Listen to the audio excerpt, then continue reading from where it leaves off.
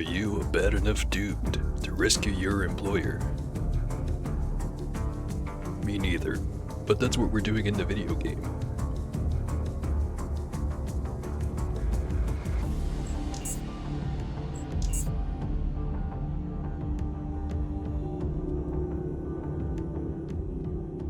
Alright.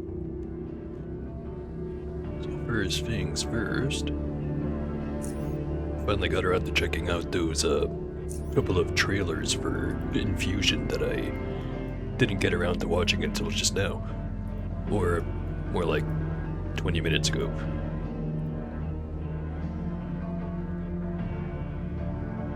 Overall impression is more or less the same as last time. The sense of there seems to be a lot of different systems, extra stuff, more complicated mini games, which some people I'm sure are gonna find annoying, but they seem pretty interesting to me. Lots of fundamental changes in general though, so definitely want to look at a more finished version of it before really deciding anything really. That being said, I would absolutely jump on the chance of trying it out even if it was early access.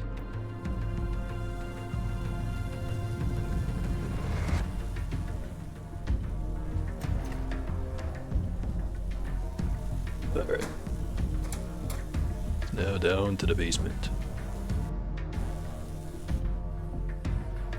There's the guy. Where's the other guy? There he is. The flinger. He's got a lot of health. Let's work on that.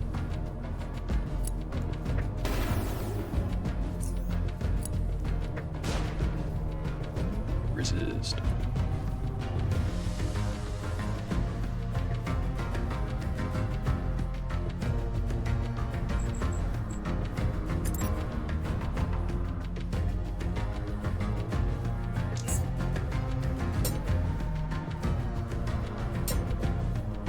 Just living up to his name so far.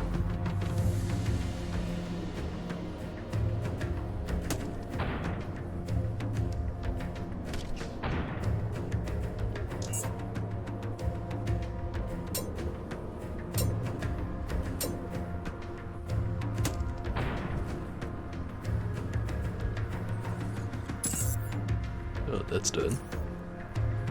Kind of expected more, but I guess that's what happens when you actually have weapons and equipment to fight this guy with. There is a way to get to this room. Well, that room. Behind the bars. It's a lot harder when you do it that way.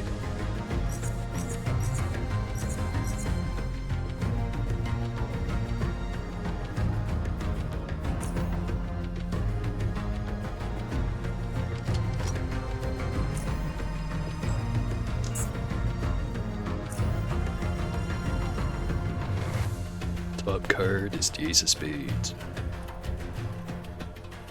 Coincidence, I'm sure. It's a lot of knives.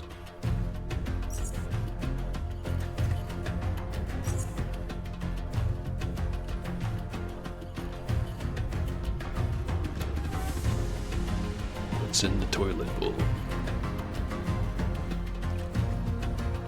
Lockpicks, apparently. How about your toilet bowl? Yep, not sure what I expected. Anyway. By the caverns, at last. At last.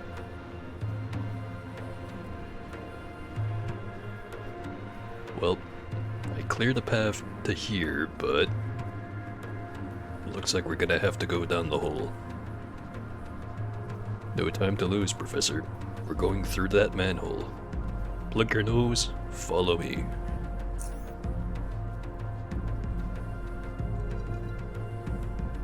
Cadaverous stench rises from the darkness as soon as you move the cover.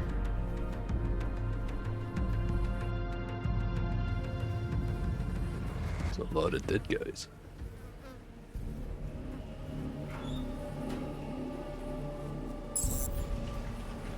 Thrasher. One healthy looking hermit crab.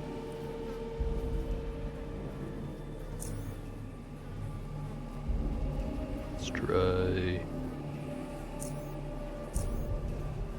big damage. Not that big.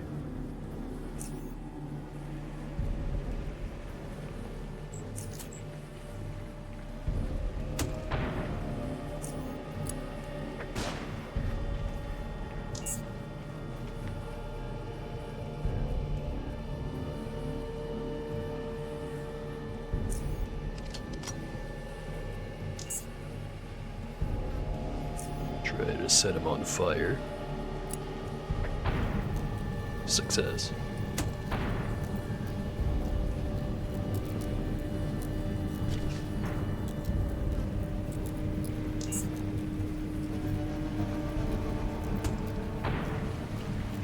Alright. Victory is close.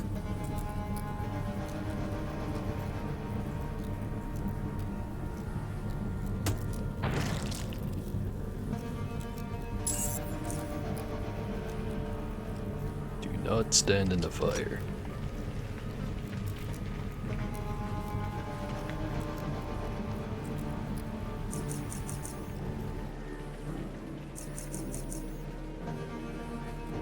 Also sure hope he's not gonna follow me into the gas.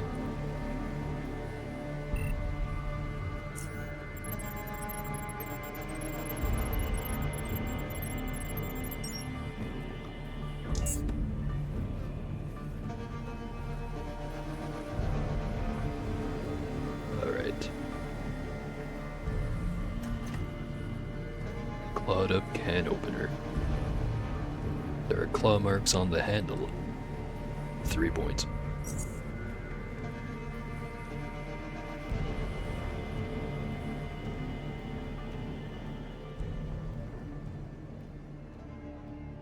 Siphoner pools.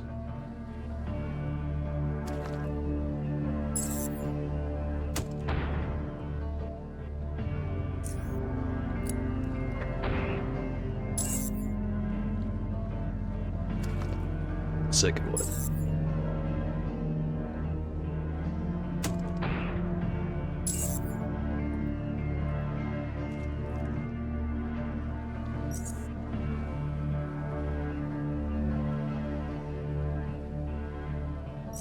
You could probably start collecting some organs.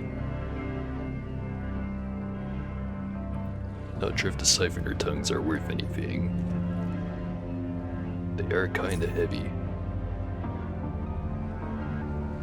Used to extract a potent coagulant or anticoagulant. Yeah, we'll probably need that.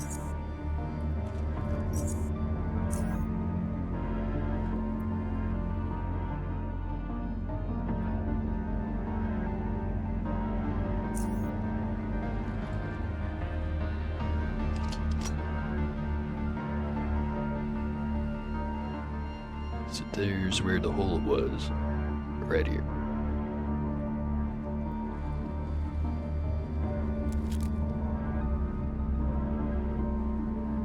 We've made it.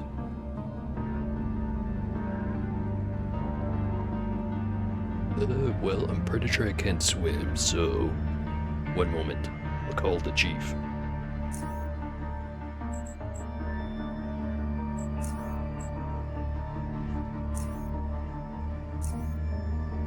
Briggs.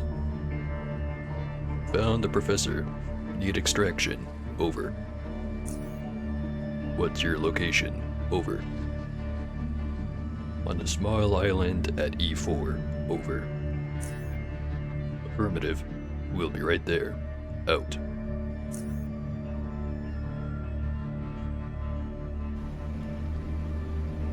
Good to see you again, Professor.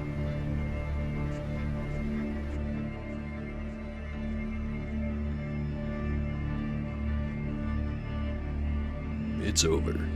It's finally over.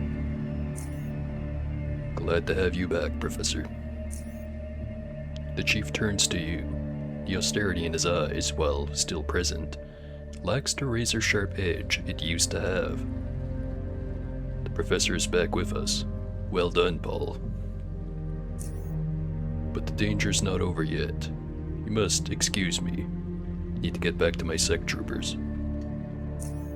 Before leaving, he hands you a key to a jet ski. You earned it. Professor, Paul.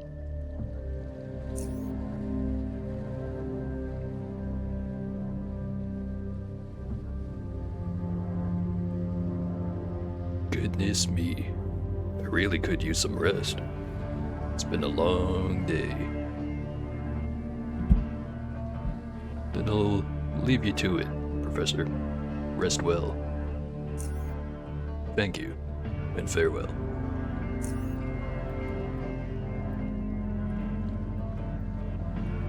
Another conversation. Let's listen in. So, Marky, how'd you start working for Aegis? Well, after I got my degree in weapons engineering, I started working at the TRC, old Biocorp Armory facility, on designing, testing, maintaining auto turret systems, both directed energy and cartridge based. Oh, so that's where your fetish for them energy guns comes from. I saw the way you touched that plasma gun of yours, you naughty person.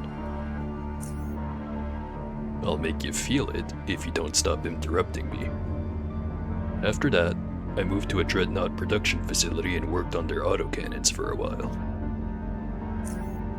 Hold on. Protectorate blew up Biocorp and took over your home city. And then you graduate to design turrets and cannons for them? Listen, Tone, I was a teenager when it all happened. What can one do? Besides, I was always fascinated by military technology and weapons. Had a father too I could be taught and inspired by, you know.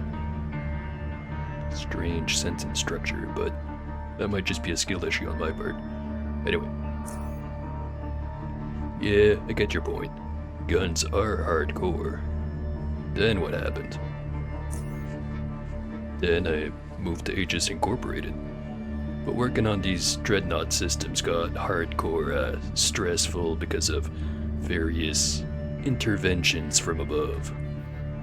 So when one of my colleagues who had started working for Aegis tipped me off that they were looking for a weapons engineer, someone experienced with automated systems and such, it was a simple decision. I pulled some connections so that Protectorate would let me go, since abandoning such projects isn't all that easy. And that's it? You just change jobs like it's nothing? Ain't that all a bit boring? Well, sorry I didn't change jobs because my boss tried to kill me because I was trying to grind his daughter. Hey, you're getting hardcore jicky there, you wimp. And I didn't try, I did her. But that's what life's like down south, Marky. Some zoner wants to kill you, you get a new job. The shop blows up, you get a new job. Your jet sinks, you get a new job. There's no la-di-da-din, you dominate through, and every step of the way you gotta be hardcore, or starve. And what that kind of life teaches you, Marky, can't be bought. Not even with $1 million Charons. Well, in my case, after Protectorate took this over and everything settled, life became stable. Finished high school, finished my military training, got my degree, started working, earned my blues, and had a lot of time to focus on other things. Things I deem fun, like reading. You read for fun? You derailed? I read 'cause I gotta. Arts, like painting, or nails. Cooking. Yeah, for your wife, Marianne. Sighs. There's no use talking to you. He pauses. Hey, Marky, come on. I get you. You and I were different, but you're hardcore in your own way. Seriously, I'd go derailed spending all this time next to you if you were some real lottie dude. Huh. And if it wasn't for that reading of yours, I never learned exactly how plasma balls are generated, compressed to right density, and launched through the air while maintaining their shape, trajectory, and kinetic force with all them variables taken into account. That's hardcore. I'd never read that, but I like it when someone shows it to me. Yeah.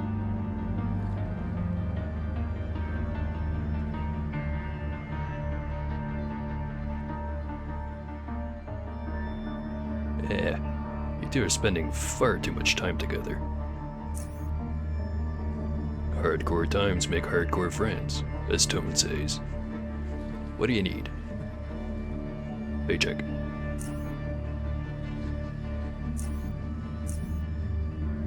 $3.50. Do waste it on brew and hookers. Ignore him.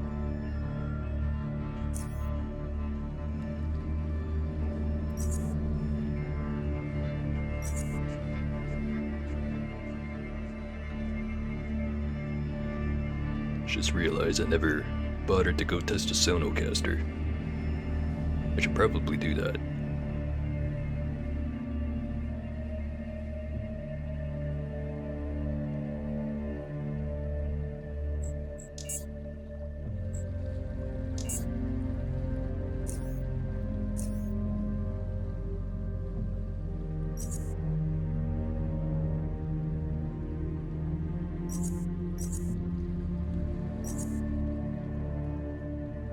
What's 11?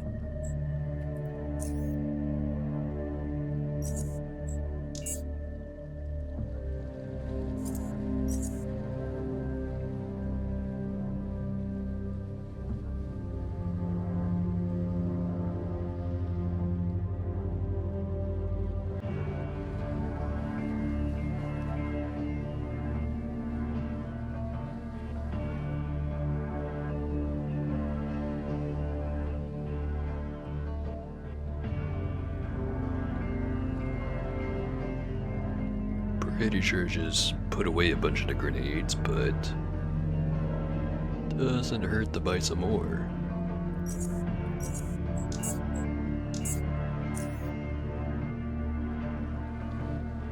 Alright, I've got a small mountain of loot that I left in a barrel.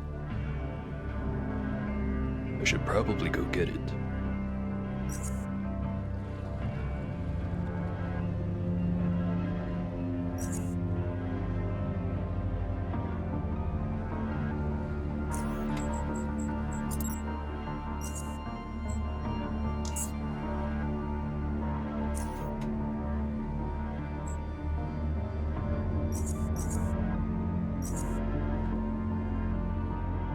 Should probably leave more of this stuff behind rather than less.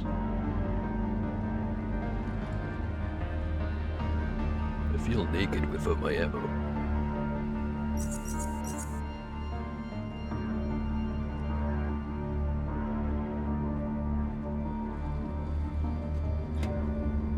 Alright. Jump on the new jet.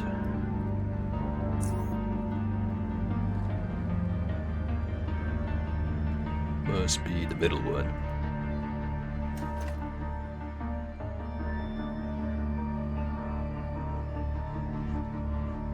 Has some half-decent parts. Got room for another battery and another engine. Max size 1. Guessing max size 2 for suspension. Max size 2 for the other engine. Primary battery size 2, secondary battery size 1. I know I've got the battery for sure.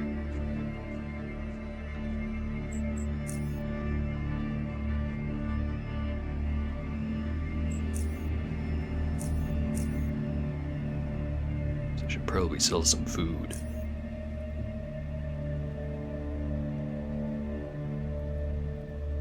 Today on the menu, filleted sea serpent and fried siphoner. Sounds great.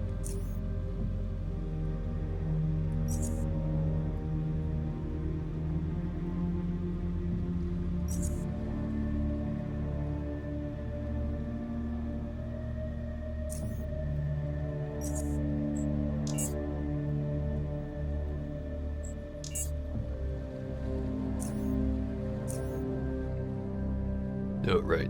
The parts.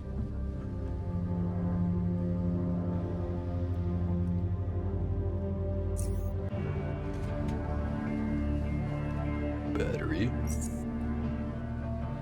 Part size 2 suspension. No extra engines. I'll just take it out of the other one once I get there.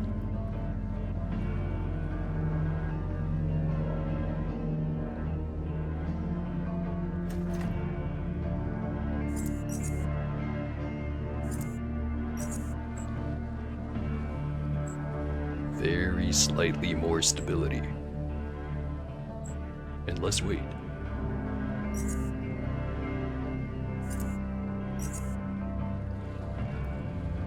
Just gonna leave it right here for now.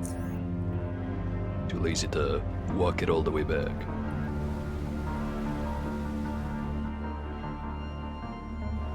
I've actually got some speed. For now, anyway.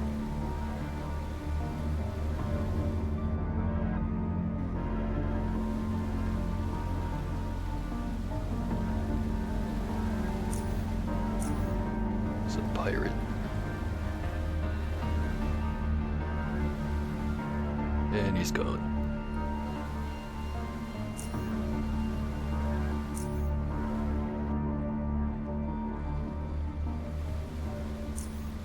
Don't want to go too close to the pirate base itself, because they're still gonna have patrols and turrets and other fun stuff.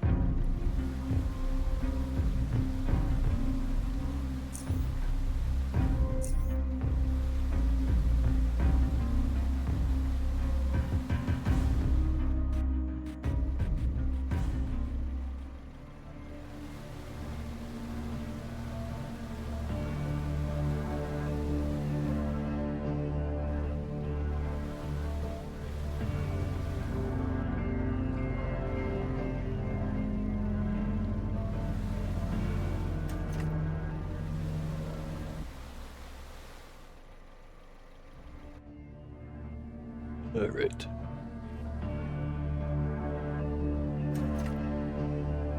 Grab all this.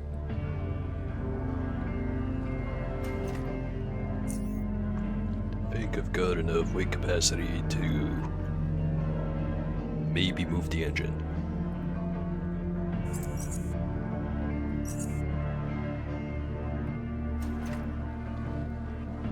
Stick it in there. Oh, Oreo. Absolute pipe workers. Eat it.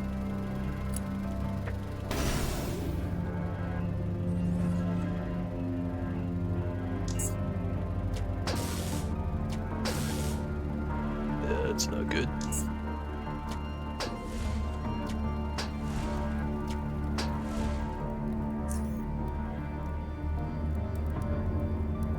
Very not good.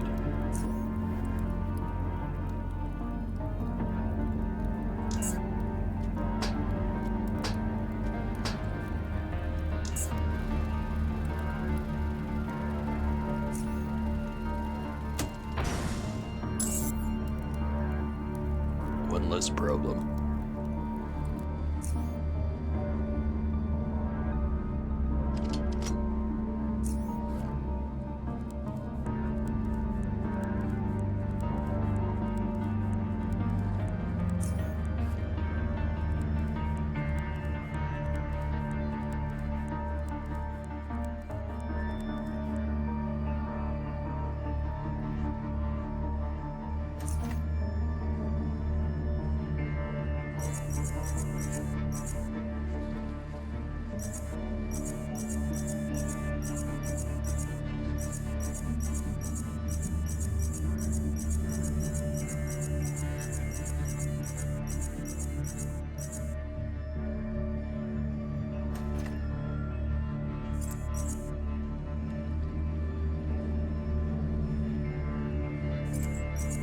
ain't gonna take all of it. Probably actually take it.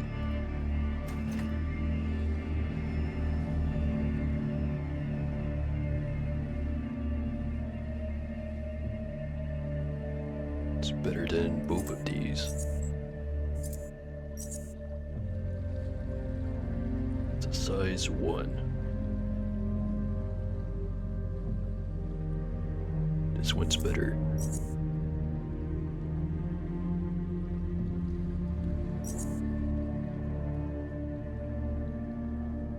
Right, it's pretty heavy, but it should be just enough that it's not gonna slow me down. Which means I can cram a lot more stuff on here, as long as I'm willing to go slow, which I am.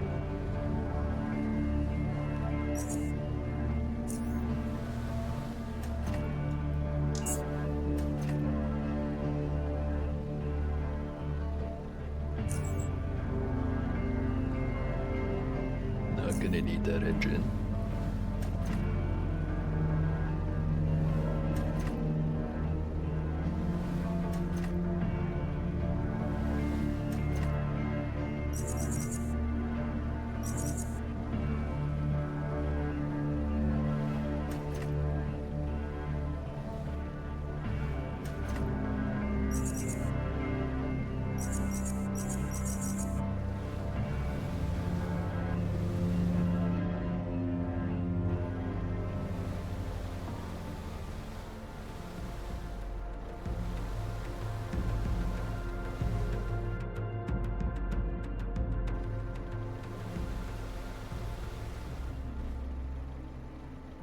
Too bad I can't loot the barrel from the jet ski.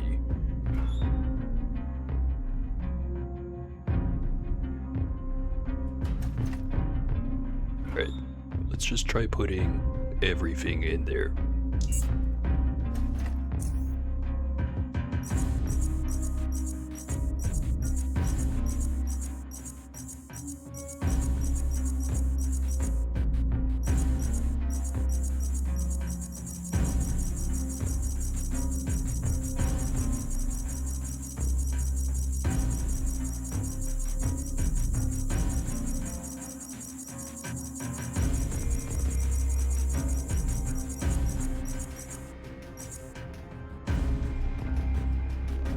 Alright, now take the stuff I actually want to carry on me back out.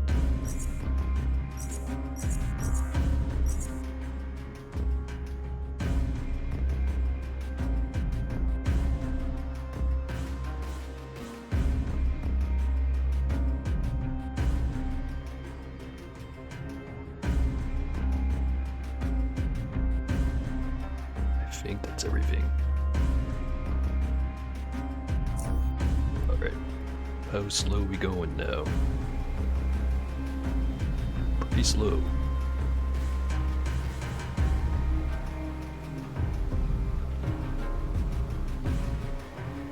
It'll be worth it. Just one slow trip back to the camp.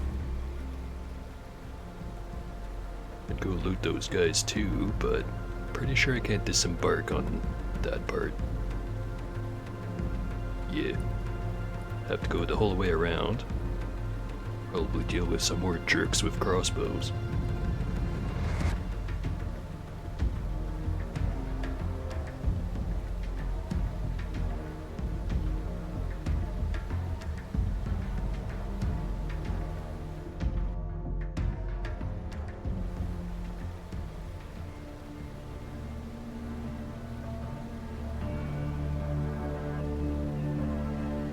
I know that there's a jet ski I can buy from Ray's shop that has a winch on it.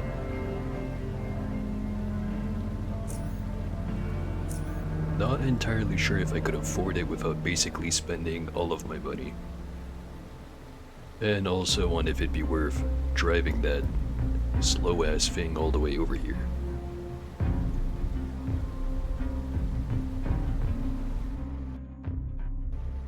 Eh. Next time I'm at his shop, I'll ask him how much it cost. Or to try to get a discount because of the mercantile, but remember it being pretty expensive regardless. Still need to make more super steel too.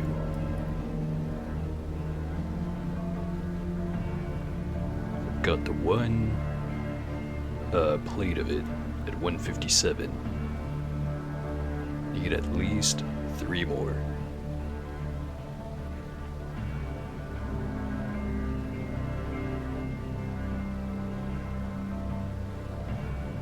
And at most, probably 4. Assuming that they're all good rolled.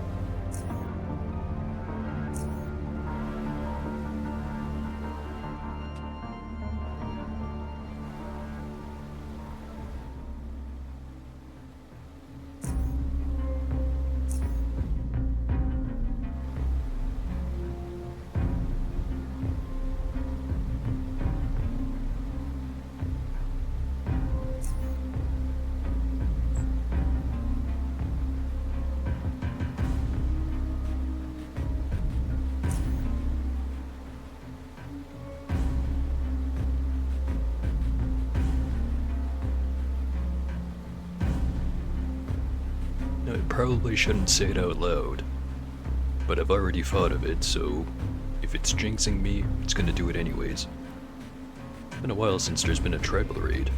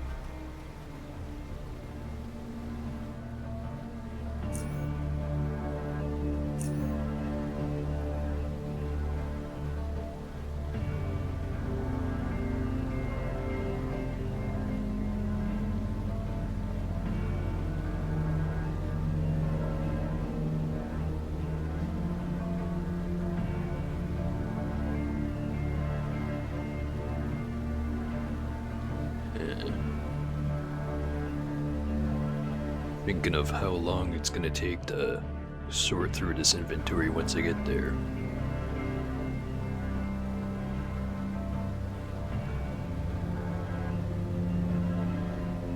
It's gonna take at least 3 minutes. Maybe like 350.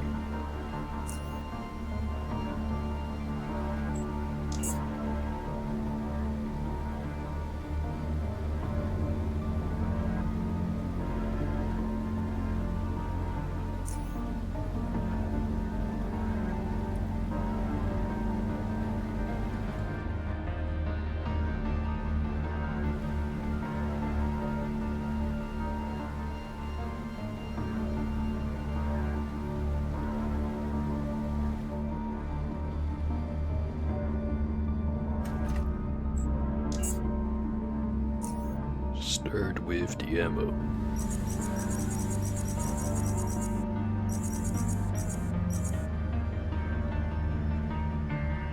And the belt.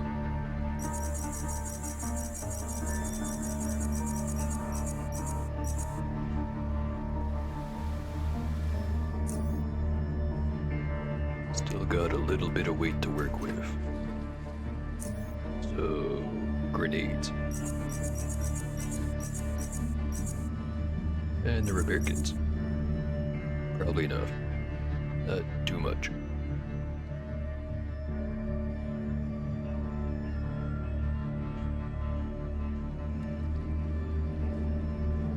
Should leave the vehicle repair kits. Still too much.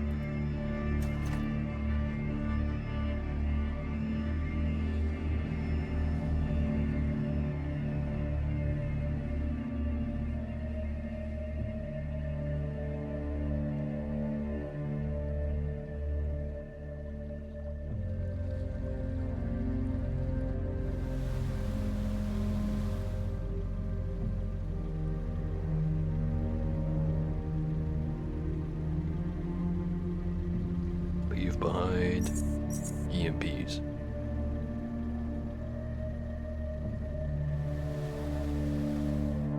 And the flashbangs. Still not enough.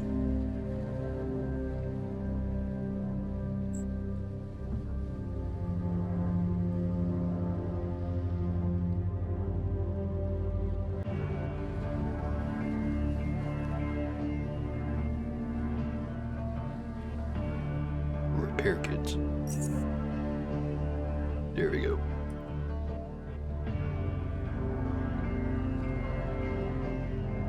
It's gonna take a while to sell all these belts now that I'm thinking of it.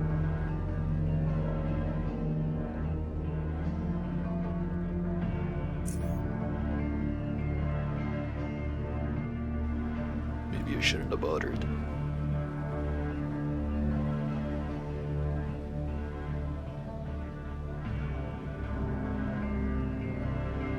Do a quick check over here.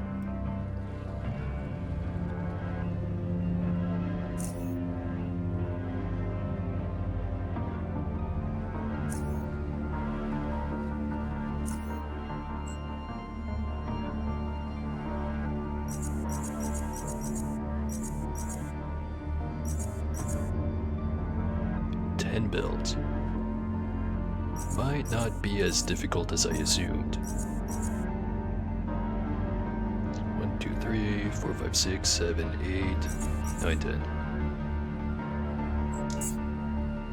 You should be able to buy all the ammo also.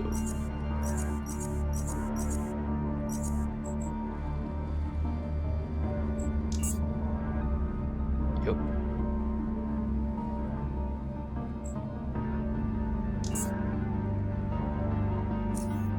Alright, get some more stuff.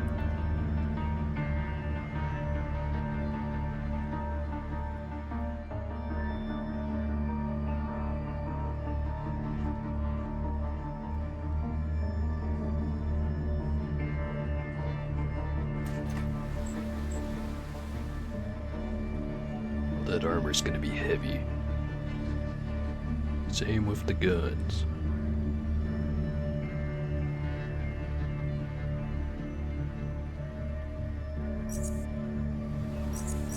Grab the crafting components and the fish.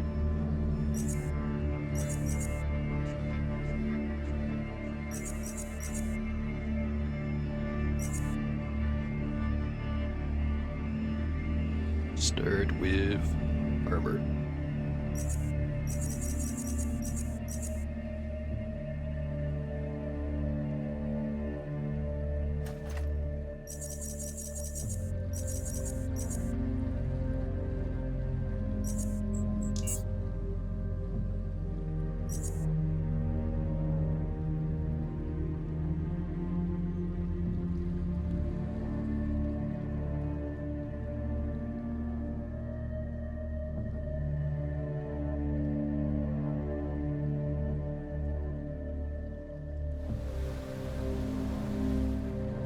Scrap this one.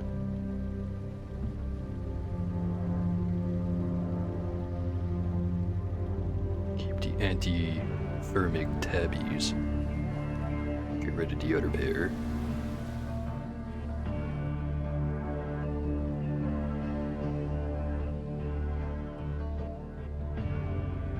Keep the expensive boots. Probably not repair them.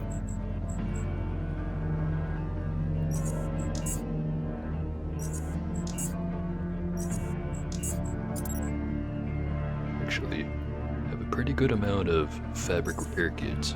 So maybe I do repair all of them.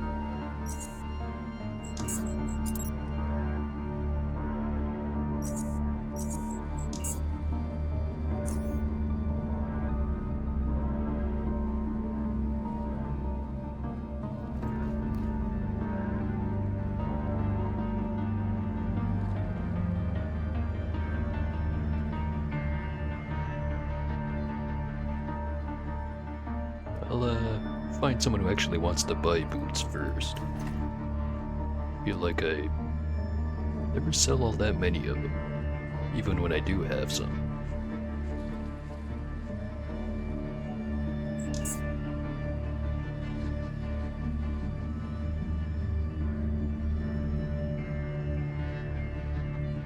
Take a couple of batteries.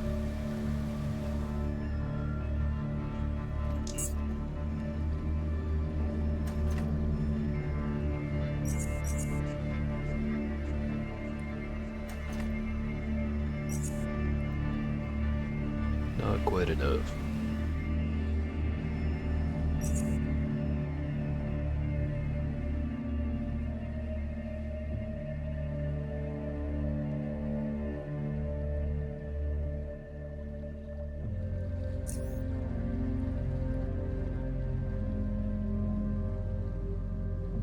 After I stopped walking there.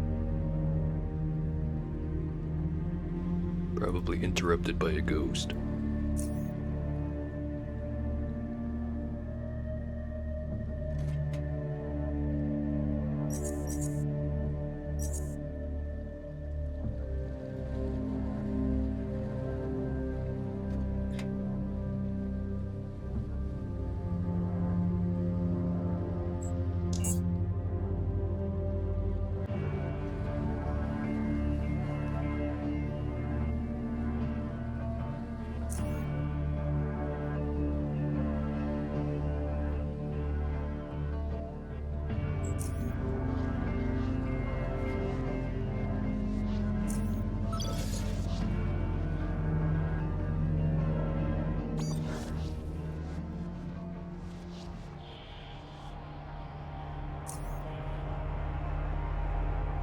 Start stockpiling ampules.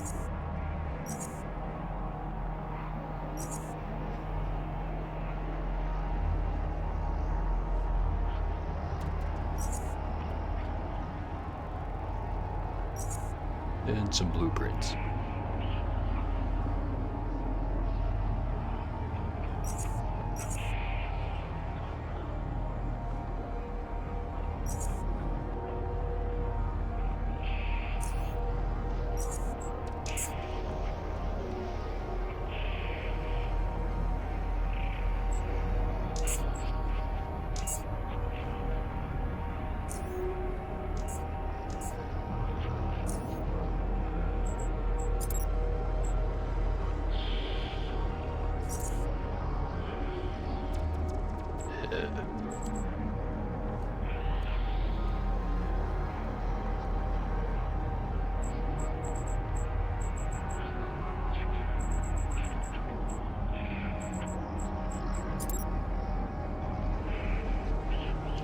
Iron gut protects you from biological hazards. Created from taurine and gizzard enzymes. I think I know where to find that second part.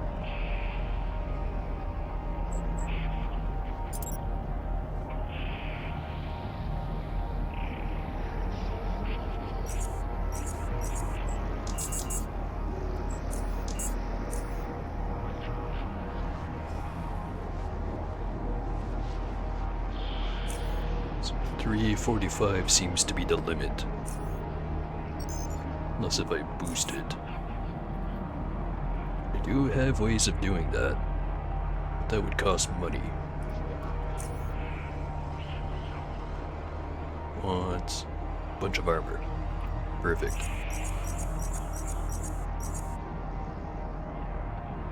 Nine grenades. Start with the cheap stuff.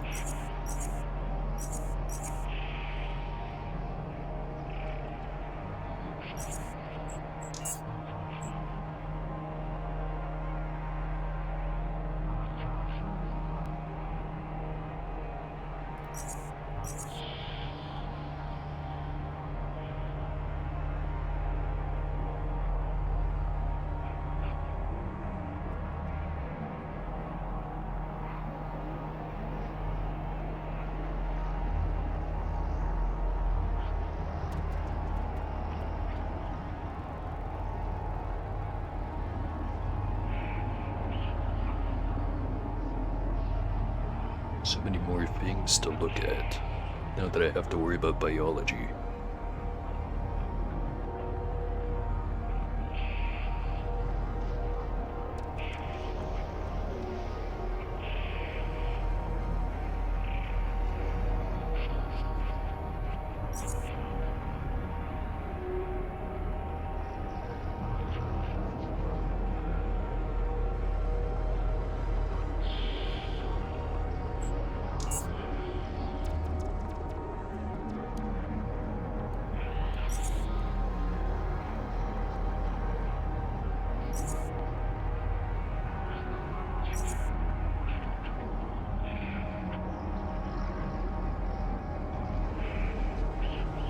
Not gonna be enough stuff for me to buy here, but I can try anyways.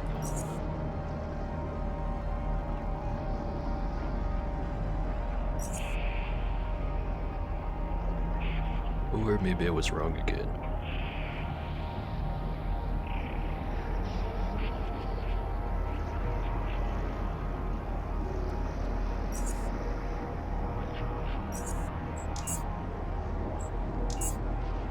Yeah, glad to be wrong.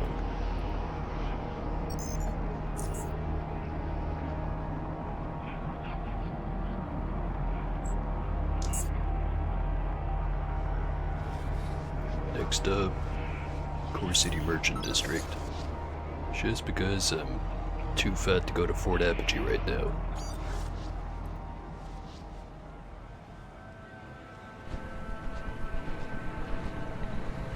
Yo, Fabet.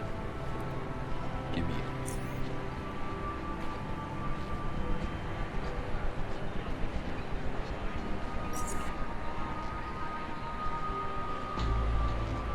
Let's make some blood. Or do I even need some?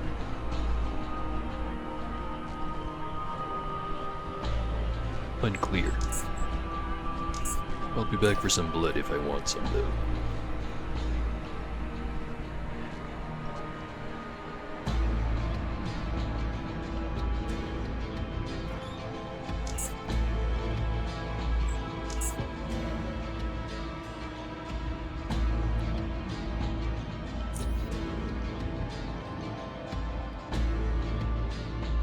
Want 9 grenades.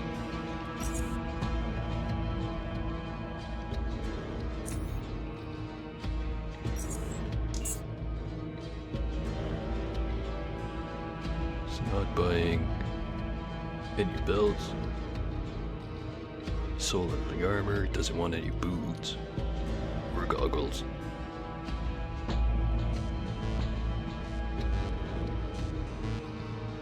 $137. Don't think that's good enough. Also, speaking of not good enough, don't think this microphone is close enough to my face. I think it is now.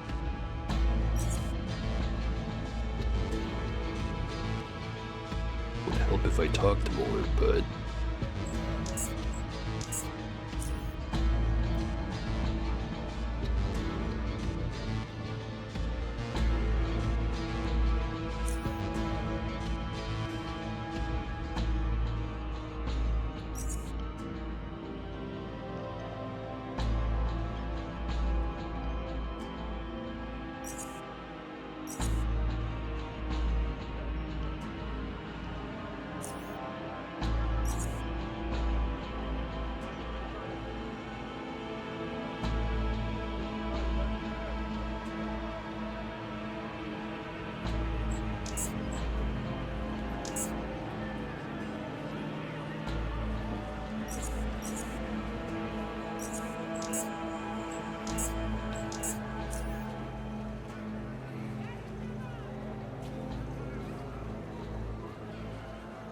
this foam padding I've got, it's really starting to take up a lot of room.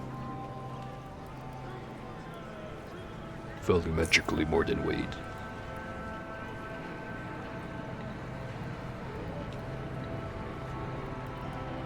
Enough to sell.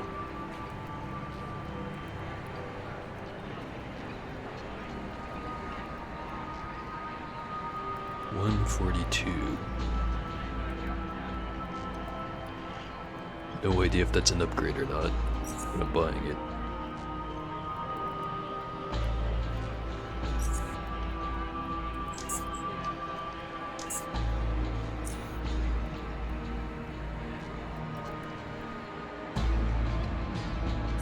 Let's see if it was.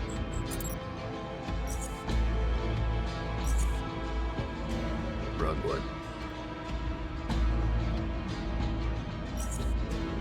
17%. Not quite. It is worth more as a pair of goggles than as a lens, however.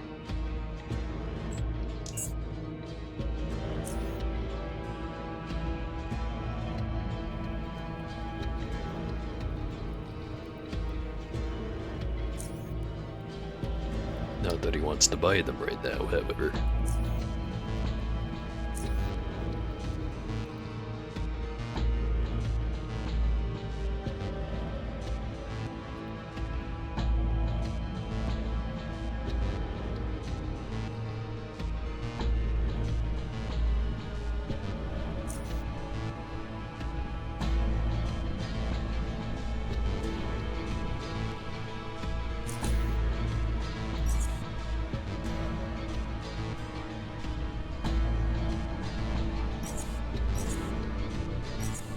Probably never gonna have to make Hellfire pose, but it's nice to have the recipe anyway.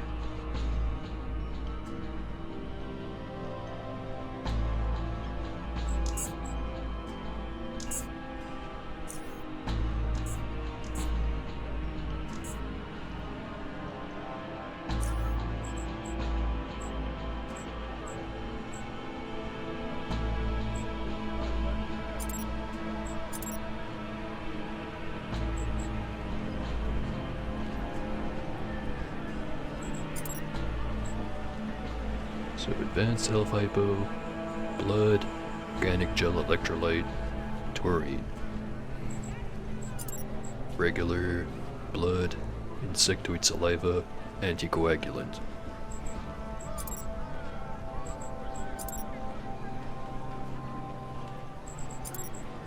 Focus stim, adrenaline, taurine, blood. So we will need blood. Eventually.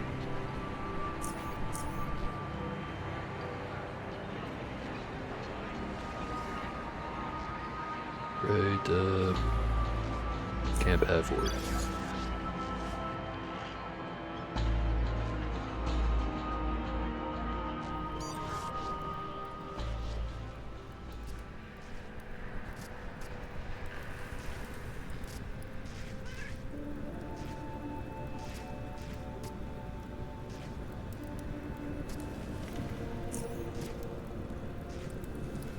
Six belts.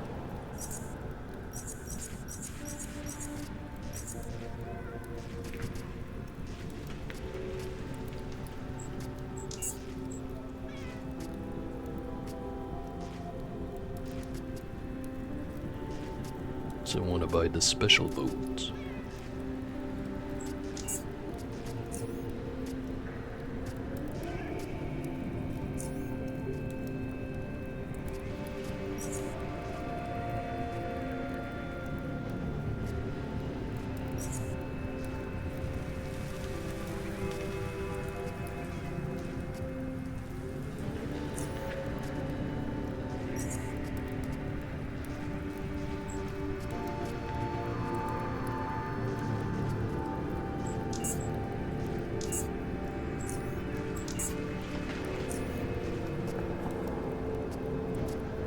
Quite sure where next. Probably junkyard.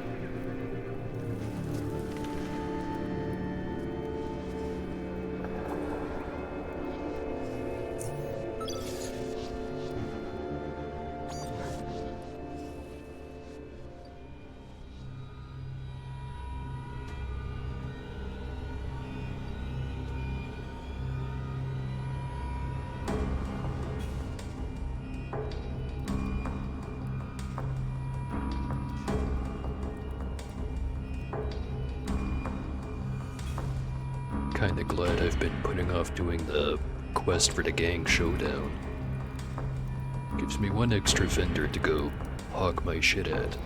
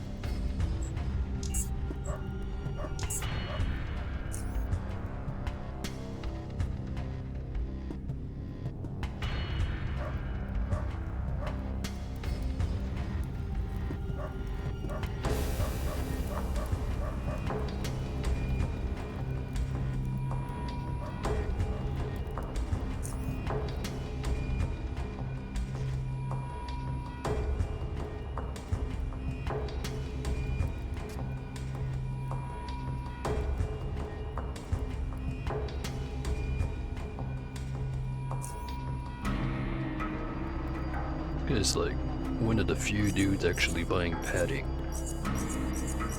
Except when he's not. He's actually gonna buy all of it.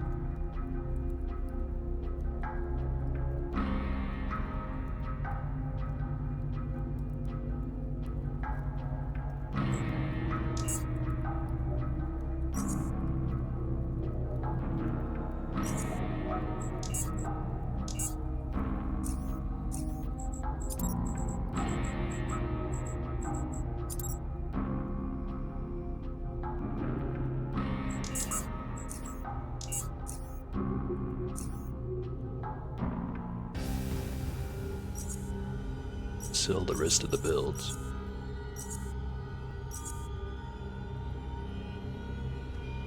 To think I was worried about being able to sell all of those.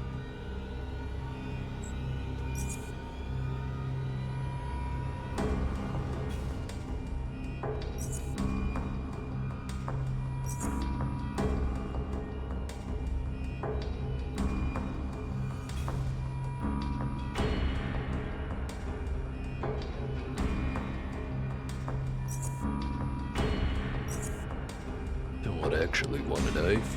She's trying to even the trade.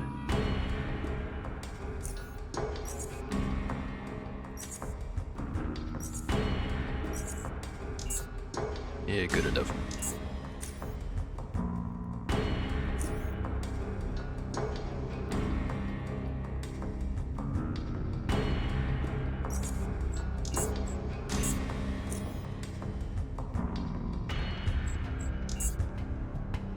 Leave the electronics store and, what's his face?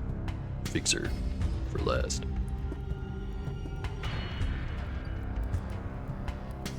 Because I think his name is Fixer.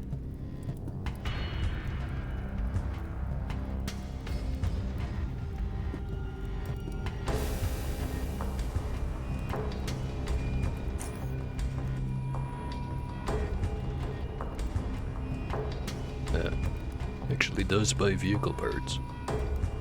Didn't know that.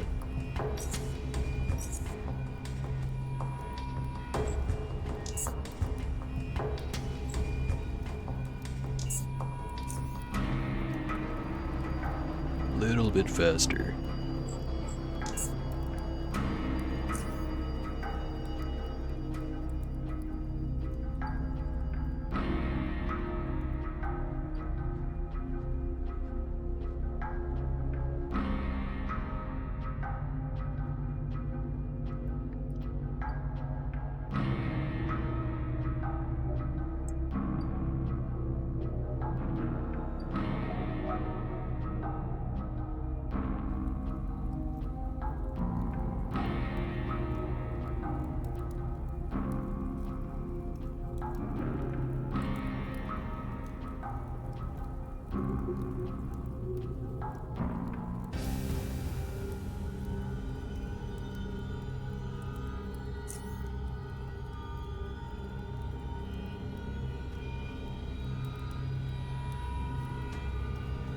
ingredients, 14 parts, 3 goggles.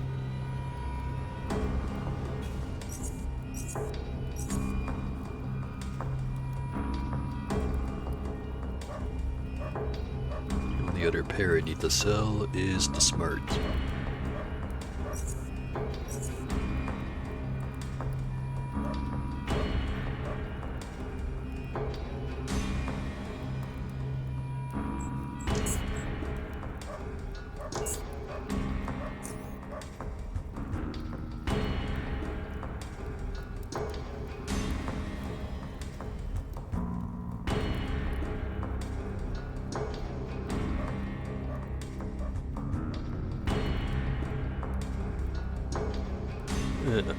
So I was right the first time. He is called Fixer. Probably forget it again. It's not a threat, it's a promise.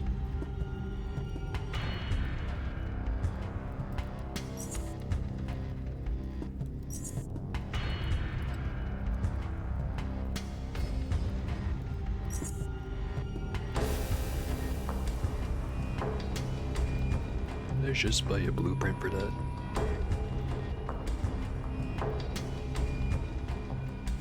I did. Got to learn it.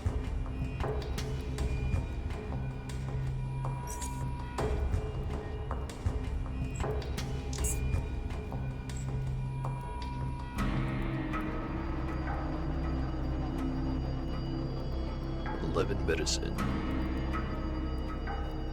Pretty sure I had another stash of advanced health hypos anyway. Keep selling these ones.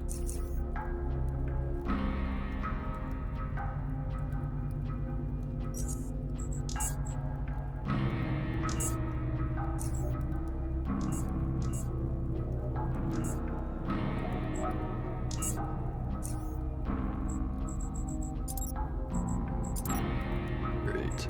Ages. Combat drug developed by Biocorp for the Protectorate Army. Created by combining morphine, adrenaline, gizzard enzymes.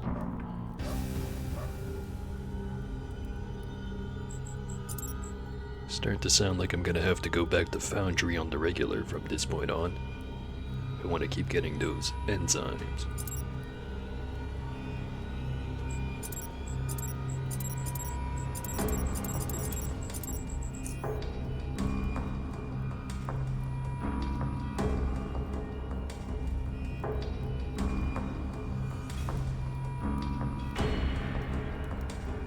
I think next, I'm gonna go sell these jet shocks.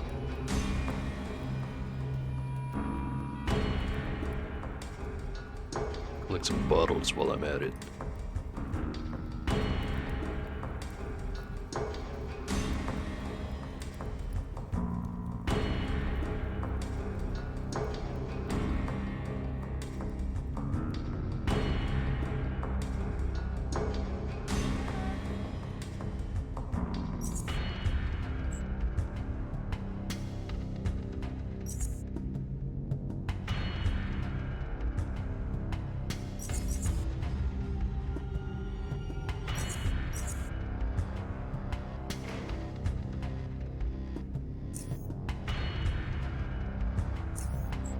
Not sure what I expected.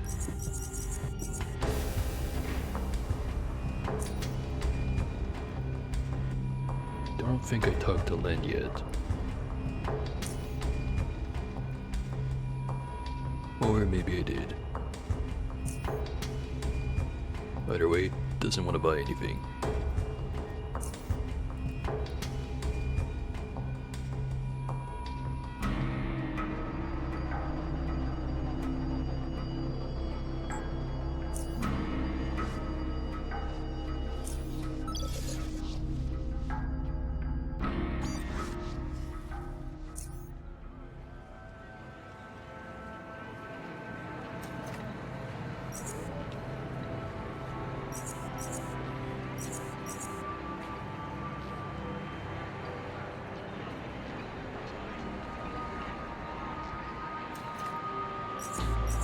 Probably have to come back for those repair kits.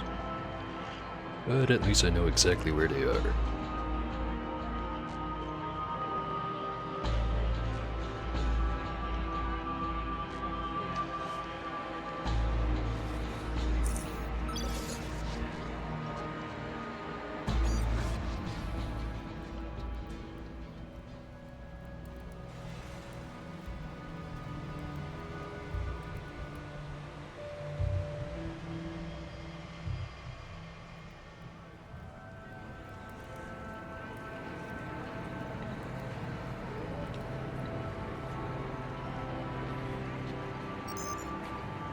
Really go for a kebab right about now.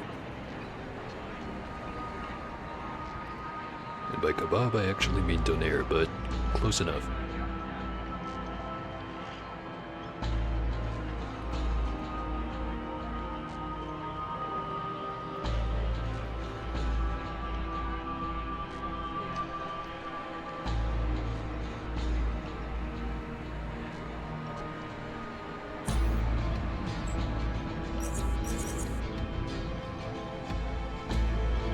Have a look at some parts.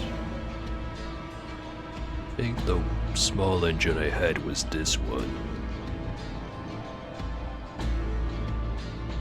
And even if it's not worth dropping 51k worth of coin value for it.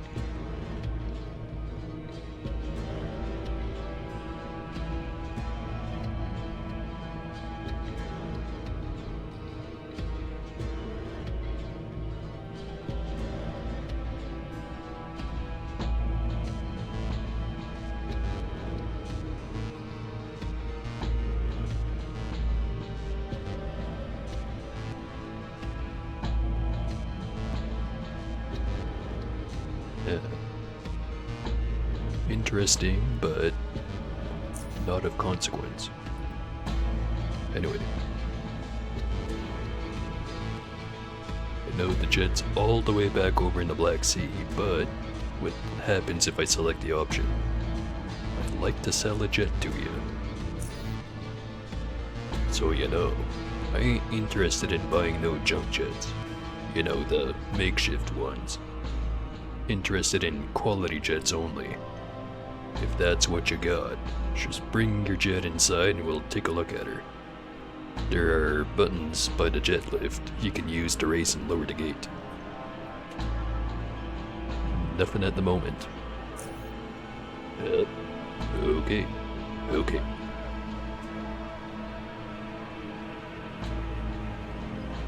Like to take a look at some of the jet skis you have on sale.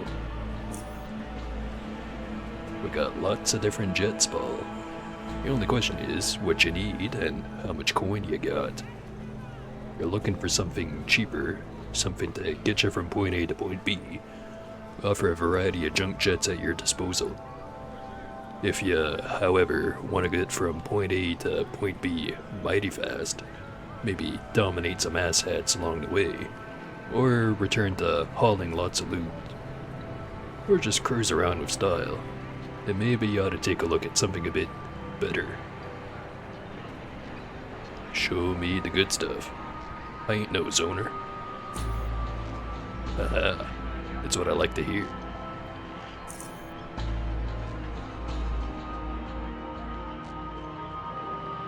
Here they are, Paul. Keep these inside, cause I don't want to risk some assless son of a rat nabbing them. As you can see, these are mean machines. Got speeders, fighters, freighters. You know, you came at the right time, as we really slashed up prices recently. Still, do know that some of these can set you back by tens of thousands of sharons. So take your pick.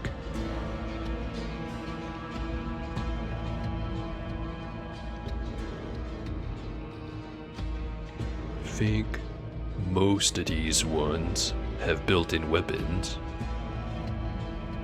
and by far the strongest one would be the Devastator. It's that fancy looking one right there. But the one for my obsessed self would be the Freighter. Tell me about it. This jet's for those who got a lot of heavy baggage and a lot of time on their hands. I ain't no alphabet, you know. Anyway, Biocorp Industries Freighter is a sturdy, affordable jet with 2 engines and 2 batteries, and okay protection. It's heavy, it's slow, but even with stock components, it'll never struggle, no matter how much stuff you've stuffed into it. Even though it isn't designed for towing, it can tow other jets no problem.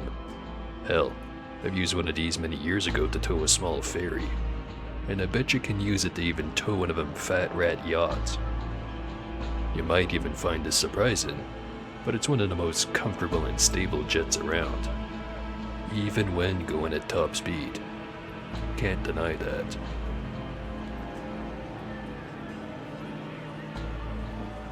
Alright, what about the price?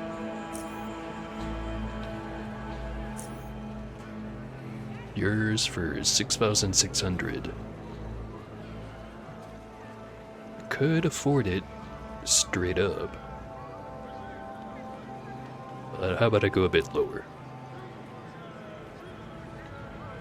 6,600.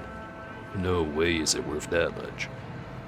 I'll give you 4,620 for it. Well,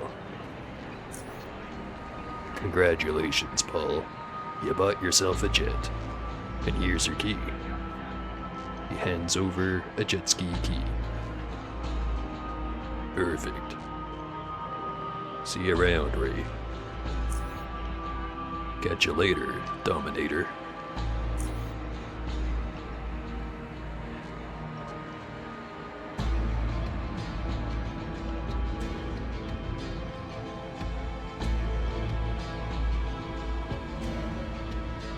Wonder how possible it is to steal from this guy. Probably not very.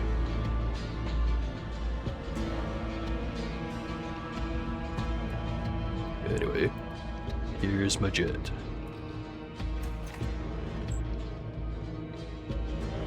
Parts are, not so impressive.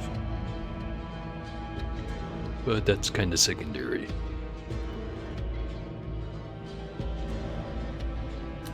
I'm pretty sure I don't have a size 3 engine, so let's see if I can get a good one of those.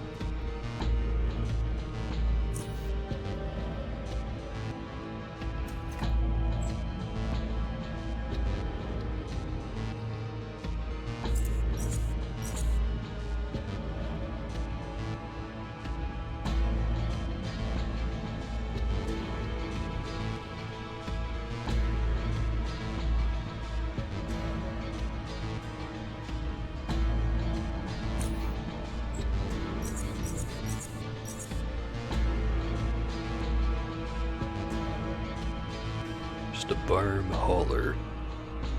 Power 550, consumption ratio 120.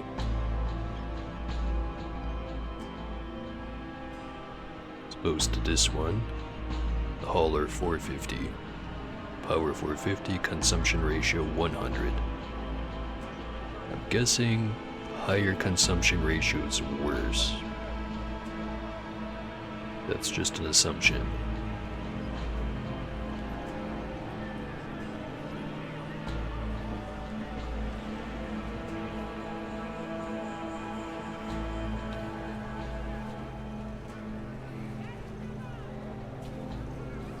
Doesn't seem to be offering a better engine at the moment. Not of size 3 anyway. Other than that one there, but want a bit bigger of an upgrade if I'm gonna be spending that much. Just test. Cost me a flat 2K plus all these other parts.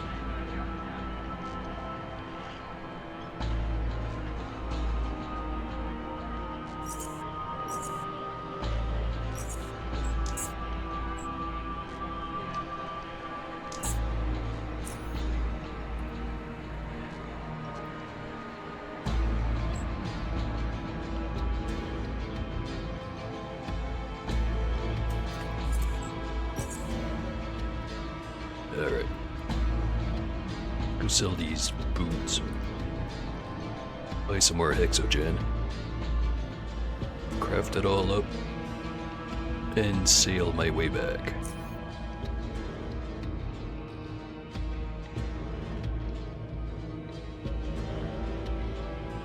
Just not gonna want to buy the scrap jet. I could sell the Aegis one. Well, maybe I should just sit on that one for the moment. Sell it once I complete the DLC.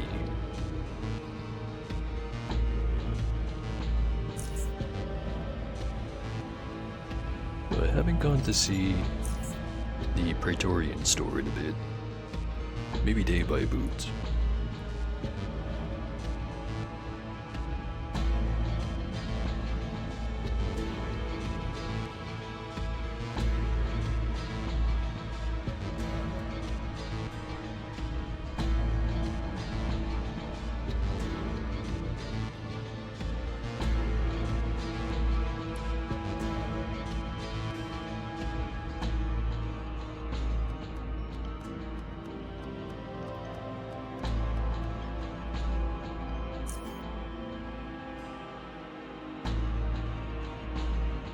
Well, they're not buying anything I want to sell.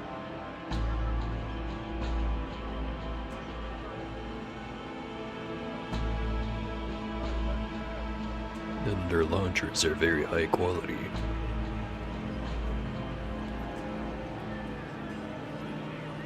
Once again, I'm tempted by the chem haze.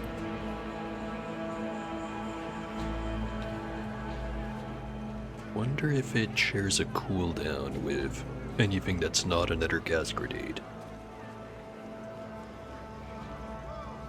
So I know the plasma, incendiaries, frag and HE all share a cooldown. Flashbang has its own. I think the gas grenades is also its own.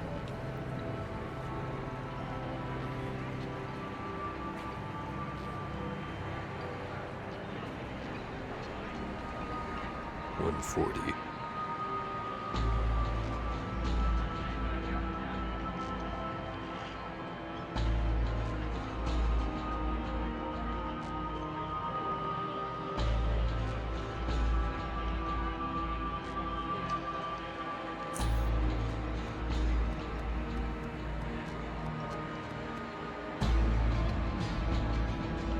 Now that I think about it, other than snipers and crossbow users, don't think the chem haze would be that helpful.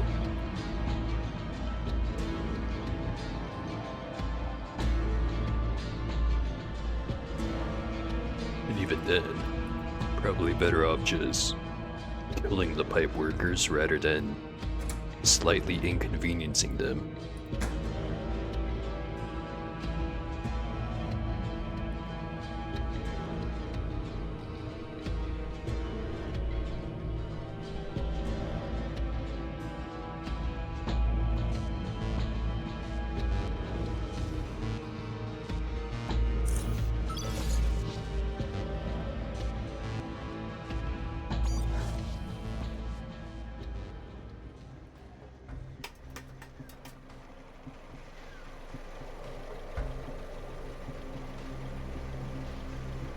So another thing I should probably keep an eye out for is a half-decent bioregion vest. I am gonna want one eventually. Got a while to find it though, because guessing the next armor suit I'm making is gonna be the last one. So the deadline for that is pretty much just before I go down to Deep Cavern.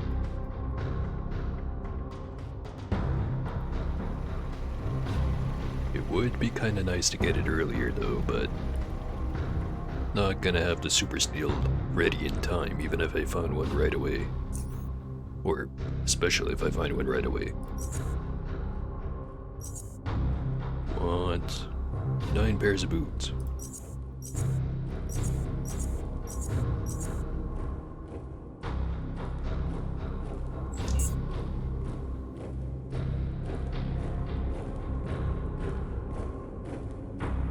$156 blast cloth. Don't need it.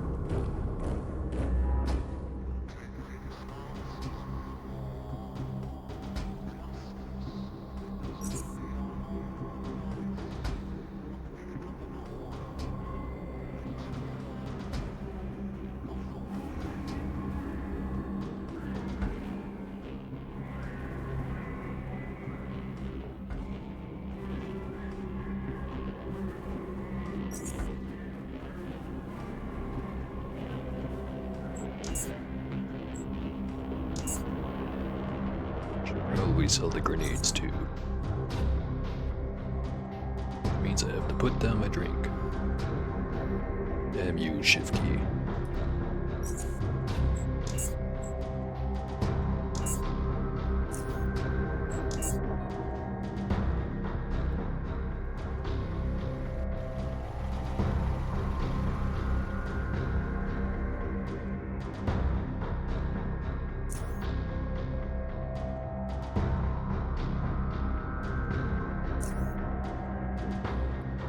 Right. Sold more or less everything I needed to sell. Actually, I'll just sell some morphine. Never gonna need that much.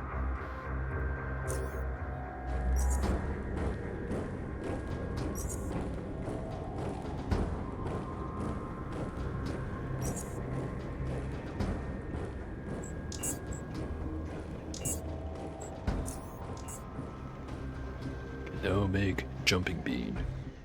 Well, once I have the skill for it. Second thought, it's probably a waste of money.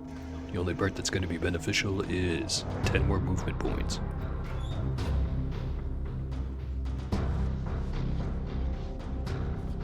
Right, only other store that would be interesting to go to would be ones over at the shortest.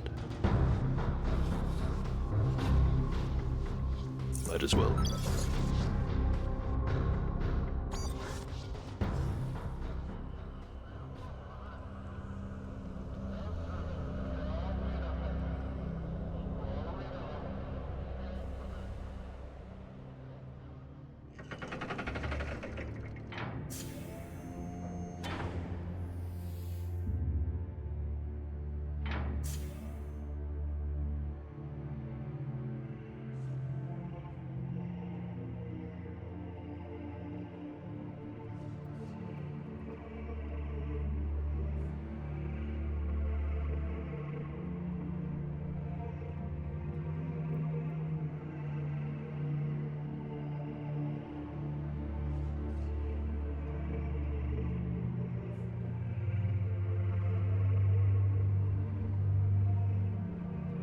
Think about it. I can actually make use of the store at the biologist department now.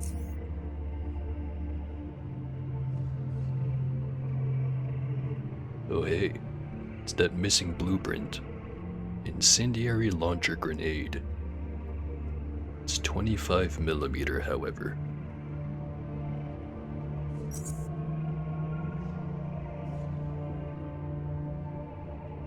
I'm pretty sure that's the one that needs napalm.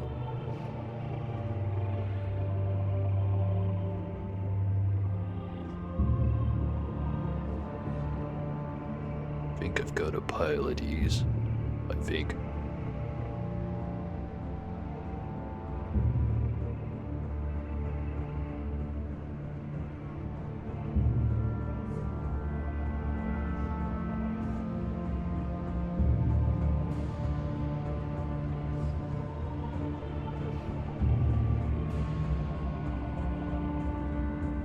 Pretty much just a blueprint.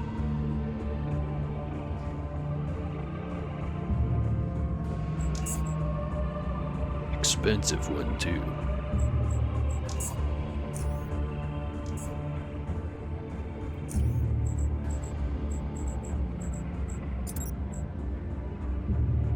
It's one thing of TNT, two things of napalm C.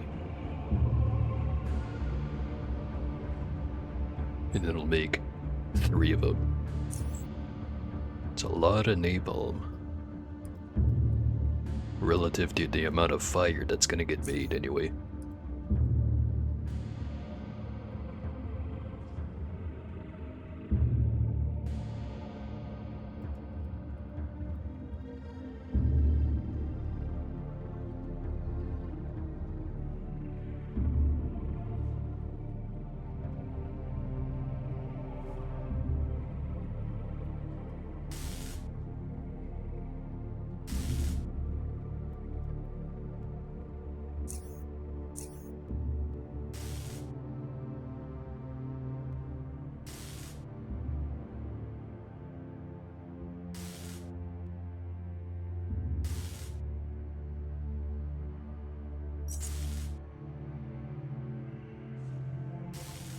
It's not selling any plasma dischargers.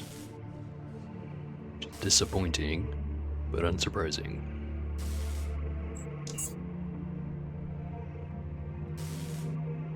No, it'd give you these for free if you take them. I'll only do it if I throw in a battery.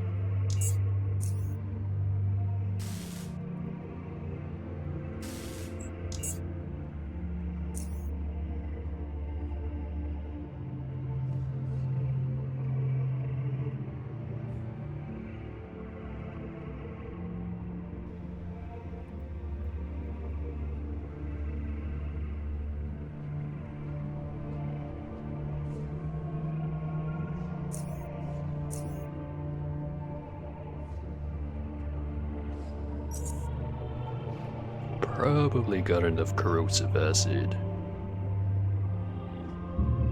But what's 3 more?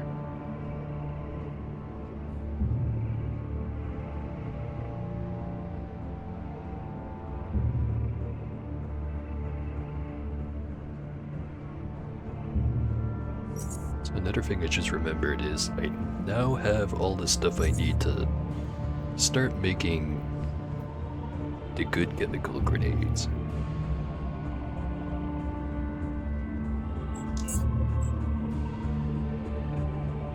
The only part it was missing was the chemical starter, or starter mixture. I think it's 1 per grenade. Or is it 1 per 3 grenades?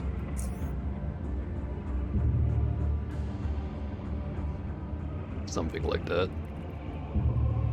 Actually, I can look right now. 1 per 3.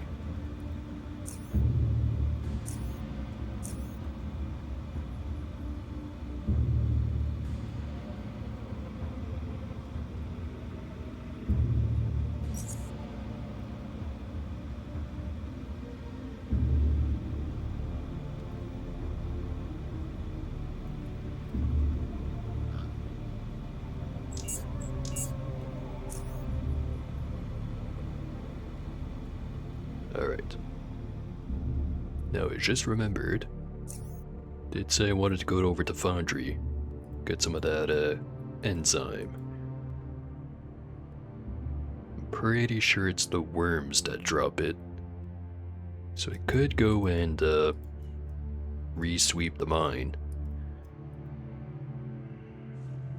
Because I know I killed a bunch of worms, and I just kind of left the components on the ground. But there's also the butcher there that sells them.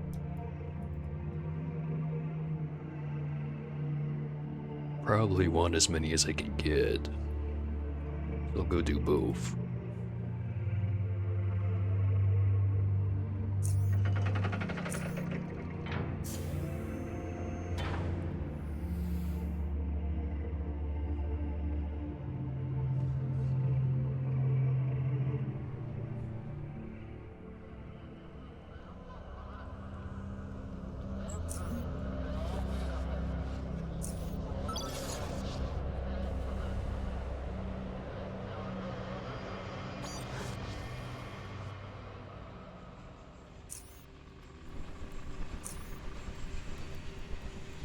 So maybe before I went in, covered every single area. Should have gone back and gotten all the guns out of the jet ski.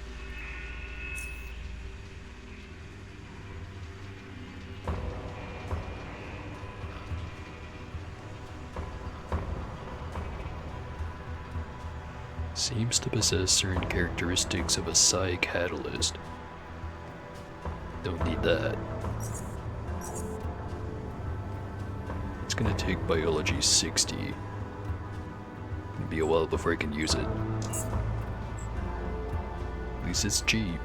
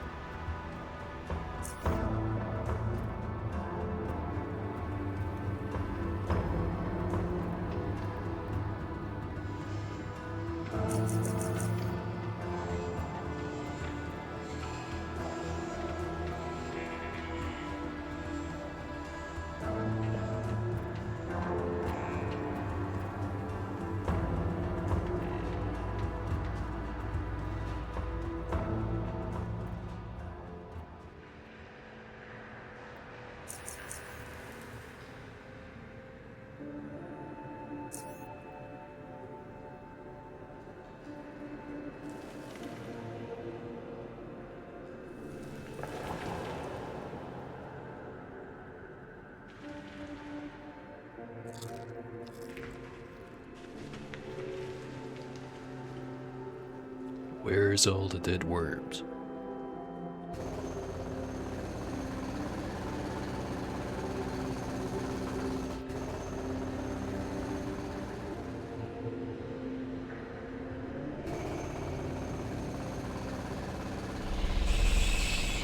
Hope they didn't get rid of him.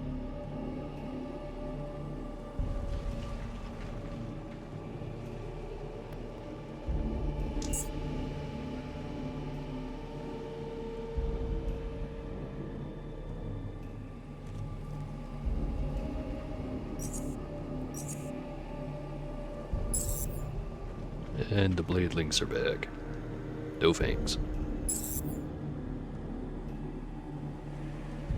Oh, so much for that.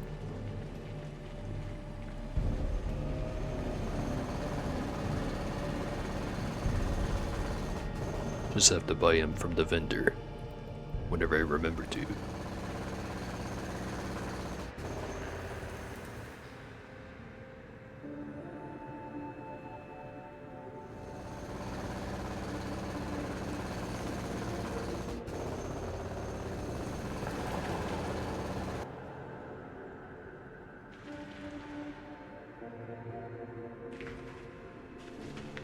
Forget if the bladelings themselves dropped anything good.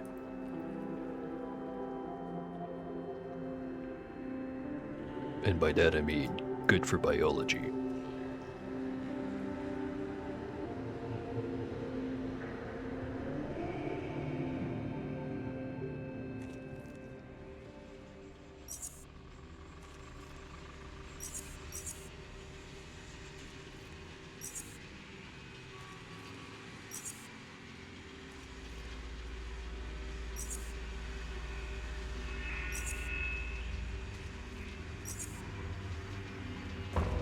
Well, even if I'm not going to use them, they're pretty light.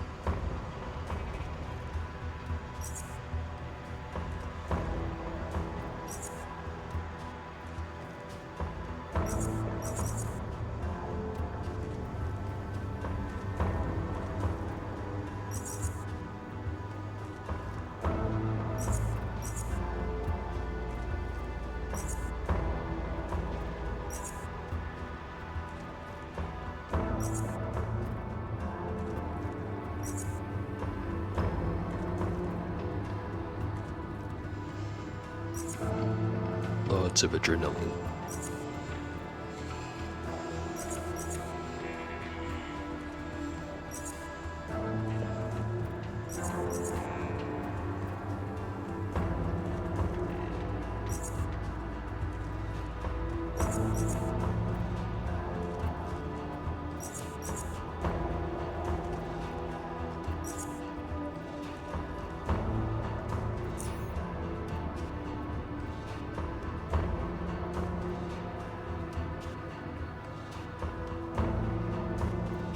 "35 of them.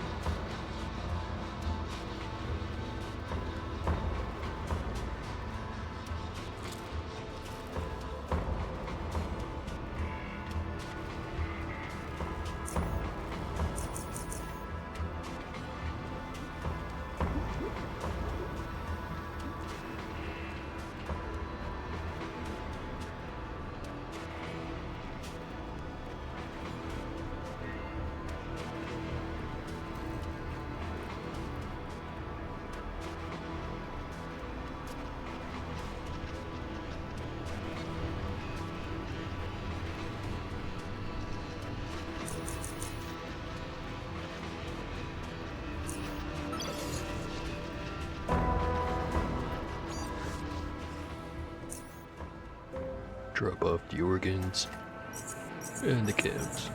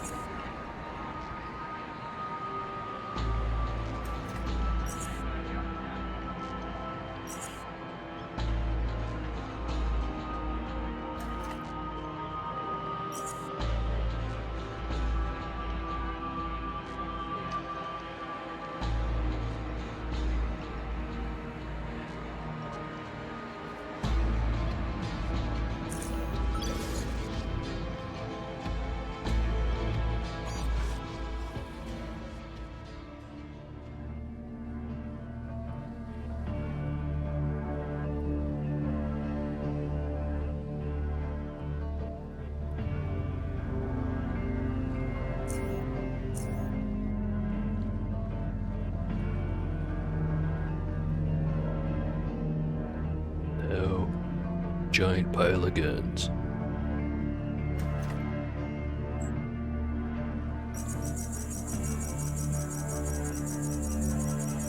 And a few other things.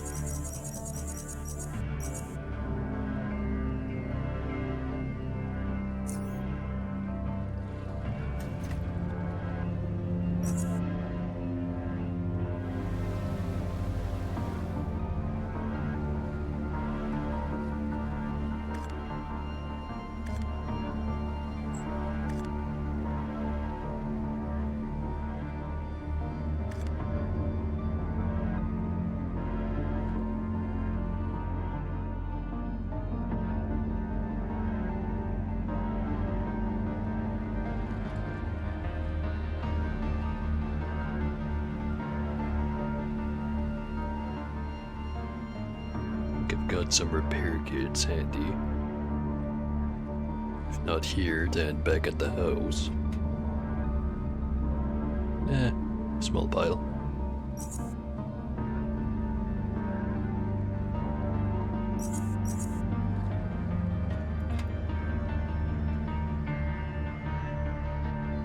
Right. Snipers, worth a lot. Fix those. Shotguns, worth a lot. Fix those.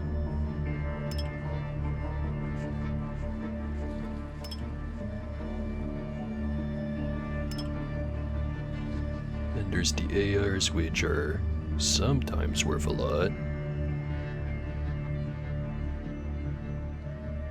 Like, say, this one with attachments on it.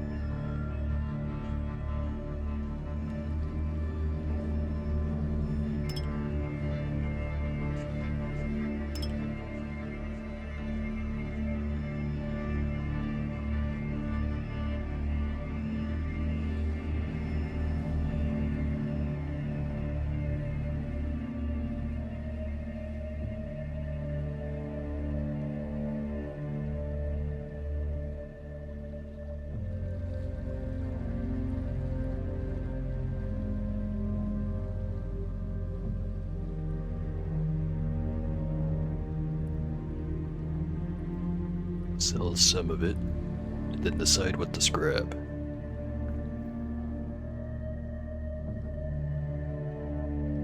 Another conversation. So... He nods. Yeah? Nothing.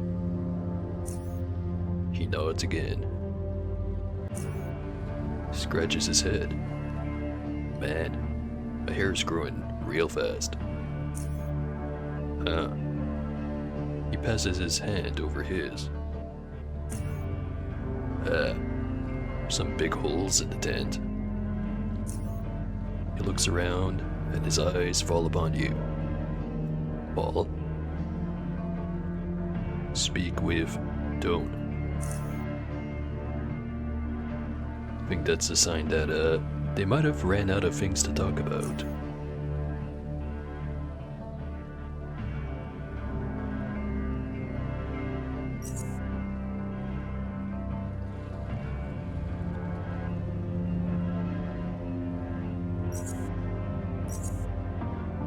He wants 11 guns. Not gonna be able to get all of them, however.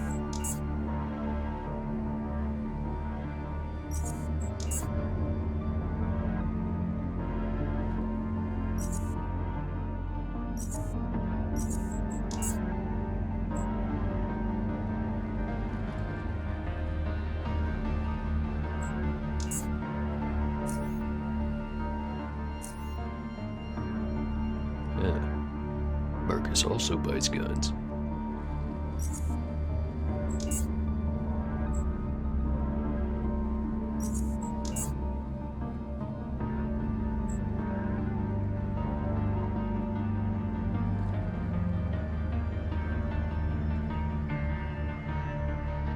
$4,150 worth.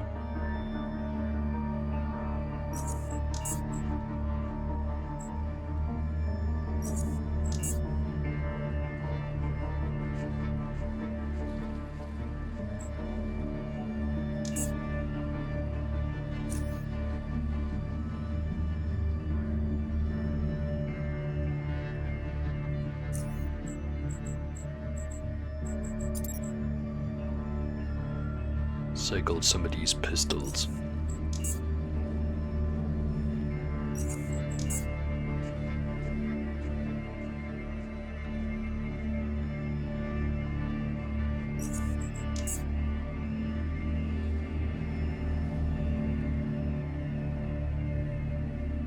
And some of the crossbows. They're worth a lot, but not that many people buy them.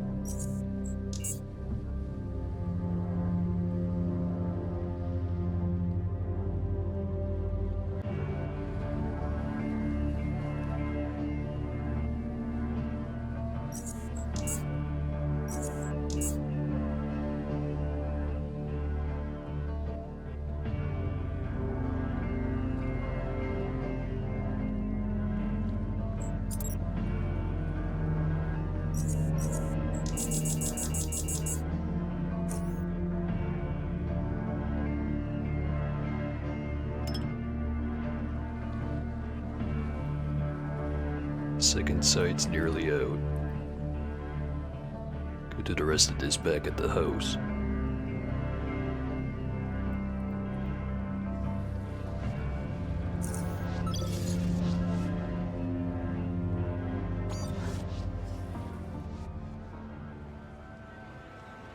I completely forget if there was more stuff in the jet ski I had to worry about.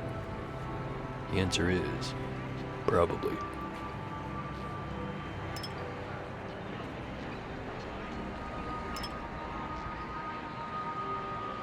I can just get it next time around.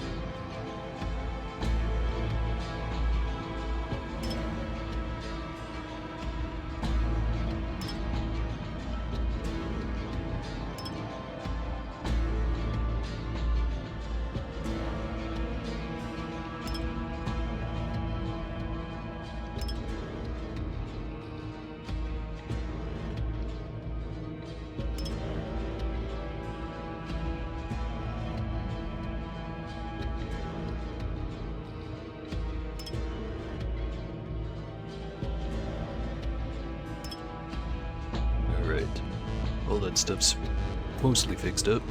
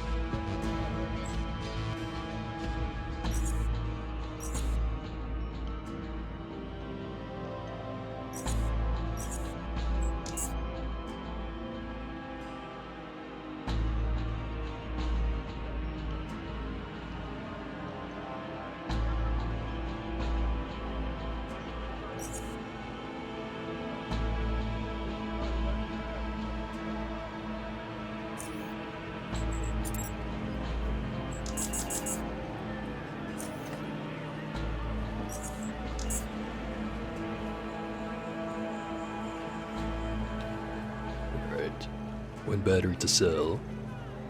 Have to go back over to Ray's shop anyway to pick up the freighter. Just have to sell all the guns. I might be able to do that without even leaving Core City. Yeah. Start with Praetorian. Go over to Oscar's shop. I think the shop right next door. I forget who the shopkeeper is. But she should buy some too.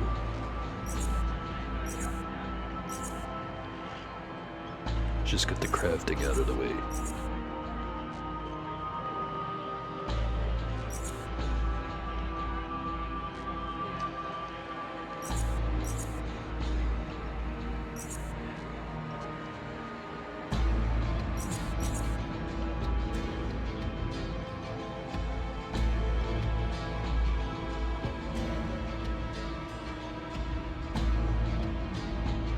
I'm good on plasmas.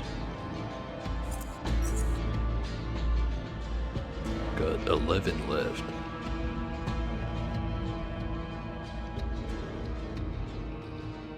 I'll make some more once I run out of those.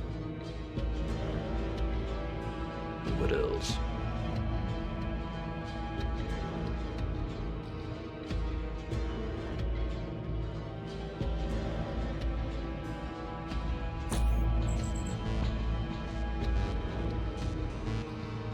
Some thin grenade cases.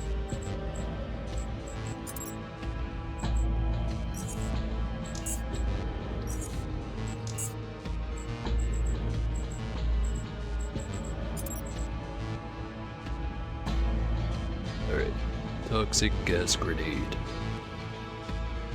Throws a gas grenade to the ground, remains for 10 turns, releasing toxic gas that deals 10 to 45 bio damage per turn, depending on concentration, at anything or anyone standing in it. 1/3 dead damage to those passing through. Living creatures exposed to the toxic gas become contaminated, causing them to take as much as 200% more damage from all sources. In other words, stacking debuff. Kinda wish it would just say how much one stack does, but we'll figure it out eventually. Pretty sure it's 10%.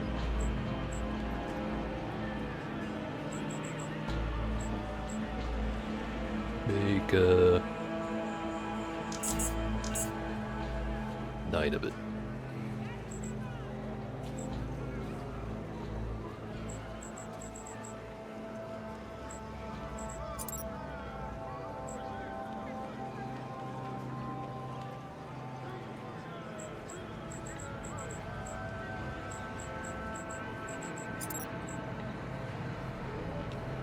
The incendiary launcher grenades. Deals 40% nominal damage as heat damage to all targets in a radius of 2. Which is a bigger radius than the standard 25mm grenades. Anyone that takes this damage has a 50% chance to catch fire, suffering an additional 150% of the original damage over 3 turns. Fuel from the grenades sets the ground on fire. Creatures standing in its fire suffer heat damage equal to 6 to 15% of their maximal health, up to a maximum of 16 to 40. Plus additional 7 to 29 depending on the intensity of the fire at that spot. All creatures moving through the fire suffer 1/3 of that damage per tile. So it's less upfront damage, but it sets stuff on fire.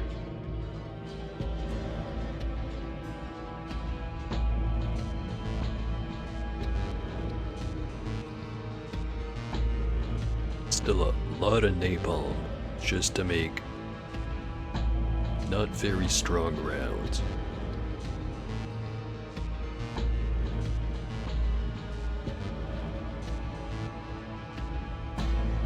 Although, if I get a crit with that, And it sets him on fire. That's a lot of fire damage.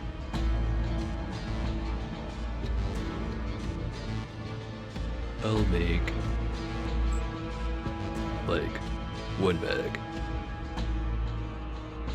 So 9 of it.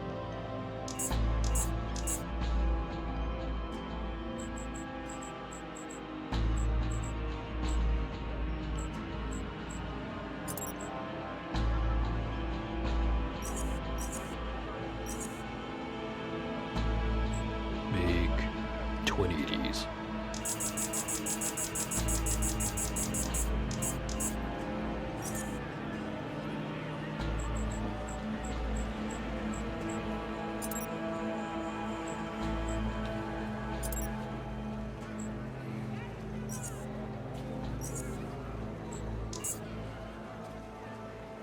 Got a nice big pile of adrenaline.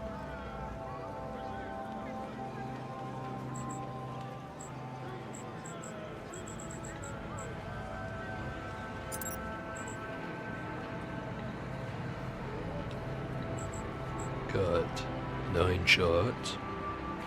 Bring that up to 15.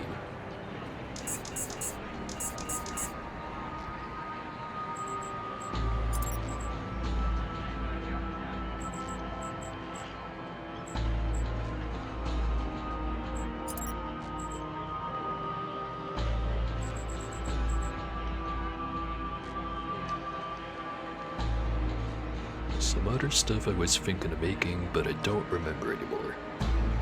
So it probably wasn't that important. Oh, right. Thermal berries. Always need those.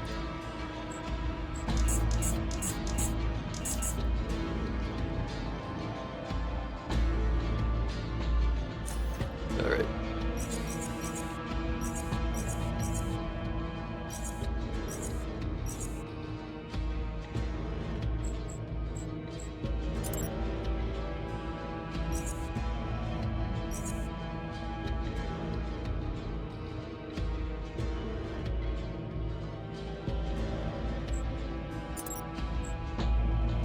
Stuff I want to sell. I think I'm gonna start keeping it here.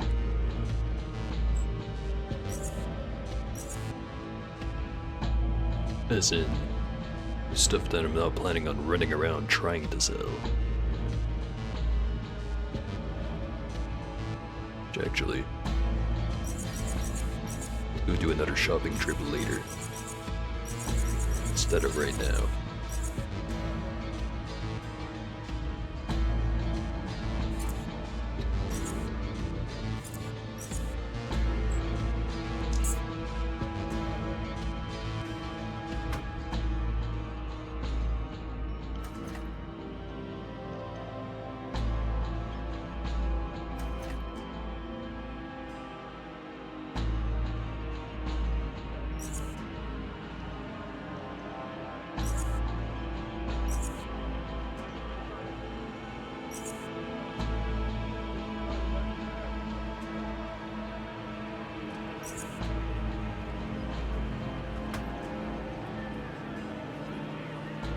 Right?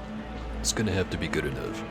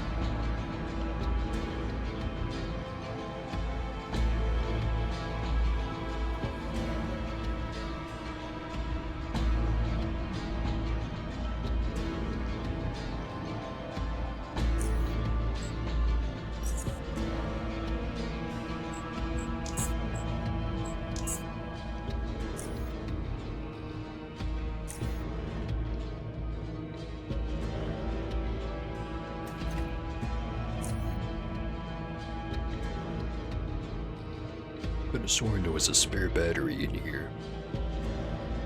Was that the other one? Oh, whatever. Now I just have to sail back over to the top right corner.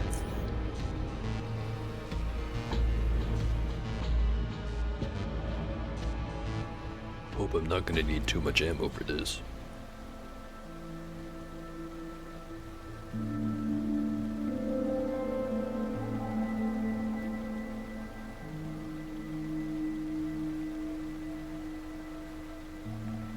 It's not this way.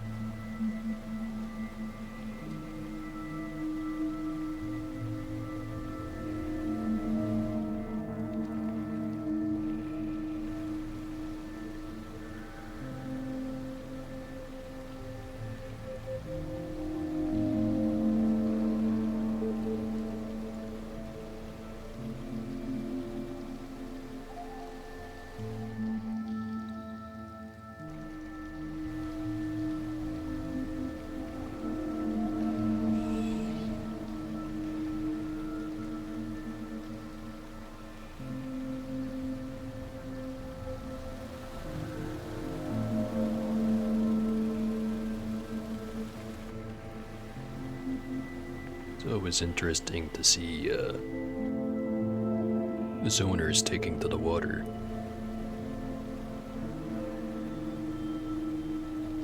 But I'm sure they think the same thing of me.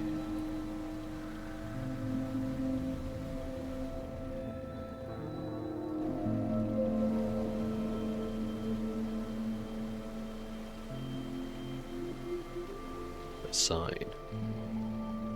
Hopperdrome. Nope. I've heard of that place.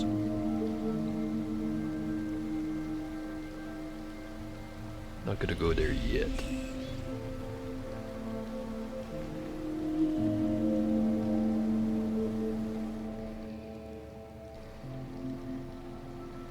Some dudes on the boat. Ahoy there.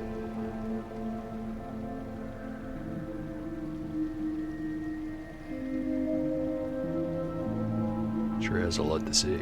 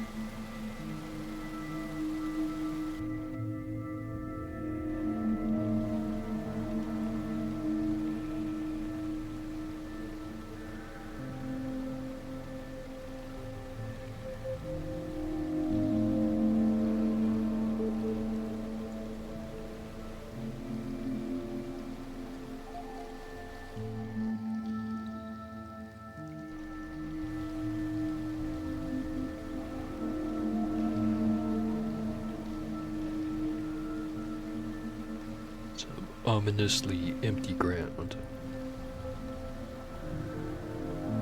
next to a ruined facility.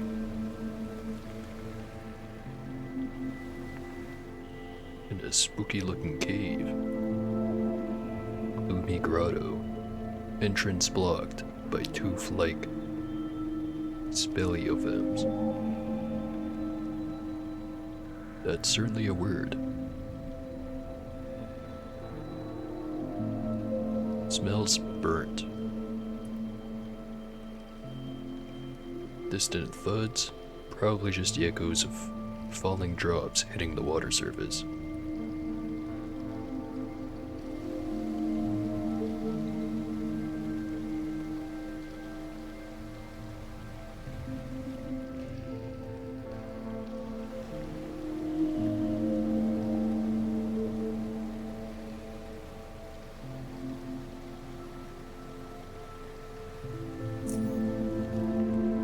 Getting closer.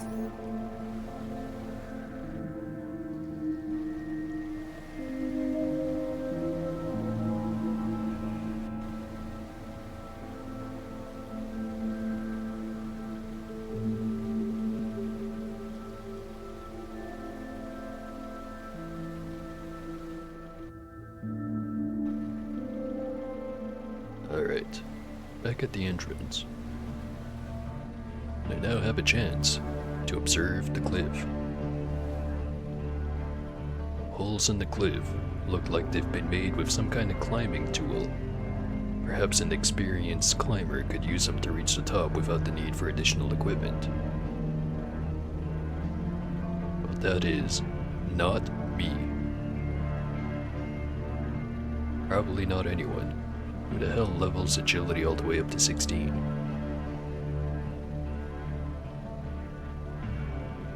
Whatever. I think this is a good spot for a break. Go refill my glass. Be right back.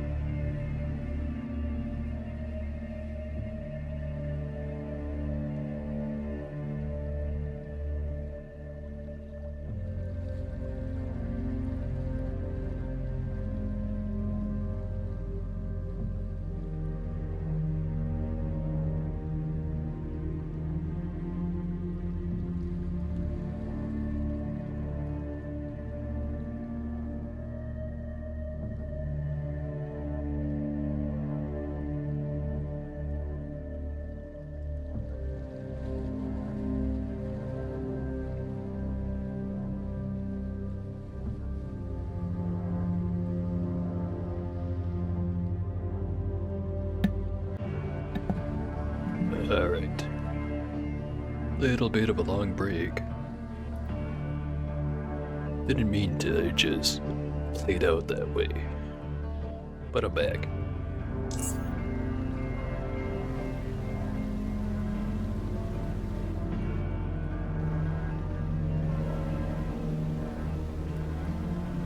Not sure how some of those other streamers do it, where they basically disappear for like 40 seconds and then they're back.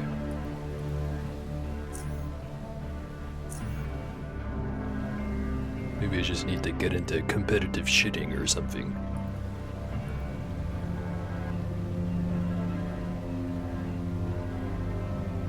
Alright. How much is left? Just a couple of essentials. But I do want to switch out some parts.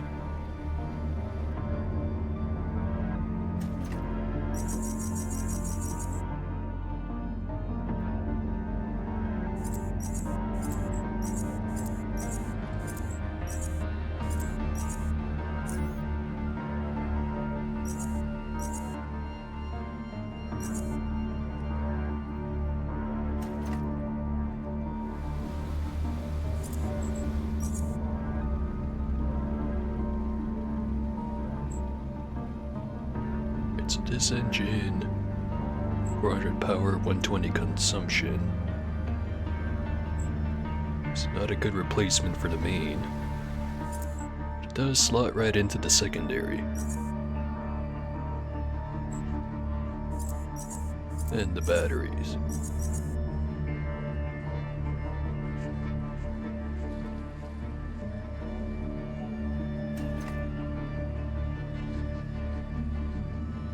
Small one is 400. Medium size is 800. So keep the small one in there.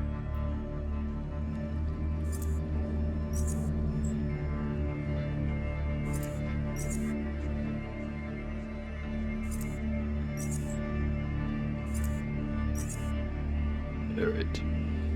We'll eventually haul the Aegis back over the raised shop, and I'll try to remember to sell the parts before I sell the jet. Though I should probably have 2 batteries in there.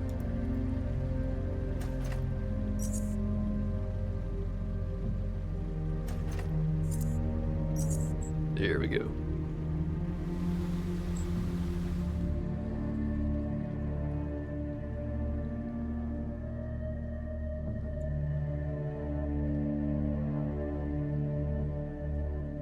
Just in terms of defense.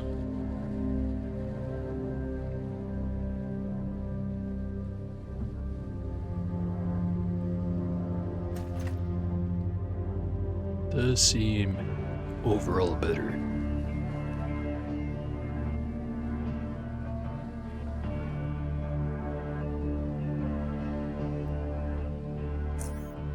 Although the cover stat being better does just mean that the vehicle itself will be taking more hits, rather than me. Not necessarily a bad thing.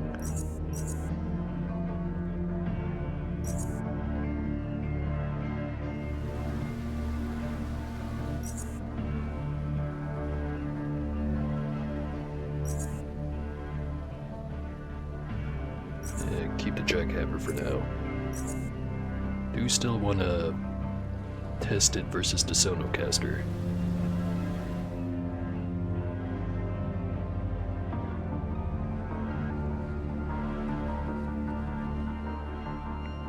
I think I've got enough vehicle repair kits back in the tent. Let me go check.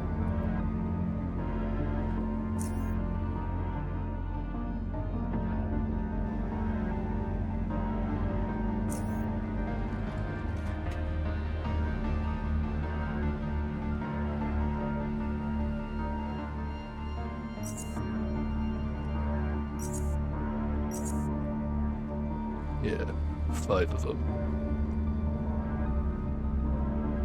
I'll leave them here. The ammo I'll keep on the jet ski.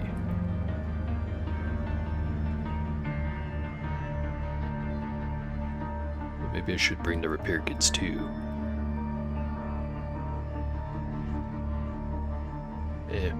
It'll be fine.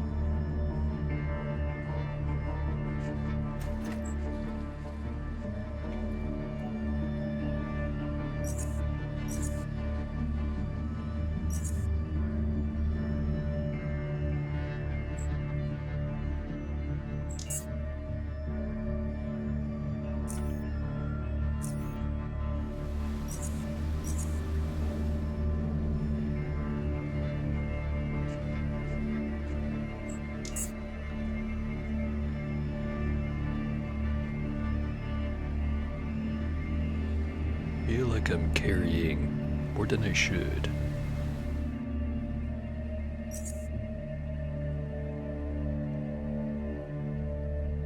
It's probably all the extra ordnance.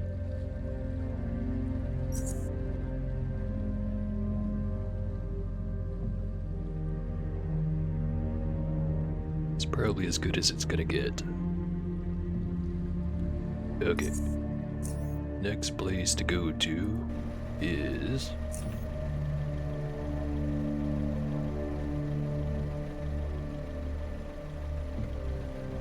down here. Whatever the coordinate for that place is. Probably H something. Although before I do that, let's contact Marcus. Never mind. I think it's Briggs that tells me the status of the camp. I think. Interested in the camp security status. Over. Currently, 27 sec troopers defending the camp. Firearm and ammunition supplies are very good. High-tech equipment supplies, very good. Medical supplies, satisfactory. Jet ski numbers, very good. Alright.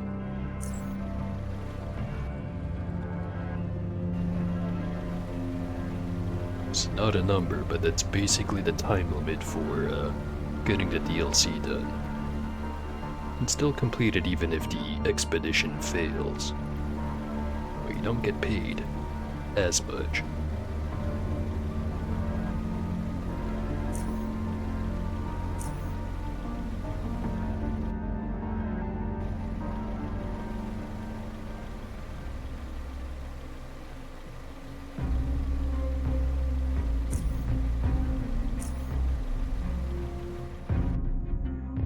Also, so far we've only had the tribal raids, but I know for a fact the pirates can get up to it too.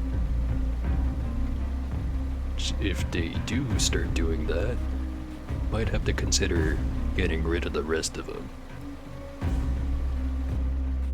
The job's half done, but the tougher pirates are still over in the center of their base. Especially the captain. Fighting that guy with a grenade launcher is gonna be like knife fighting in a phone booth. Which is to say, there will be blood.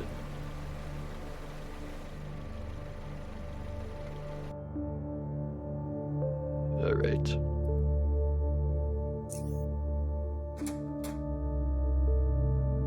Just get this stuff. Gonna need it.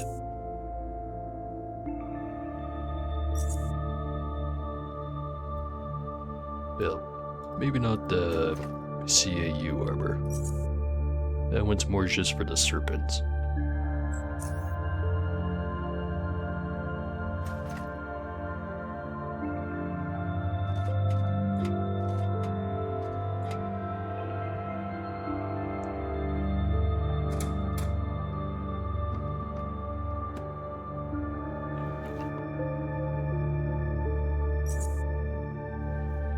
Not much to loot up here.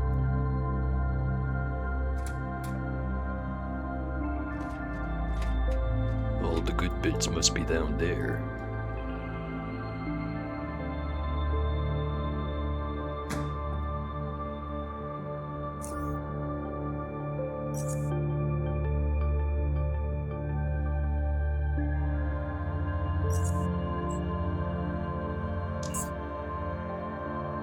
Speaking of down there,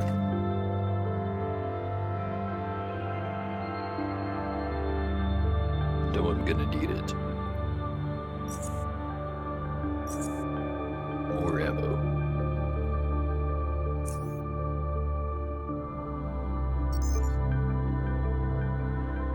Alright. Welcome to Lemurian Health Center, P. Bridges. Please select desired floor. Right now we're at the Health Center courtyard. Level 1, main reception desk, surgery, intensive care, psychiatry, implantation, and administration.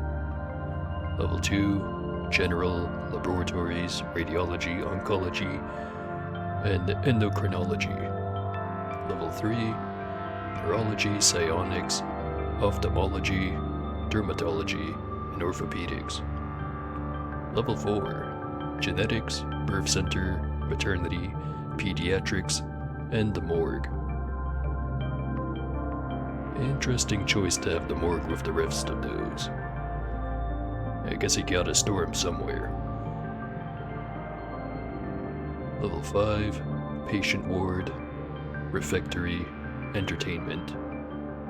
Level 6, submarine dock. Level 7, utility and maintenance. Now, before I get in there,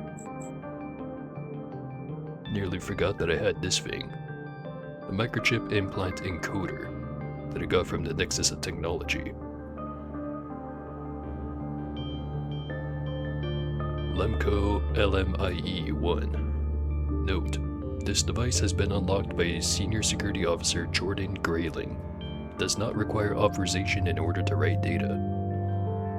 Detecting active RFID microchip implants. One active microchip implant detected. Access RFID 041317-674F.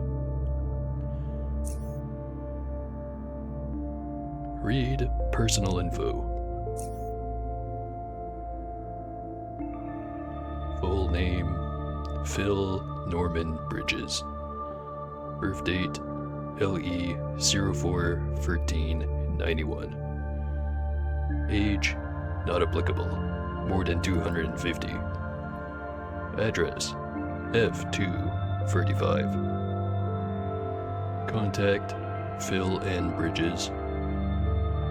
Occupation E-E3. Electrical engineer. Marital status. Married to Astrid Christian Jacobson.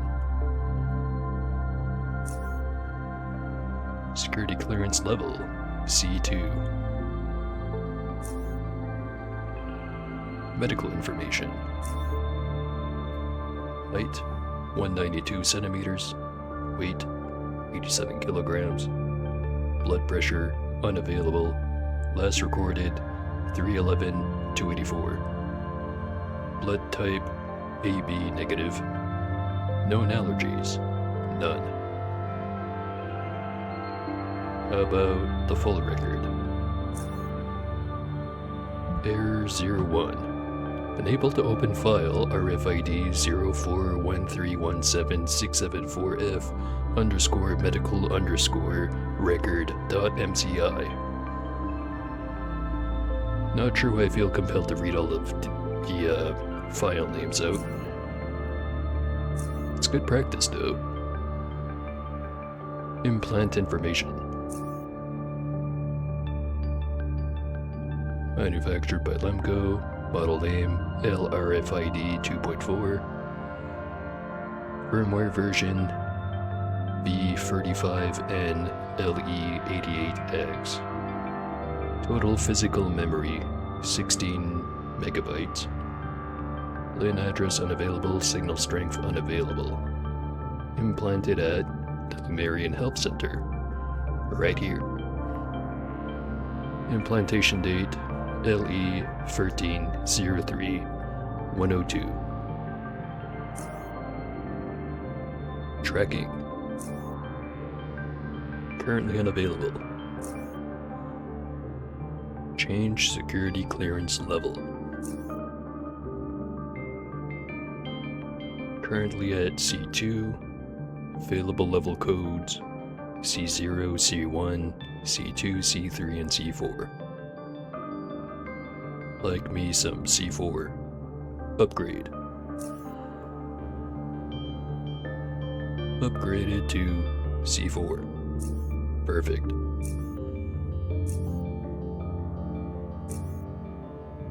Alright.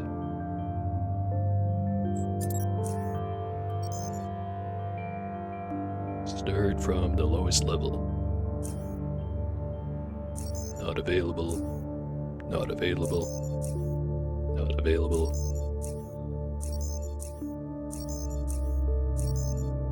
Just the one choice. Main reception.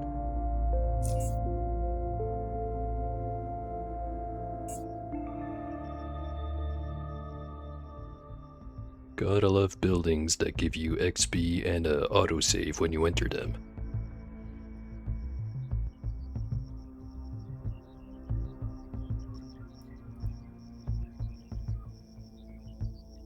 Security office.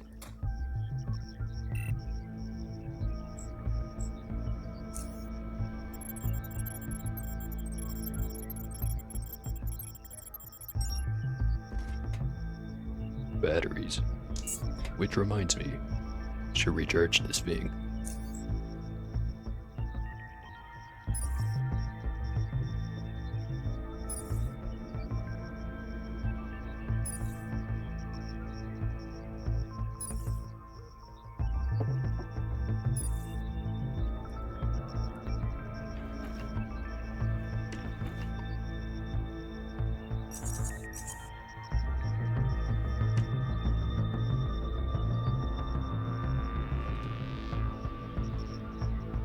Shotgun.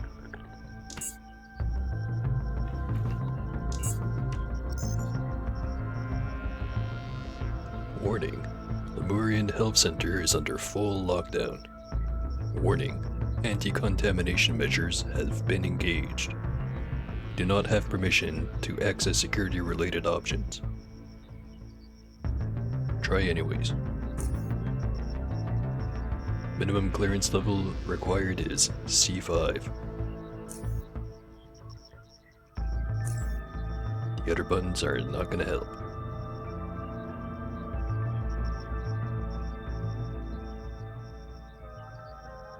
Mysterious figure called Deathman. Ominous.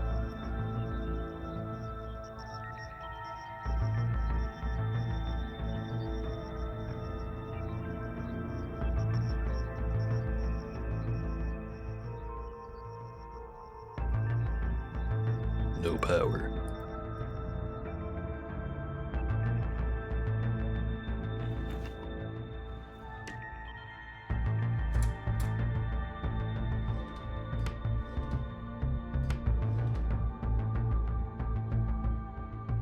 Could have saved a bit of money if I came here earlier.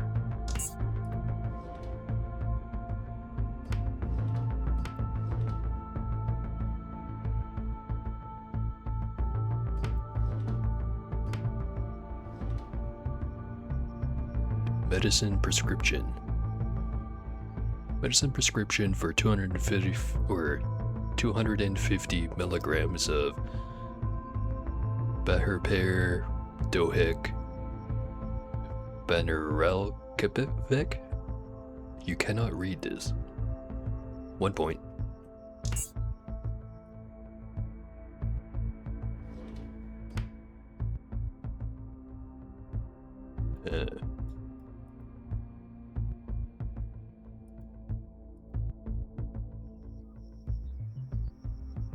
Basically everything explored, and yet there's no way forward.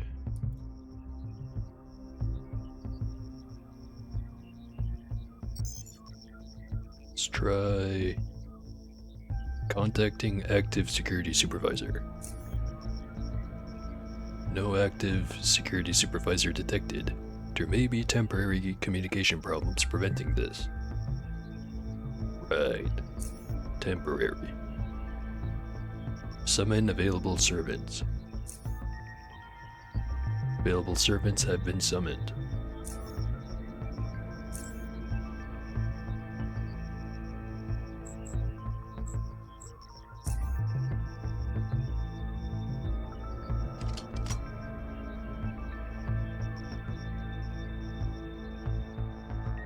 The receptionist now.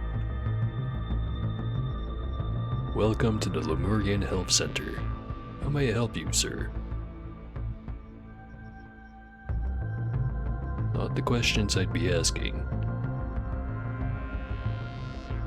This is a hospital, right? Yes, sir. This is where healthcare services used to be provided to all Lemurian citizens. Unfortunately, none of the medical staff is available anymore. They are deceased, sir. Everyone is deceased. The currently active robotic staff is not capable of helping you beyond providing the most basic first aid. If possible, please seek help at another health facility, sir. We are terribly sorry for your inconvenience.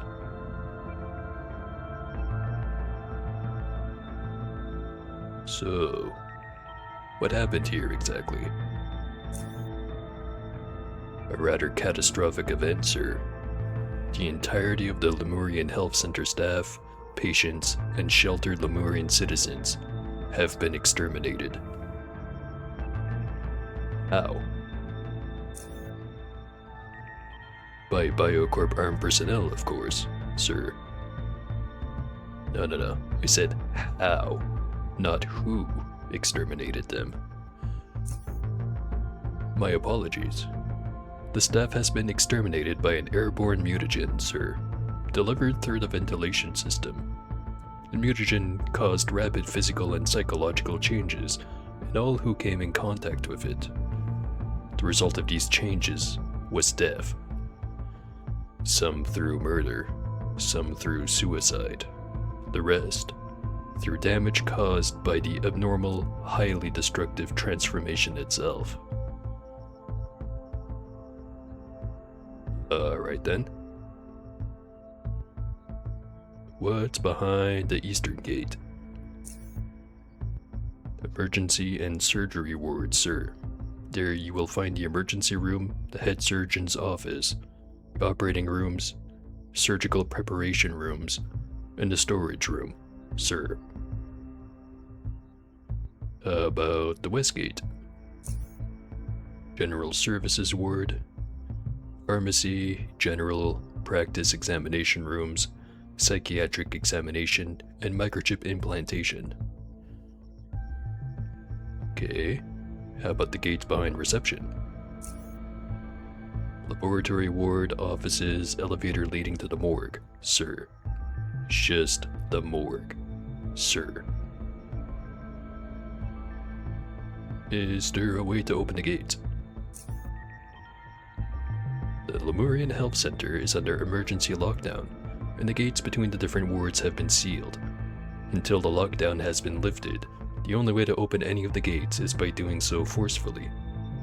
For this, you could seek the help of one of our strongmen, but do know that you may need to justify the destruction of common property to the Supervisory Council. And where could I find a strongman? I'm afraid I cannot tell you with certainty, sir. My advice would be to personally search the floor for an available strongman. How, when all the gates are sealed? But sir, the gate to the emergency and surgery wards is already open. Can you not see it? I'll, check it out. It was over here, right? Yeah, that's open.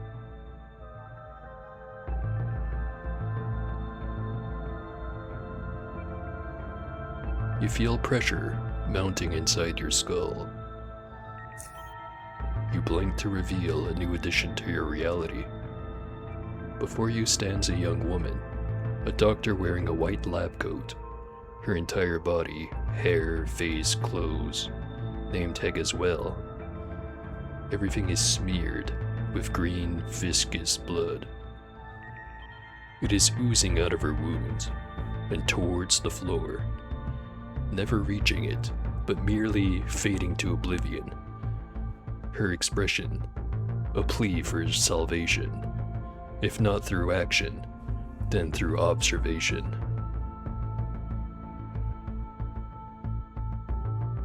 Well, let's have a look. Let her have your eyes. The world darkens. The woman is glowing and dissolving. Her once lovely, plump face, now bathed in green radiance. It's degenerating into a visage of ineffable torment. She is frantically trying to hold it in place with her formless, useless hands. Her gleaming hair is stretching into streams of odious slime and abandoning her scalp, while her charmingly green eyes are becoming repulsively greener, more swollen, less human. She cries and cries, caustic tears rolling down her departing cheeks, but her cries are silent. Silent, thankfully, for even if void of sound, her misery is great enough to clot your very own blood. Slowly, the horrid scene fades away, much like her oozing blood did, but not to oblivion, and certainly not before scarring your eyes. The pressure in your head is gone. Blink. Right. Some normal stuff going on in here. Door's locked. Also, for no reason in particular, let me just equip some EMP grenades. And high explosives. And maybe I'm gonna load up on some thermobarics too. Again, no reason.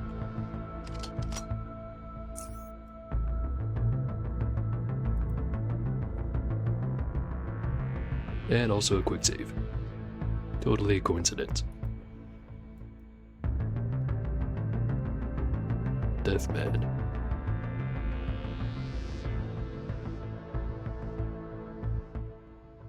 You see horror in the strong man's face, even though that's mechanically impossible.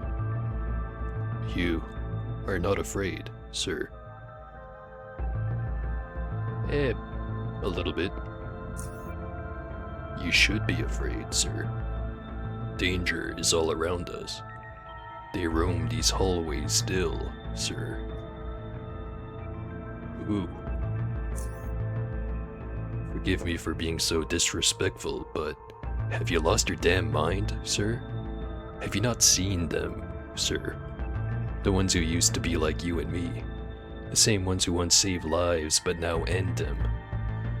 For mindlessness and decay have produced in them a single blinding urge to destroy all that is different from themselves.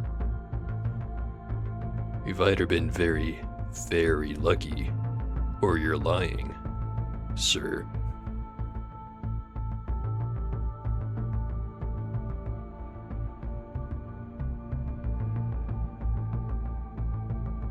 I do not comprehend. Forgive me again, sir. He grabs you by your arms and pulls you closer without any effort. Don't you understand, sir? Look into my eyes and tell me what you see. Do you see life, or do you see death? I see blue LEDs.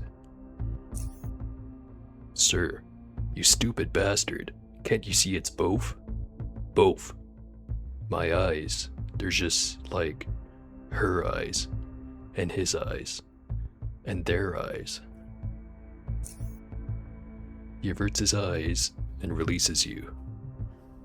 Ah, forgive my foul mouth and my possessed hands, and forgive me for not being able to help you with what will befall you in a moment. In my life there is both life and death, and that is why I am afraid. I am not afraid of life, I wish to live. I am not afraid of death, I wish to die. But both? Unbearable. But your arrival, it just might bring me closer to the only one of these two, which I can now embrace with certainty. If you'd excuse me, and do take care of yourself, sir. Watch as he leaves. A lot of door sounds.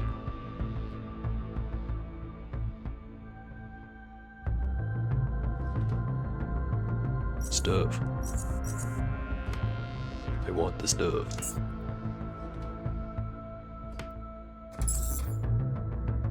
Robots. A lot of robots.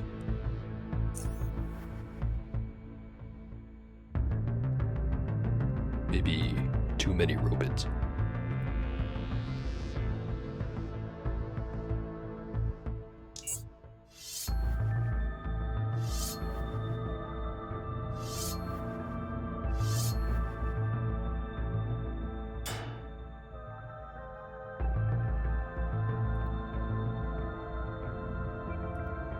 Alright. Start blasting.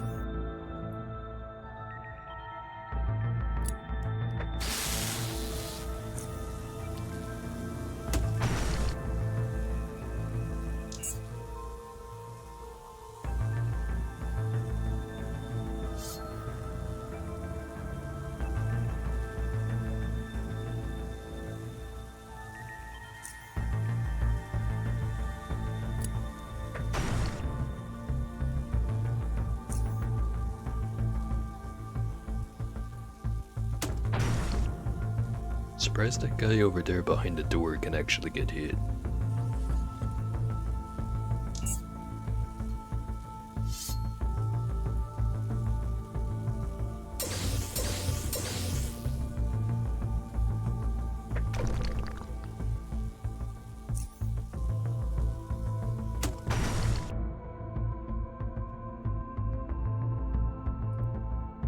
There's more of them.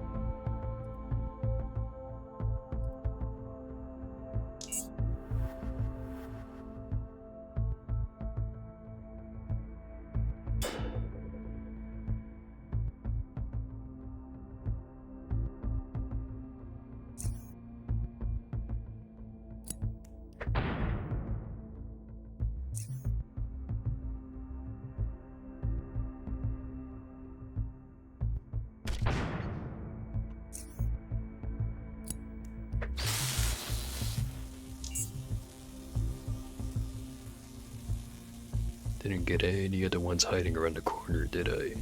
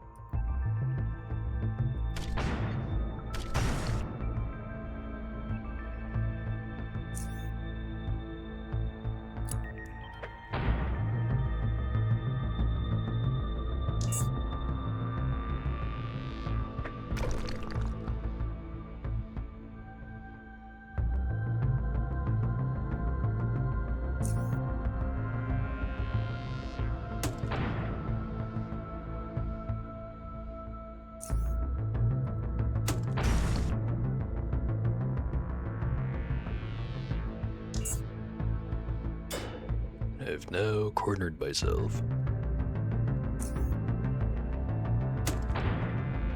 It'll be fine.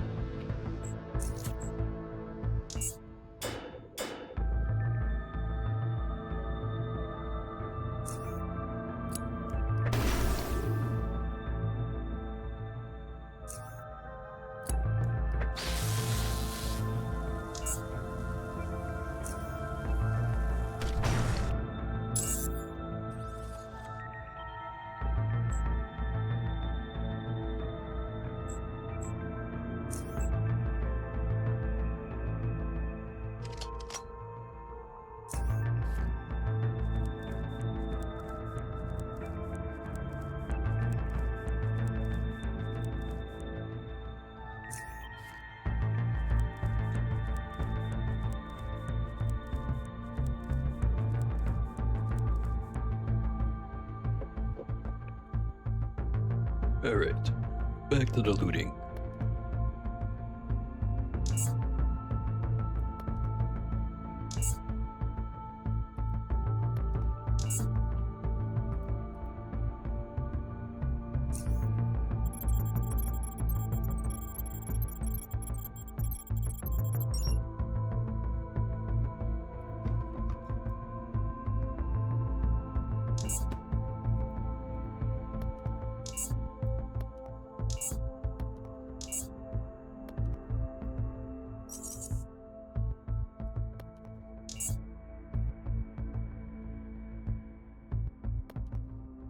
Got some free rags from tearing down the curtain. How valuable.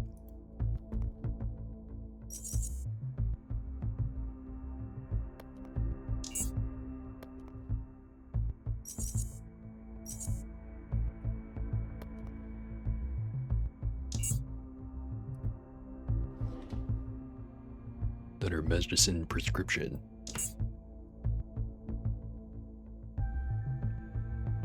It's gonna be a while before I hit level 26. A long while.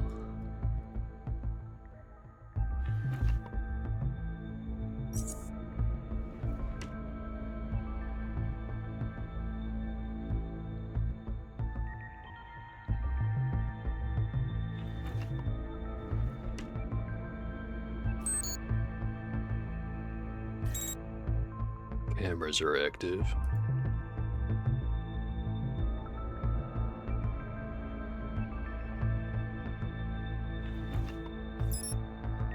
Energy gun.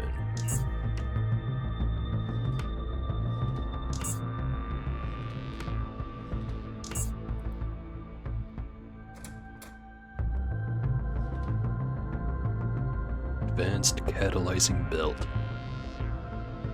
I think I found one of these before, but they're pretty rare. Chemical apparatus designed to connect to chemical pistols and keep the loaded ammunition on the edge of being chemically destabilized, the state which actuates to fullest once it's released into the air. This belt also bridges a part of the weapon's firing mechanism, making it more effective. Definitely found basic versions of the belt, but that one's better. I think the biggest difference is the action point cost reduction.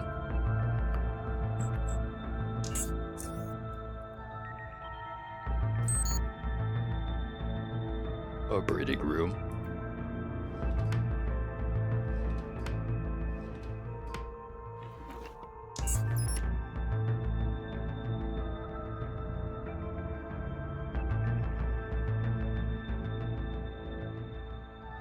Storage.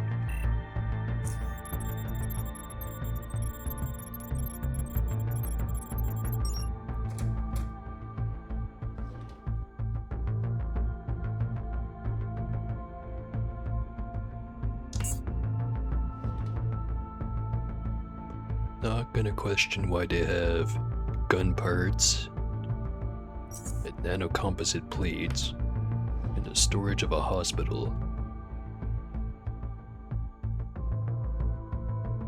But I will wonder out loud why the hell they do.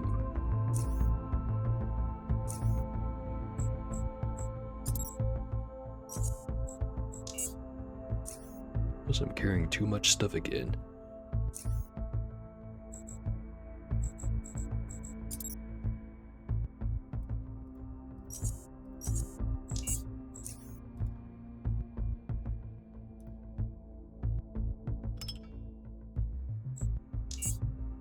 Still too much. I'll go put some stuff away back in the reception area once I'm done with this spot.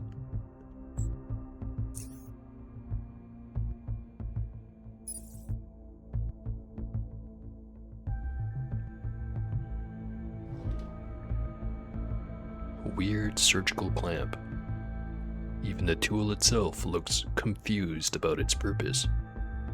2 points.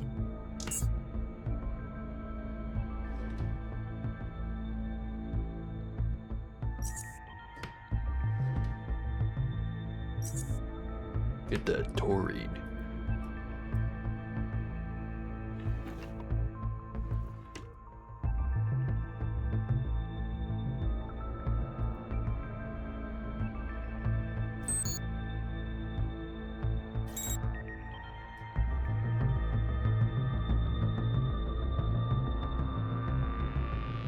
Another headache. Pain debilitates you without warning. You feel it reverberating deep inside your abdomen, as though your intestines have become home to a mass of excruciated worms. The pain is growing, yet you are falling apart. Well, got no choice.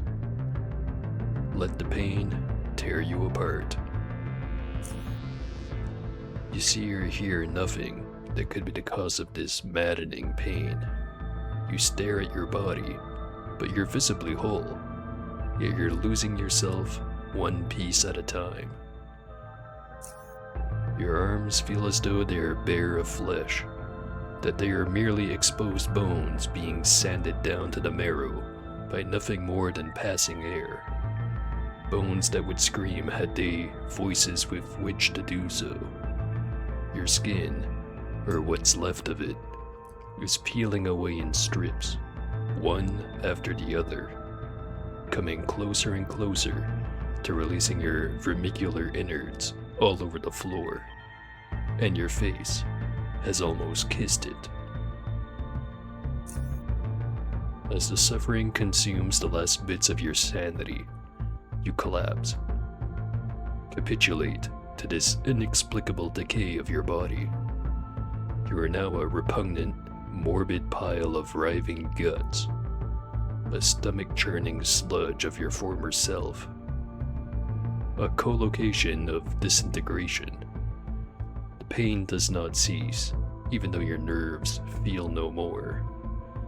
You see but the distant ceiling, but then your eyes begin to dissolve.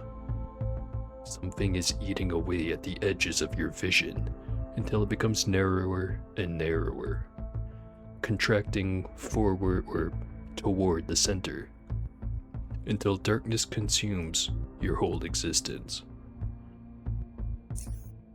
Then you take a deep breath and feel your body again. You're lying on the floor, but you're alive and whole. The pain is gone, but the memory of it writhes inside you still. Stand up, keep going.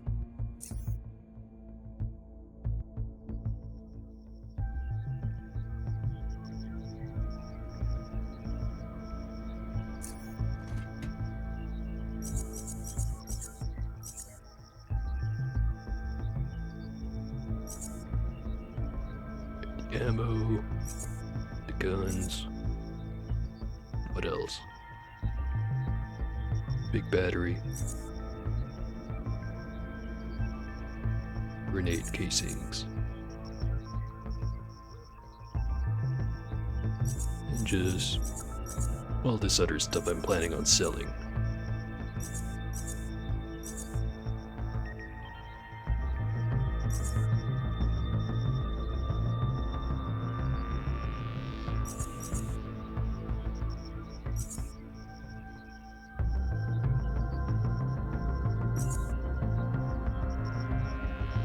Right? A little bit better. Now the other door's open. See if a receptionist has anything new to say. How may I help you, sir?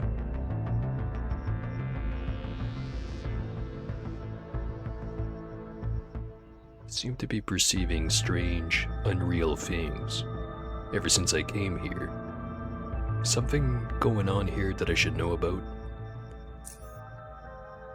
Are you sure what you're experiencing is not, in fact, due to errors in your perception or cognition, sir? Human beings are, by their nature, weakly rational, and are thus subject to a variably relative interpretation of reality. Yeah, completely sure. I'm afraid you cannot help her, sir. Wait, how'd you know? I think you misunderstood me. I said, I'm afraid I cannot help you, sir. I'm not capable of performing a psychiatric examination, and no members of the medical staff are currently available. We are sorry for your inconvenience. Helpful. I have to go now. Have a splendid day, sir. We'll try. Alright. Now the other door.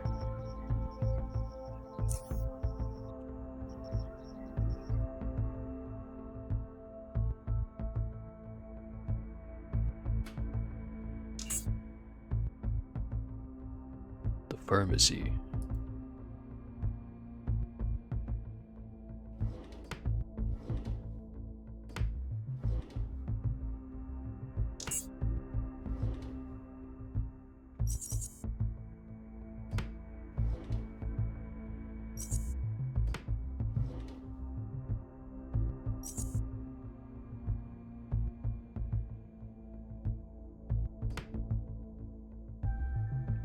The door won't budge. Feels like something is blocking it from the other side. Knock on the door. You raise your hand. And just knock normally. You knock a few times and wait. No response. Well, you weren't expecting much after all. Alright, time to strength max.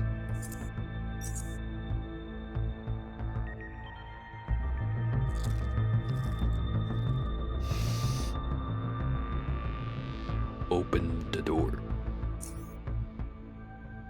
Whatever is behind the door is proving to be immovable the harder you try. Eventually you give up. This door will not open. Well, we tried.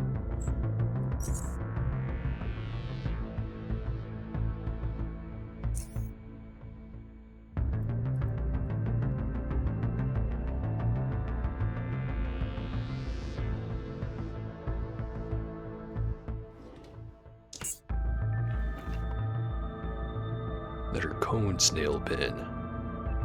Pen made in the shape of a cone snail. 1 point.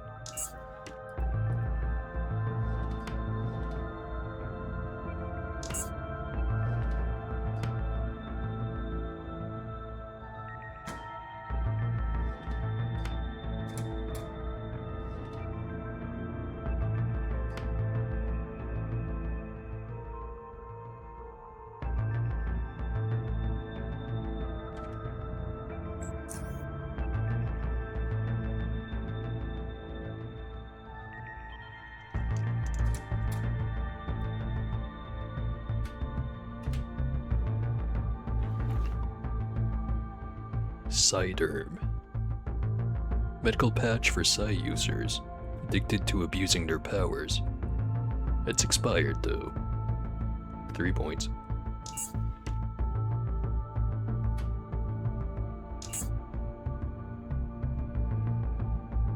Bunch of out of order machines. And one seemingly still functional one. Lemco LMCU4 microchip implantation / extraction unit. If performing microchip implantation, make sure that the appropriate microchip implant has been properly inserted to the slot located above the hand aperture. The unit will automatically evaluate its functionality and request replacement if necessary. If performing microchip implant extraction, always make sure that the proper mode of extraction and disposal has been selected. Make sure to replace the sterilization mixture canister once its gauge turns red. The implantee's hand needs to be bare. It should also remain motionless for the entire duration of the procedure in order to avoid complications. The procedure is atraumatic and does not require anesthetics in the majority of cases. The procedure should always be performed in the presence of a qualified physician. Right. Extract microchip implant. Waiting for the implantee to insert his/her arm into the aperture. Hit. Use the arm. Well, Phil's arm, to be specific. Following the on-screen instructions, you carefully remove the glove from the hand. The gloved hand has always felt somewhat fleshy when pressed, much fuller than one would expect, as if the glove has somehow preserved this very old hand from decay. The glove has preserved it. Too well, in fact. You've been carrying a living creature with you all this time, if one can call this a single creature. What you actually see is greenish tissue in the shape of a human hand. Familiarly tumorous and unmistakably perverted, writhing unhappily at what you've done to it. Or perhaps, at what you're about to do next. Insert the hand into the unit's aperture and observe. A sharp instrument emerges from the top of the aperture, targeting the area between the thumb and the index finger. A small nozzle parallel to its tip sterilizes the hand. The mass begins twitching and squirming, as if in pain, and the implement driving into its flesh exacerbates its condition even further. A second passes, and the microchip is out, disappearing inside the unit. You hear a familiar spring sound coming from inside the unit, and following a short delay, the microchip implant drops into a small tray on the unit's right side. The hand is motionless and sterilized, its green coloration slowly losing vividness. You remove it from the unit. It is now dead, if it was ever even alive. Extraction successful. The microchip implant has been sterilized and deposited to the extraction tray. Alright, back in you go.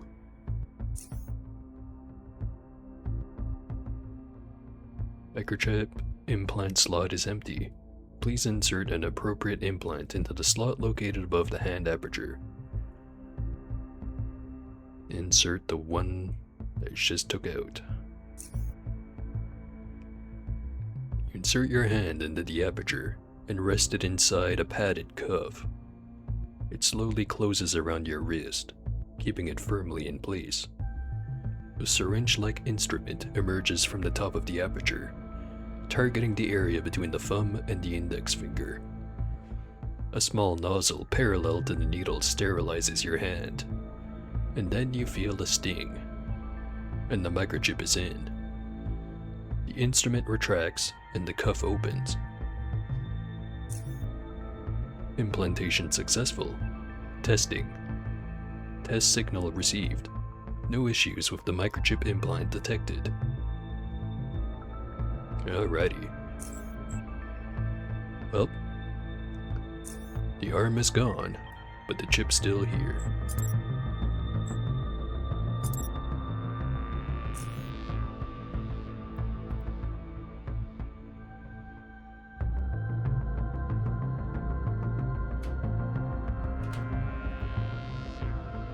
Actually, I wonder if that device I have will change its readings now that I've done that.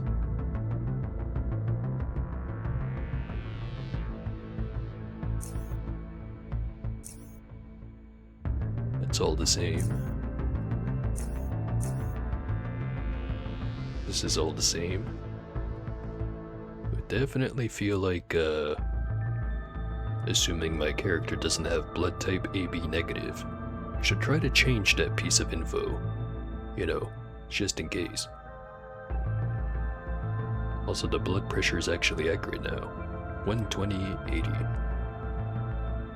No idea if that's good or bad. No biologist, that's for sure.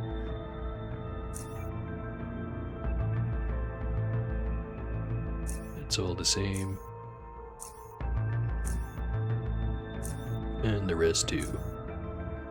So it did update. Just not terribly much.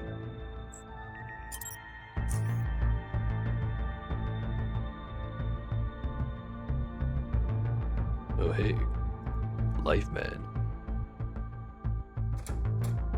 Talk to him in a minute.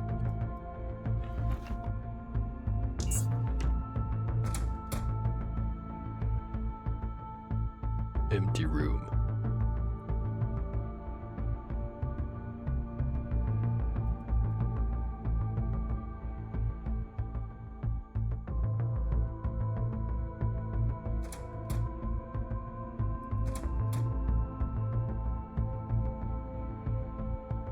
Something's blocking the door from the other side.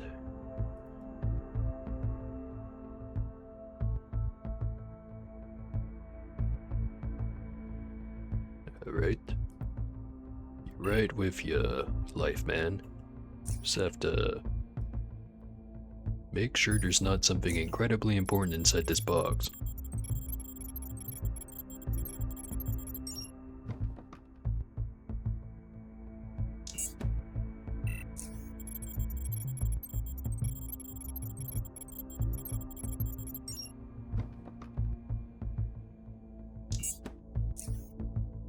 Some more grenade cases.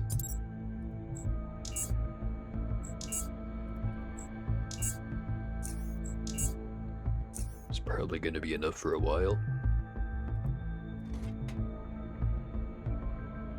Curved machete.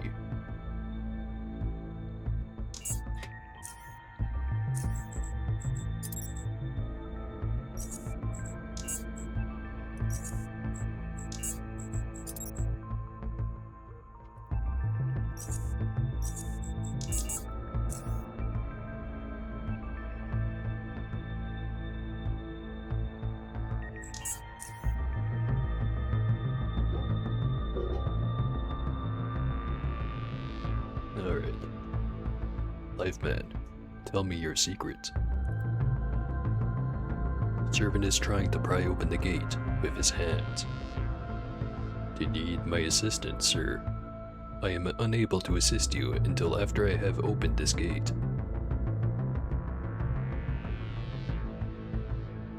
Alright. Why are you trying to open the gate? I'm attempting to save lives, sir. There are sirs and ma'ams on the other side of this gate that need my help.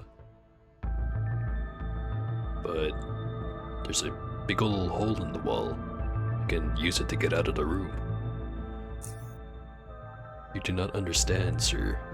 There are sirs and ma'ams on the other side of this gate. I need to open it if I am to reach them.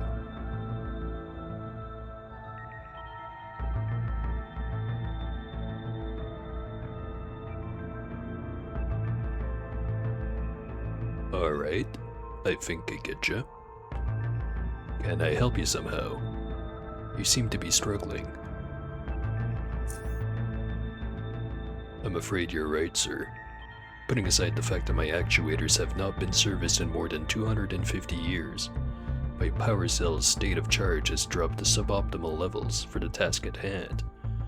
My pedestal, which serves as a charging base, has malfunctioned, and I have not been recharged in a period of time. I am, for some reason, unable to specify, sir.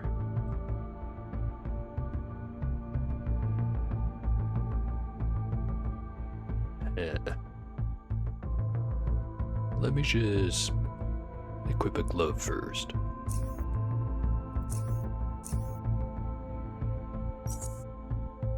Maybe also do a little bit of cocaine. Let me help you with that door. I've got the strong hands. Just be careful not to injure yourself, sir. The combined strength of electricity-powered actuators and triphosphate-powered muscles is enough to begin separating the gate. after which the strong man steps in between the two segments and pushes them apart, all on his own.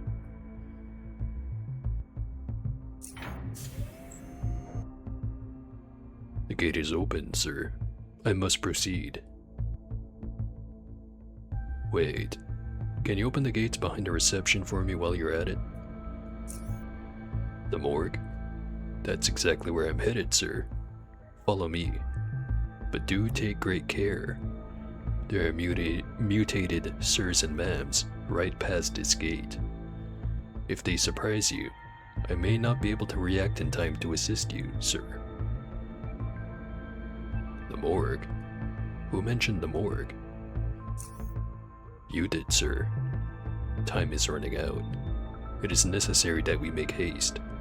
Be careful, sir.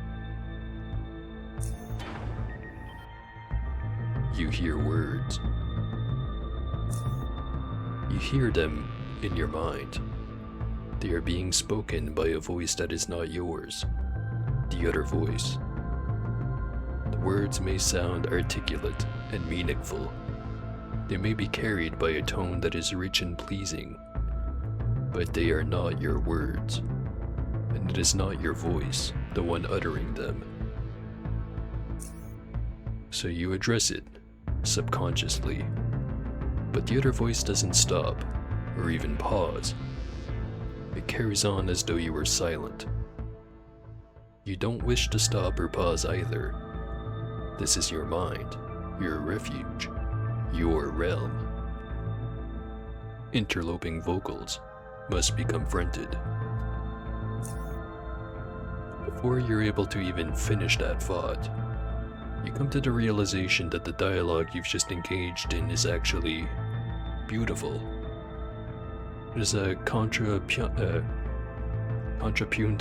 dance of sentience, a captivating, profound, and fluent interchange, in which the two independent and adventurous melodic voices, your voice and the other voice, caress each other and give birth to a mesmerizing harmony. Beauty of sound. You like this. You can't not. And as soon as you sink into the enjoyment that sprang into your mind like an unexpected epiphany, the other voice's timbre changes.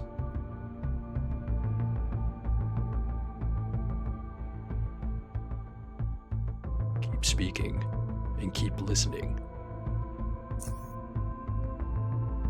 The other voice drops in pitch, becoming coarse and foul.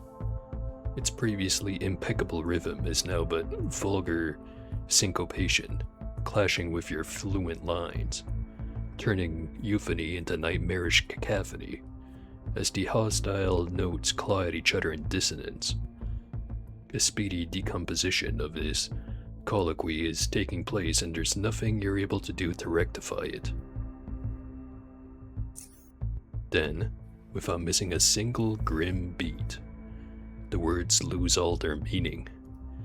You cannot differentiate one from another, and all you can understand, if barely, is something you'd rather never hear again. Now, slurred and incomprehensible, the other voice rings with mounting subhumanity. Its corruption is contagious, because you comprehend in horror that your voice has turned into hollow, despondent hollering as well. Dread grows inside you as you realize that you are forgetting the melodious beauty of the human voice, and what those words you had spoken so delightfully meant. Your thoughts are slowing down, and the two voices merge into monophony, droning monophony. You can now only vaguely remember random disjointed syllables you had once been uttering, devoid of most of their meaning and purpose. But you don't even care anymore. Who could miss something so distant and vague? The sounds you are making now are just an extension of your breathing. It's mere idiosyncratic embellishments, concealing suppressed cries of pain. And then you hear your own rapid breath, clear and unweighted. You speak them, words, just random words, only to hear what they sound like. The melody is there, but the timbre of your voice has lost some of its overtones, lost some of its life. Take a deep breath.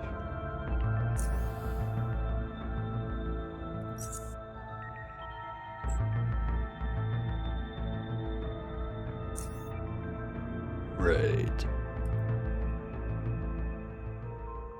Things seem to be falling apart in a not quite physical, but definitely pretty close kind of way.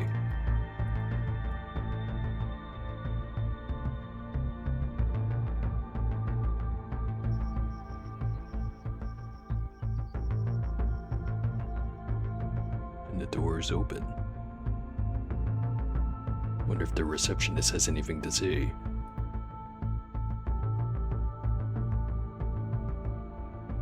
Nothing new.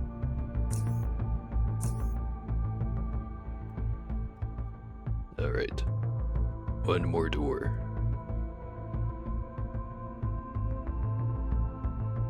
You feel a strong surge moving through your body. Okay, let me just have a quick drink before this mental assault.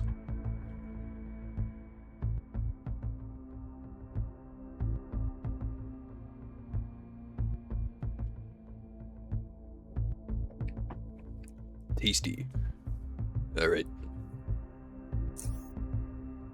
It starts at the front of your brain and radiates away, passing through every organ and reaching every tissue and every cell, even if they are located in the remotest ends of your being. You open your eyes, even though you're certain that they had already been opened, and you see veins, oddly blue veins with membranes stretched thinly between them. Through this layer of flesh, you see light. Awaken to your new existence. You surrender to the senses. You can smell again. That scent that is redolent of death. You can hear again.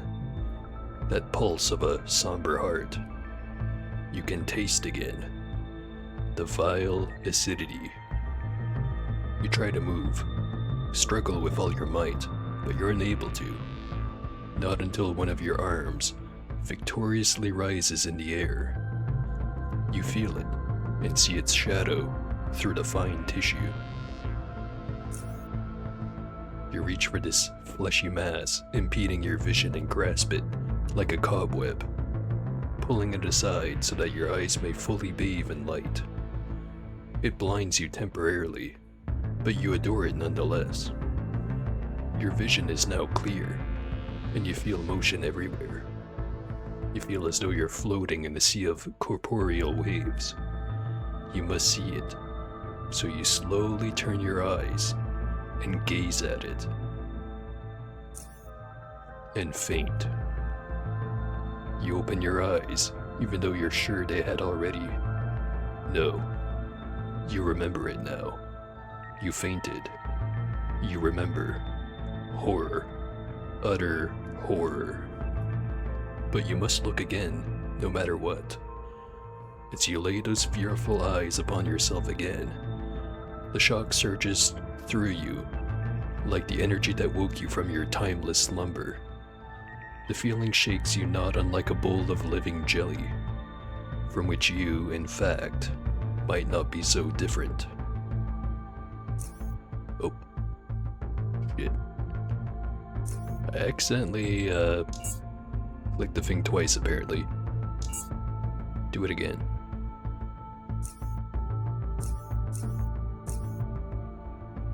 Alright, I think this is where it was at. You look abnormal, malformed, oddly blue and disgustingly red, and tumorously green.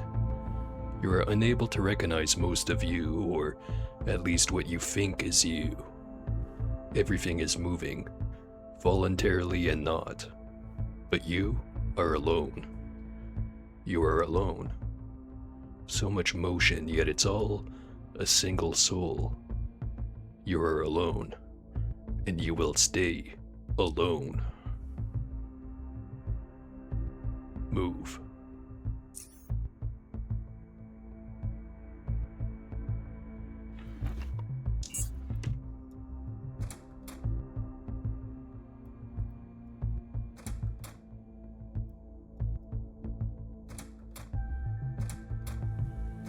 Oh hey, finally a chance to test out the Sonocaster.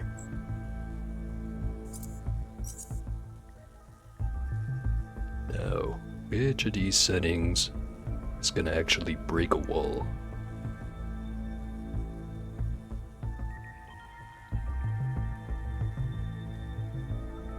It's not the disruption, not resonating. So I guess that means amplified by default.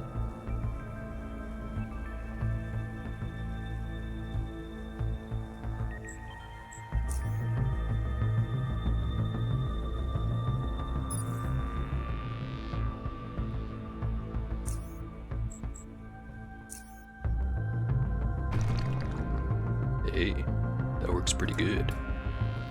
But it only takes 15 energy.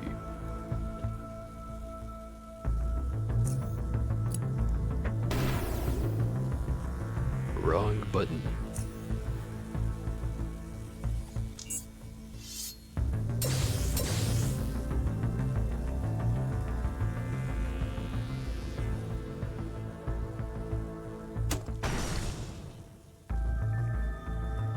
Blew up the camera. Probably means that everyone's gonna be running over this way.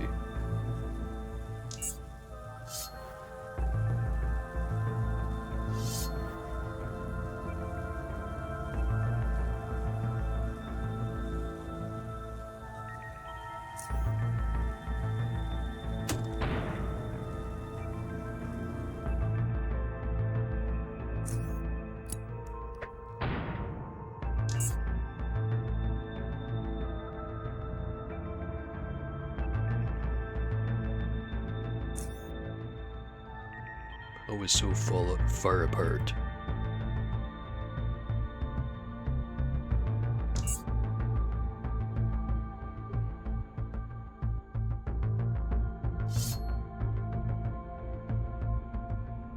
It'll have to do.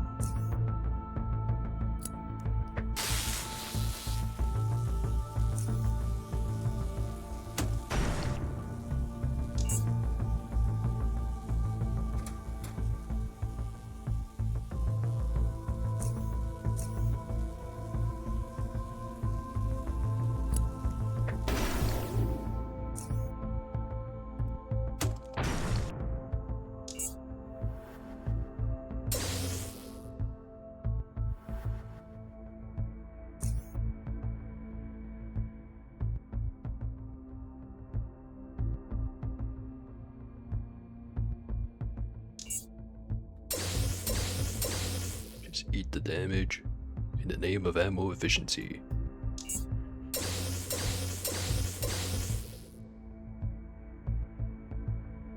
Where the heck is the rest of the guys? This was a mistake.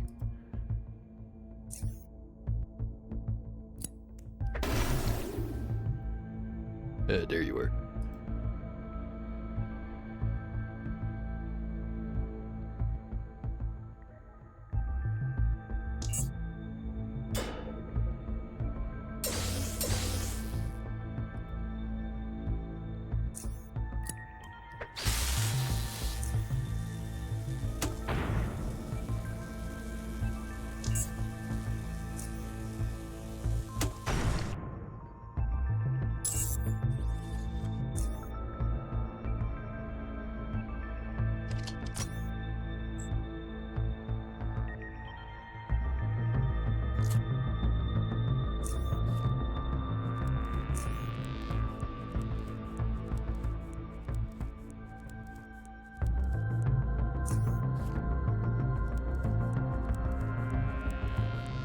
Guess I'm not gonna need the MRI scanner. I always find it hard to actually get that thing to do anything. 'Cause theoretically, you can use it to make all the robots in this room kind of a non-issue. But you have to get to this power box, fix it, then get over to the scanner, activate it, and then it works. Although, no guarantee that I actually took out all the robots.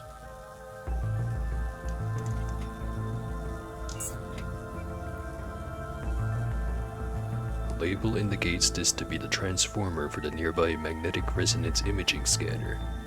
It isn't receiving any power at the moment. Restore power. You open the power box to see nothing but a mess of cobwebs, littered with dead or dying insects. You're gonna have to clear the view if you hope to achieve anything. Do it. Pick up a rusty 20 centimeter long rod from the ground and use it to tear the cobwebbery. Innumerable eight-leggers skitter away unhappily, and after a minute or so you're left with something resembling a macabre cotton candy. Now you can get to work. If I had an advanced electronic repair kit, which I don't. Can I make one?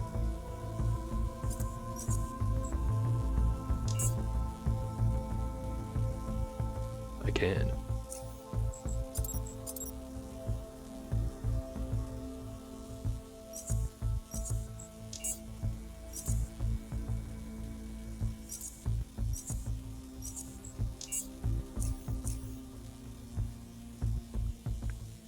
Repair the transformer.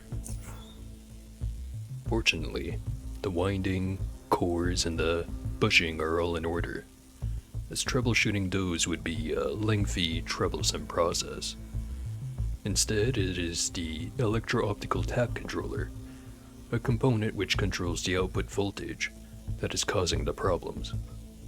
After replacing a few faulty electronic components and returning everything in their proper position, you flip the power switch and witness 3 columns of LEDs light up with a pleasant bluish hue. Perfect.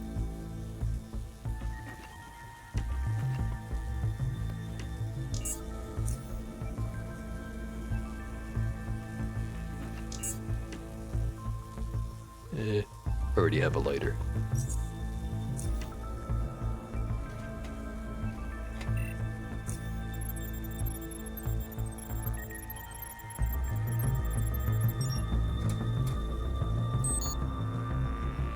Activate the emery machine.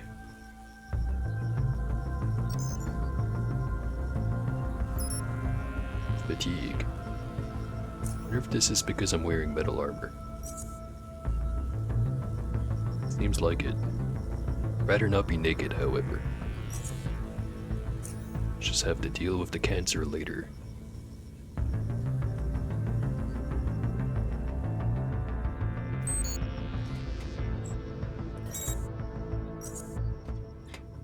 Alright, security camera. Bring all the robots over here. If any. There's one.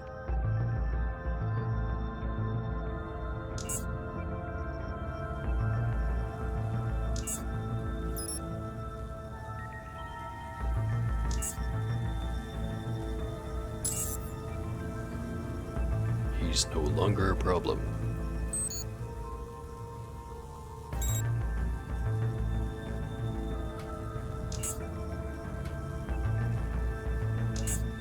Weird clamp.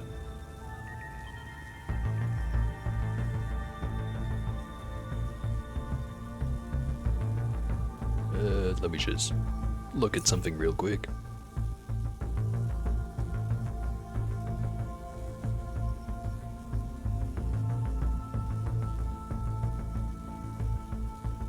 Alright, false alarm.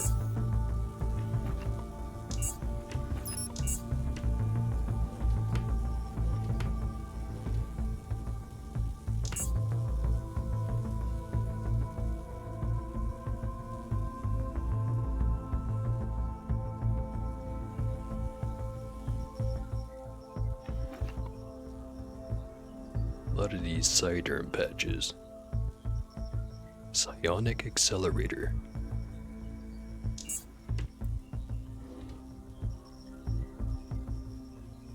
Bunch of mentors.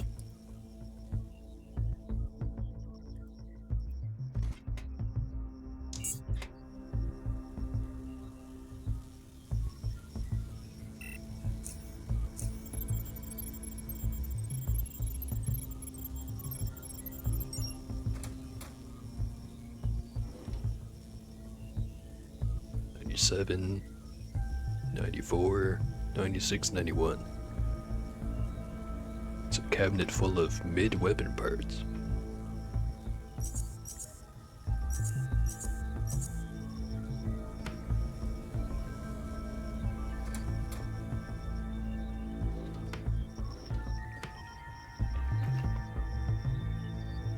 Ornate Lemurian cutlery. Would almost be ashamed to use cutlery this fancy on a mere cave hopper steak. 1 point.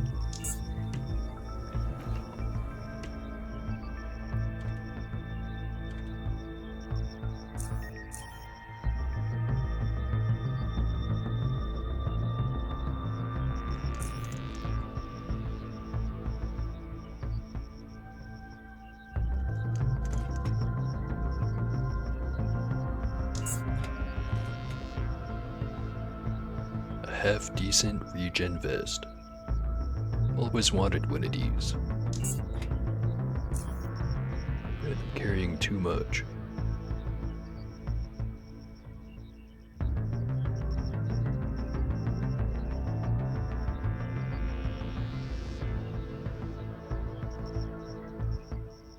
No simple fix. It's gonna go drop off some more stuff.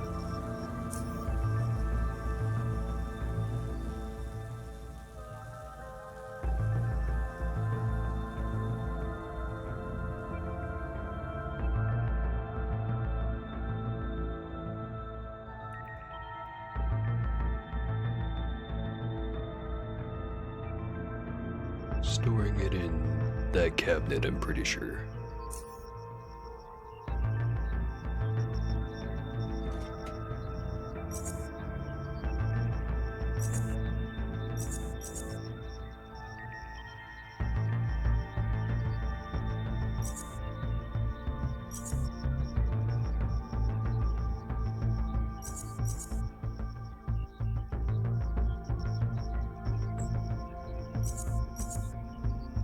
Yeah, that's probably good enough.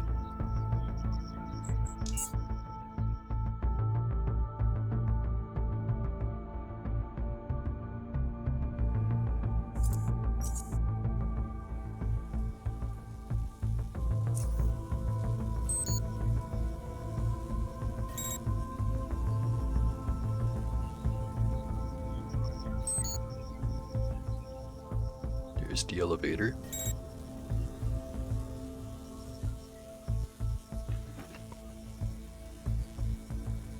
Here's the key for the microchip implantation room.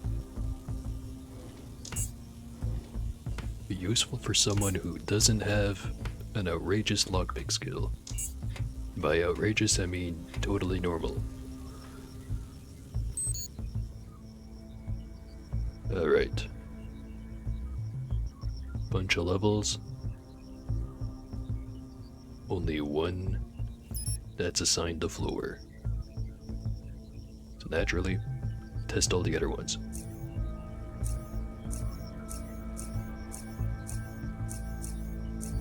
Unsurprising. Well,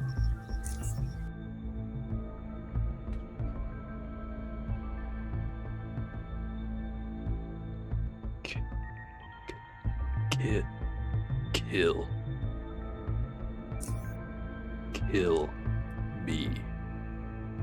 The voice is whispering, yet its plea is deafening.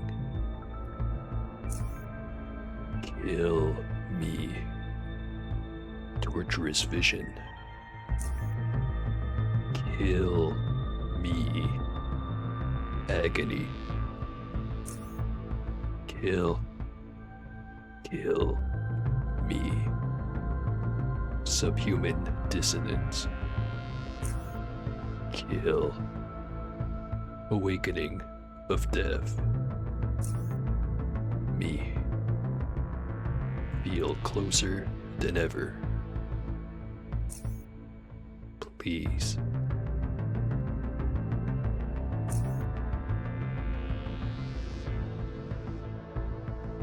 Up. Technically, you're only supposed to be at the morgue if you're already dead, so you're breaking the rules.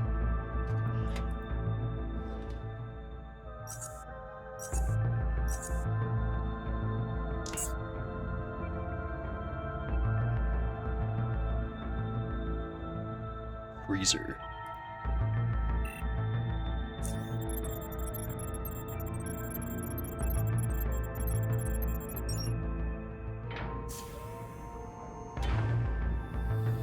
Dead security captain.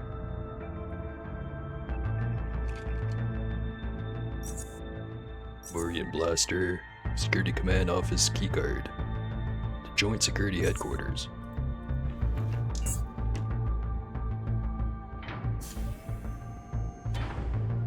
Friggin' cold in there.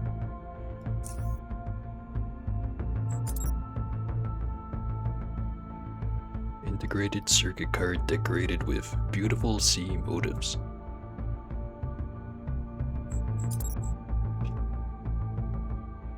And a Lemurian blaster. Beautifully sculpted plasma pistol. The marine motifs are plentiful and interesting, and the lateral illumination coming from the translucent energy core compartment brings the embossed sea waves to life. Despite these distractions and its unconventional shape, the pistol's handling doesn't suffer in any way. It's got a built-in polarizer. It's got a special ability, shoot plasma flare. Shoot a plasma flare that burns everything along its path for 30 to 60 energy and 30 to 60 heat damage. Consumes 15 energy. When it lands, it immediately reveals all nearby stealth targets, and then lights up the area for 30 seconds. Seems actually kinda decent. Too bad it's not my kinda gun. Oh hey, there was Life Man and Death Man, now we just have Man.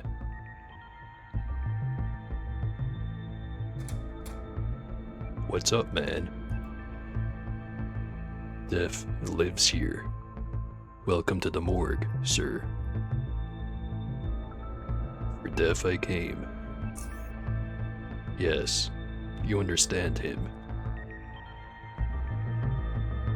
Who is he? Dr. Mason. Everyone died. No one lived. Yet, he is unable to settle. It's his mind, you see. It is exceptional. He can reach other minds, minds like yours. You're the first to approach him in a long, long time, sir. And who are you? I am but a vessel, a servant. Not his, but yours. I am the link. You understand him. A strong link between you two has been established.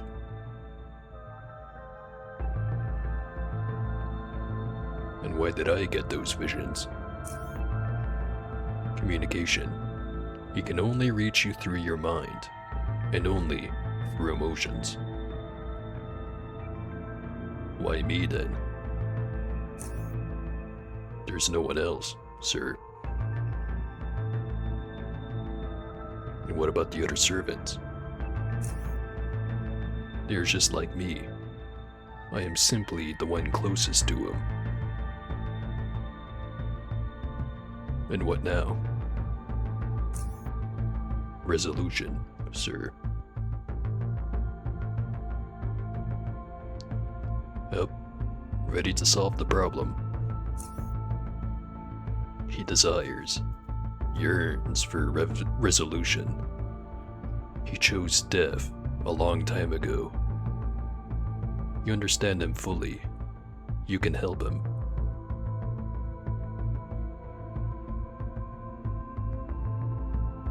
And why would I want to help him? You have no other options. The link is strong, and he won't let you leave without resolution. What is the reason I'm able to help? You can endure it. You've experienced enough. And what would be the next step then? I will lead you into his chamber. He will help you with the rest, sir. And when you leave the chamber, you will emerge different.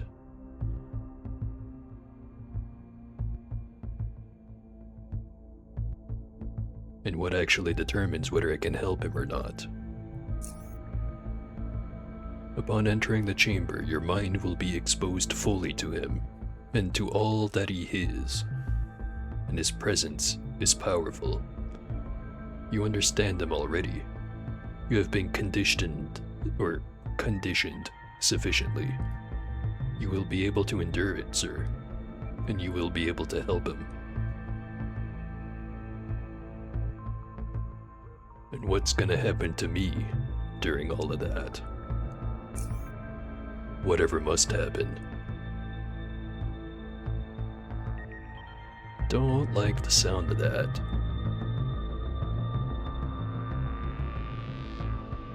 And my willpower sucks, so kiss my ass, man. Not going in there.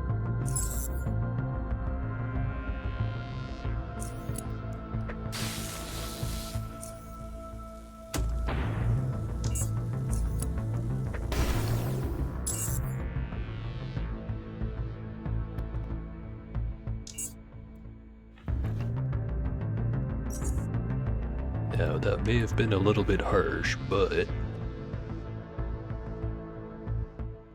not quite the fan of assisted suicide. Especially not when I don't have a choice in it. Large jar of salt. Looks like salt, but smells funny. The jar is marked with a circle, with a single horizontal line in the middle. You probably shouldn't use this for cooking. 3 points. Bunch of bullets. And a dead doctor. Focus stims and a hypercerebrix. And a fold M7.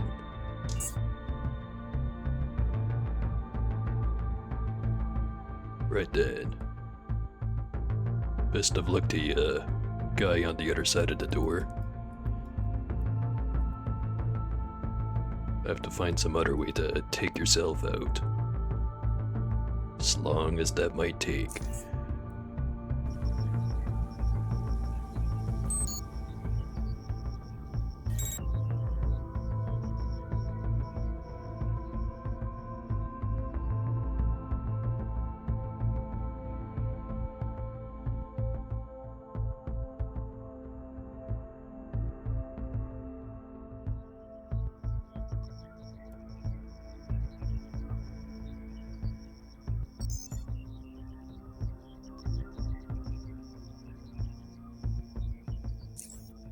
I forget. Is there a computer down there? Where's the door open?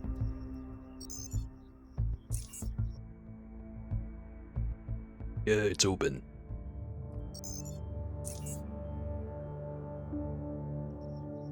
Grab the loot, get the hell out of here.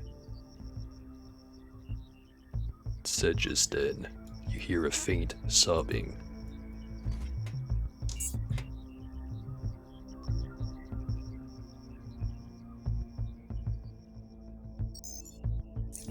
Nothing more to be said.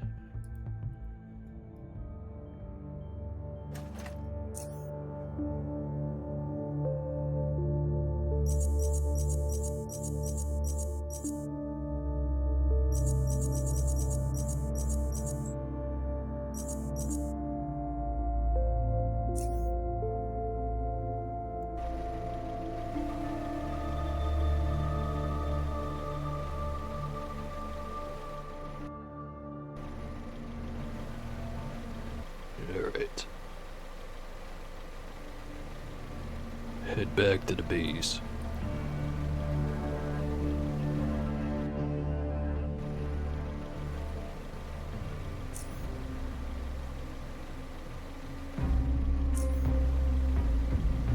Actually, I also think the professor's gonna wanna talk to me about actually having the microchip implanted in me.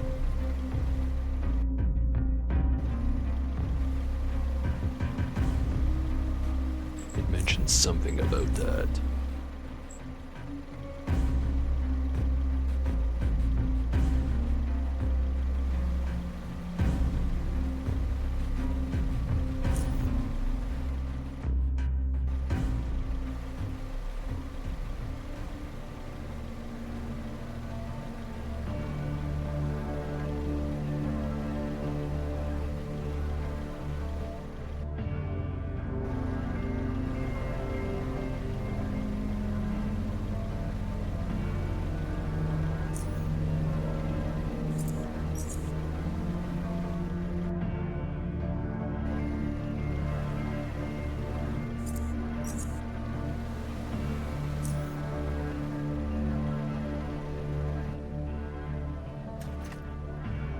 Bury some more loot while I'm at it.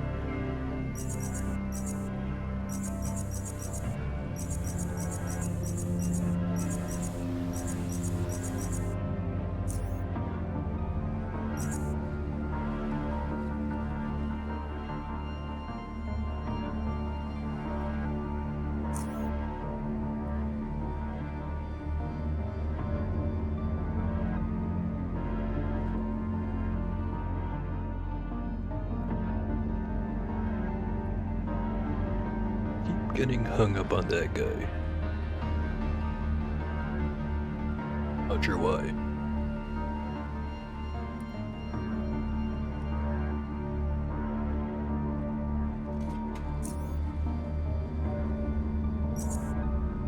Actually, might be able to just sell most of this stuff right here.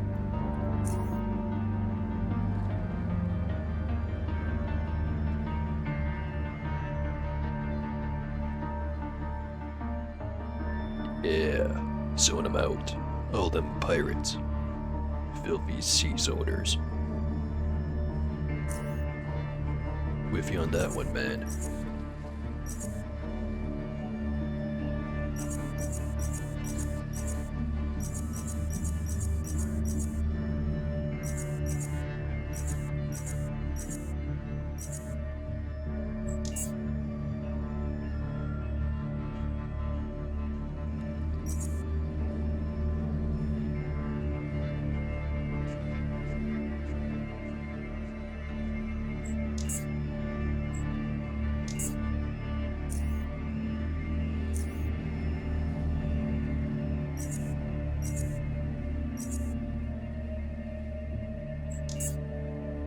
Pretty sure I can get another Lemurian blaster somewhere.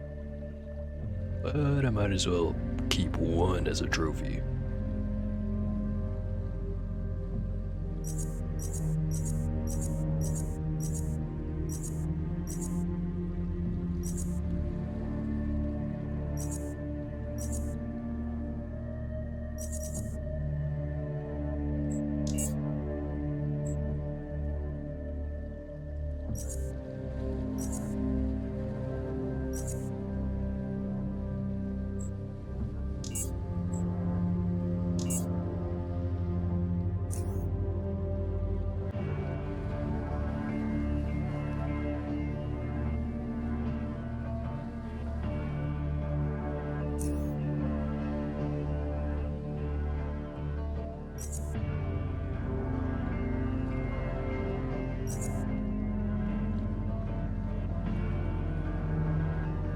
Haven't had to use the coagulation shot yet.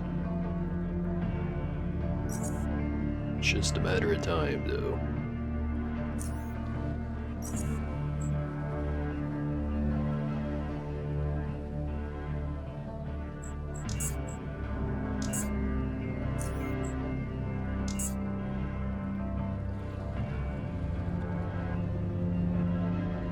Right. away the rest of the loot.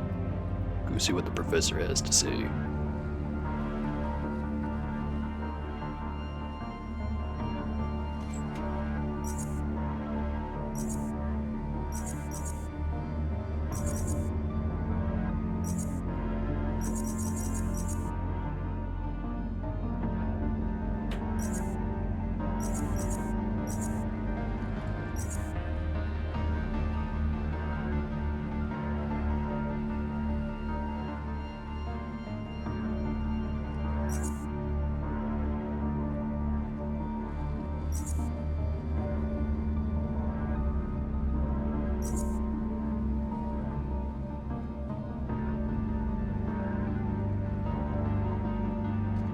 Sell some food while I'm at it. Today on the menu, filleted sea serpent, fried siphoner. Same thing as yesterday.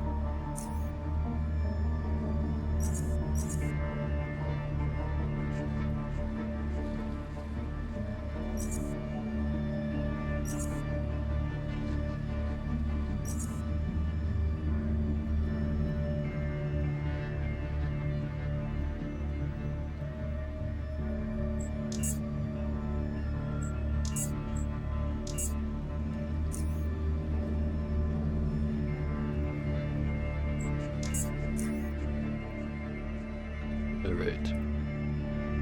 Come in, Corporal. Come in. Just realized I never told them about the nexus of technology. Might as well report on it. After listening to you with great interest, only occasionally interjecting with various exclamations of surprise and awe, the professor shares his thoughts. Goodness me, that is marvelous indeed. Your descent down the elevator shaft, turning on the power, exploring the floors, all of it, truly incredible. And the fact that you managed to upgrade your microchip implant's clearance level with that. What did you say the device was called? Microchip encoder. Ah yes, microchip encoder. The clearance level will certainly prove to be of great use. Certainly. Excellent work, Corporal. C-Mark is about your well-earned bonus. I'll contact you as soon as I have a new task for you.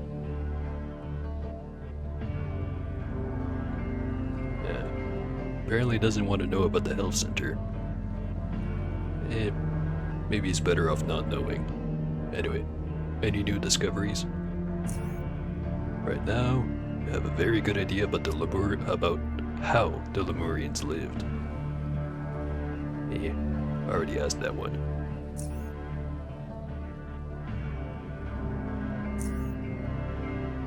Grab that bonus. Go see what's on the Fold M7. 200.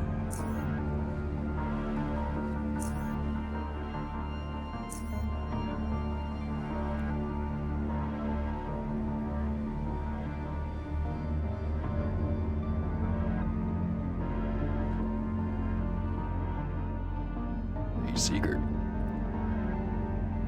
He stares at the screen, twisting one of his locks of hair with his index finger and mumbling to himself. He seems to be unaware of your presence. Data, data, data. So much data. And only one Seeger. He flinches. Exit. Hey. You got something for me, man?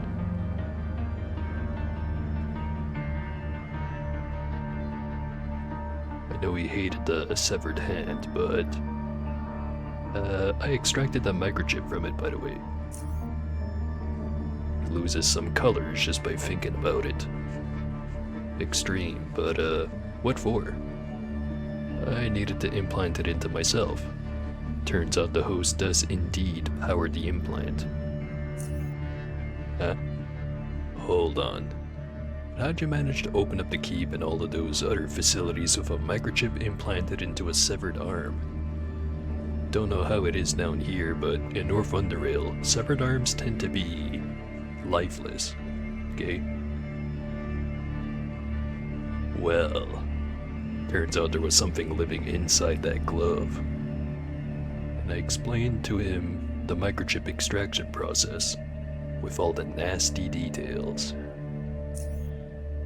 And so, each sentence that comes out of your mouth further bleaches Seeker's face until unhealthy shades of green begin to appear. Exit is the only word he uses for the duration of your talk. After you're done with the story, he takes a moment to wipe his forehead before saying something other than exit. Yay. So the sterilization chemical killed it? He twitches his hand as a reference to your story. Like it were some kind of virus?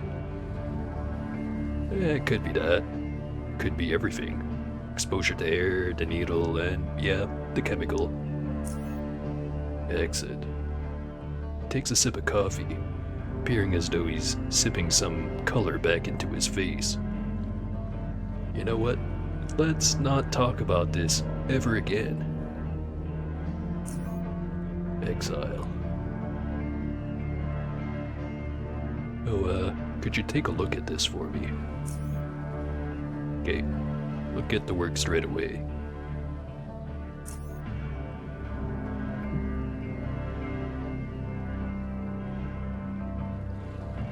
Done. Got something interesting for you. It's on the PC. I'll leave you to your work. Appreciate it. Bye.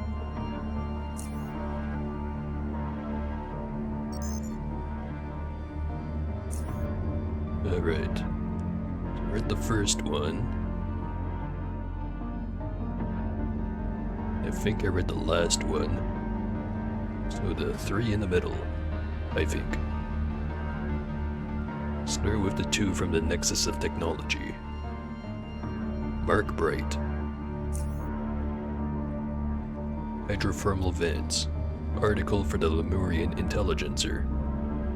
The existence of hydrothermal vents had been known to humanity for many years before the end of the Old Era, and while they were well studied and the mechanism by which they operate well understood at that time, harnessing, missing, difficult challenge, and would happen only in the years just before the descent.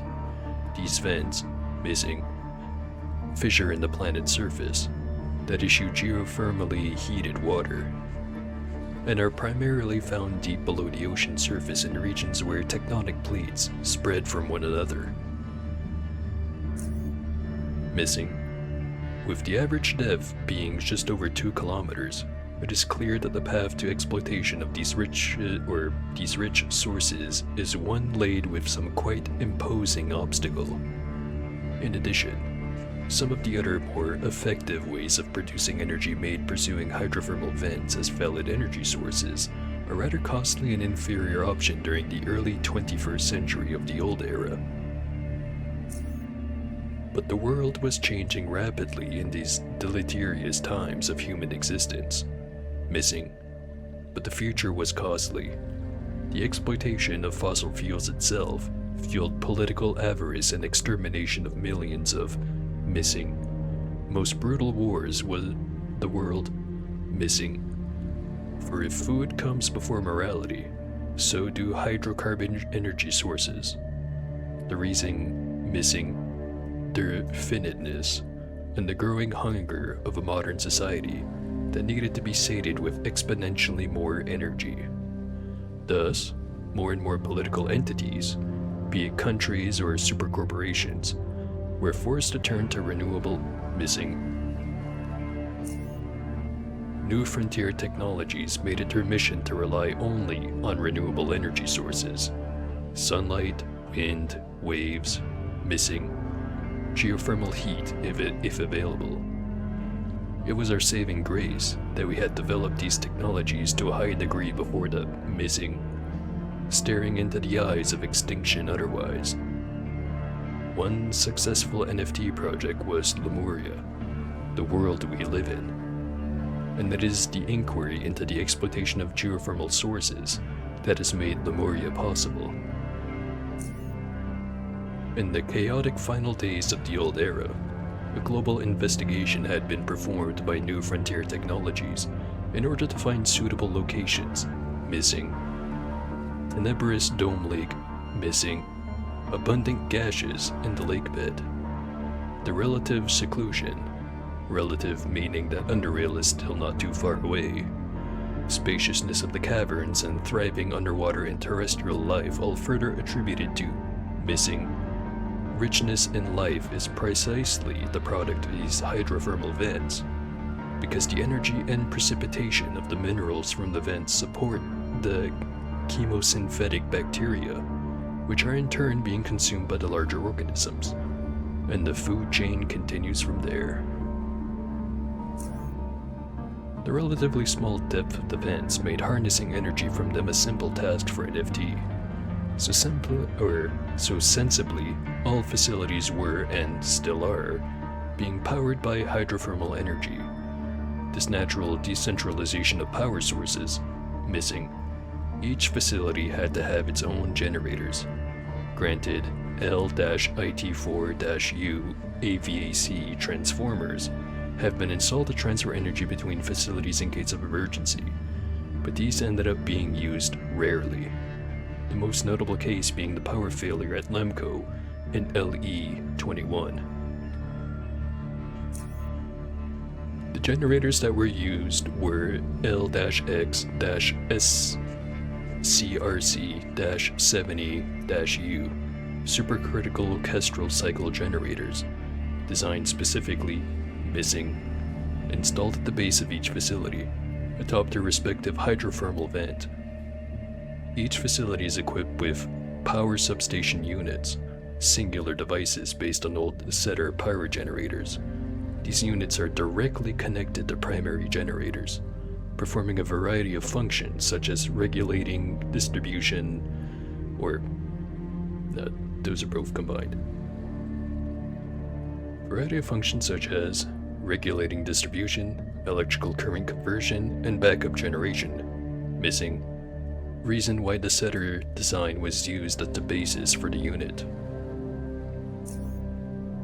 The vents themselves range between 240 degrees centigrade in temperatures, with some of them, or in temperature. Hold on, completely messed up my flow. And it was doing so well. The vents themselves range between 200 and 400 degrees centigrade in temperature, with some of them providing in excess of 50 megawatt tons? 50 MWT. Whereas the generators themselves were designed to last for more than 200 years. The estimate for dry versions, also known as non-underwater, is about 250 years, which convincingly relates how well designed and coded the U versions have become at that particular time. I will conclude my article here. As I've already mentioned, there are more reasons why hydrothermal vents have proven useful to us. The minerals being precipitated are collected and processed. The biota being supported by the vents, missing, and the tall smokers and corals make up for a stunning landscape which grasps a viewer and doesn't let go. I will leave elaboration of these, however, to someone more competent in the respective subjects. Very interesting. Next one, Lisa Jackson, or Lisa H. Jackson. First draft of Naga Protector. Note, think of a better name. Article for the Lemurian Intelligencer. Today they have been finally unveiled. The Naga Protectors. Named after the mythical creature of the old era. Missing. Pinnacle of Lemurian engineering. Missing. Embodiment of the Lemurian style. But first, I would like to start at the very beginning. Note, expand on the intro a little bit. Even before the descent, the 6 super corporations have always had different paradigms when it came to robotic design and development, often with completely opposite goals. Missing, First example, Biocorp viewed robots as nothing more than mere autonomous tools, and so they designed them accordingly. They were limited to little or no interactivity with humans. They were to be fairly simple in shape, rather cubic for the most part, as to facilitate mass production. Missing. Lack any and all decorative features. Missing. With abilities strictly confined to the domain of their work. Some were made for security, some for heavy lifting, some were modular. Missing. All of them were made as one would make a tool. Missing. Need nothing more. Whereas Bionic Institute viewed things a bit differently. Missing. Their ultimate goal was to merge human and machines, flesh and metal, grown and manufactured. Missing was natural that their robots were viewed more than just simple tools, to be used and discarded once they're no longer useful. Missing. Considered members of their society, equal, as much as possible at least, to those who made them. They were being developed to be intelligent and sentient, to think, feel, and dream. Missing. Love even. And where artificial met its limit, natural was used to augment it, and vice versa. That was how they viewed it, and that was how they did it. The exact opposite of Biocorp. Note, use synonyms for viewed. It repeats a lot. Missing. Next example, security agency. They built machines for war. Missing. Innumerable series of warbots have been produced and perfected, some even manufactured by other, greater warbots that were designed to continuously output new machines, no matter the theater or threat they were in. Missing. Ranged from the cheapest and simplest, like D-drones or the RX-5s, the cybernetic foot soldiers. Missing. Largest and most destructive, the dreaded orbital devastators, capable of eradicating their enemies from the edge of thermosphere with precision and mercilessness no living creature can ever achieve. Missing. Responsible for millions of deaths alone. Missing. Built to obey and destroy. And they were used by the SA themselves, but also by anyone else who could afford them. Note, add missing. Warbots never had missing markings. New frontier technology. We made ours to construct, to raise, to manufacture, to terraform, to serve not only their owners, but humanity and the environment. Wherever humanity could and would go, appropriate robots could and would follow. Missing. The Earth's orbit. Missing. The deepest point in the ocean. Missing. Isolated underground cavern. Missing. We developed our robots for the environment. The basic paradigm remained unchanged wherever we are. This paragraph is a lot shorter than others, but I suppose NFT does not need much explanation. So we come to Lemuria. Our needs here, in this underground world, are completely different than they were in the place where we could look at the sky and the sun. Missing. Absence of the sun has made a huge impact on missing Lemurian style. Missing. Talking about is this. We had the technology to survive and change the world, but there was nothing beautiful down here. It's all water and dirt, darkness and no matter. Missing. Terraform. Even if we one day surround ourselves with grass and forest. Missing. Would never replace the lack of a shining sun. The few oldest among us still remember it, but even those who have never seen it do miss it. Note, shorten the section. Sun part is a bit rambly. Missing. Turn to water motives. Missing. Sensibly. It was the primary source of inspiration. Missing. Absence of the sun. The distinct Lemurian style developed quickly, missing, among other things, gave birth to the servants, based upon the long-standing helpers which literally built our facilities. The servants were improved in all aspects. Note, remove the sun part and merge this with the previous paragraph. Still could use a few more lines in the Lemurian style, however. Functionality-wise, they were adapted to operating in this specific environment, missing just a few examples. Missing solar cells for emergency powering were removed for obvious reasons. Missing electric actuators were upgraded from A900 to LA910WP. Waterproof version designed for Lemuria. Missing sensitive components were as well replaced with more suitable variants. Missing AI has been upgraded to allow the servants to swim and perform other actions, while partially or fully submerged. Note, don't need more examples. Already elaborated on that in the previous article. Missing major changes was the way servants are being stored. Instead of being stacked in tubular pods then moved out of sight, missing servants would retire to Olivault pedestals, which would recharge them. Missing blend in with the other purely decorative statues.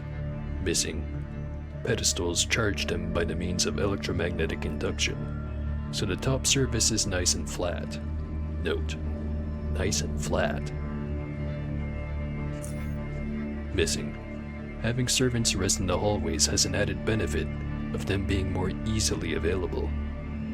Their idleness served, missing, aesthetic purpose. As the Olivault stone proved too heavy for the servants, a special kind of coating was developed to give their skin an appearance indistinguishable from Olivault. This coating is slowly reducing the use of Olivault globally. But that is a wholly different subject. Note, should add in there somewhere that the coating is called OC40. For years, these improved helpers, the servants, have served us well. Note, should rephrase that. Sounds silly to me reading it now. Missing. Community thrived.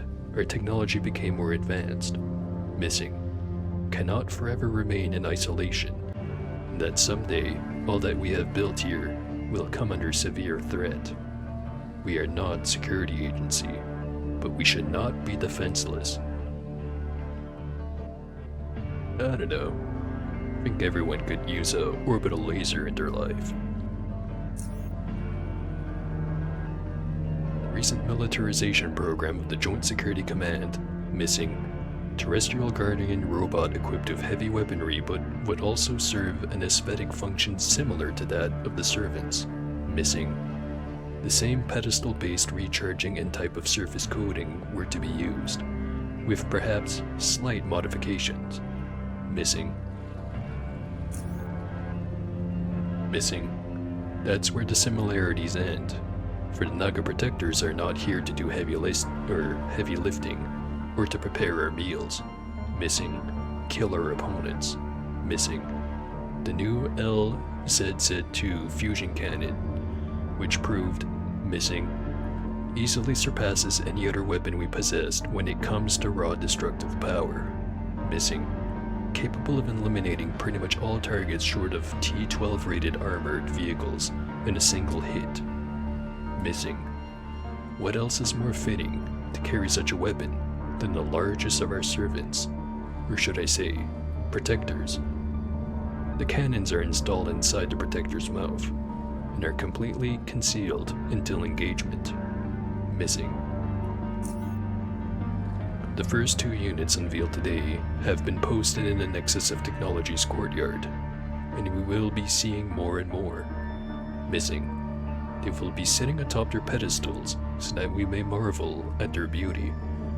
But when danger finally draws near, missing, rise and glow so that we may marvel at their might. Final note, the whole text is too long. I should have to cut something or split this into 2 articles or else Alexander will never accept this. Alright. Let me just finish off my drink, and I'll read the last one.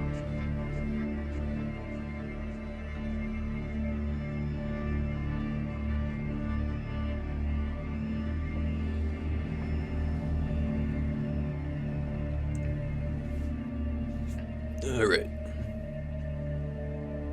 Etta Feller.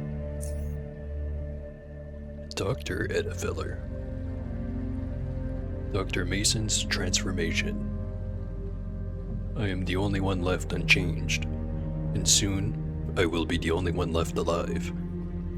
About 20 minutes ago, Biocorp released more of those gas-dispersing bots into the ventilation system, and Dr. Mason has been affected. Toby and I managed to lure him into the mortuary, and Toby, missing. I locked Dr. Mason inside. I can observe him via the surveillance system. The oxygen tank, missing, and I have only one to spare. The only thing I can do right now, missing, is watch. First hour since exposure. So far, all those who were affected with the mutagen have displayed high levels of aggression, and Dr. Mason is no exception. He quickly turned violent following the exposure and gouged out one of my patient's eyes through her gas mask. While Dr. Mason is indeed an imposing and strong man, such unbelievable strength is nothing else but a result of his mutation. Missing, unresponsive to external pain, yet his constant alteration between screaming and sobbing. Missing. Pain he already feels easily overpowers all external stimuli. His outbursts are truly horrifying. Missing. Heard through the thick walls. Second hour since exposure. Whereas Dr. Mason was at first mostly unchanged physically by the mutation, if we disregard his increased strength, missing, better muscle fiber activation, missing, the consequences become more easily noticeable. He appears thinner, as though he's lost a lot of weight, and on his skin greenish growths, missing. Hair is falling off as well. Missing behavior, missing, has mauled every corpse he could find, missing. Calmed down a bit. He stopped screaming, but his sobbing still echoes through the mortuary. I won't lie, I can barely, missing, laying my eyes on that monitor, and I wish I could just escape this nightmare. But effort requires oxygen, and I'm on my last tank.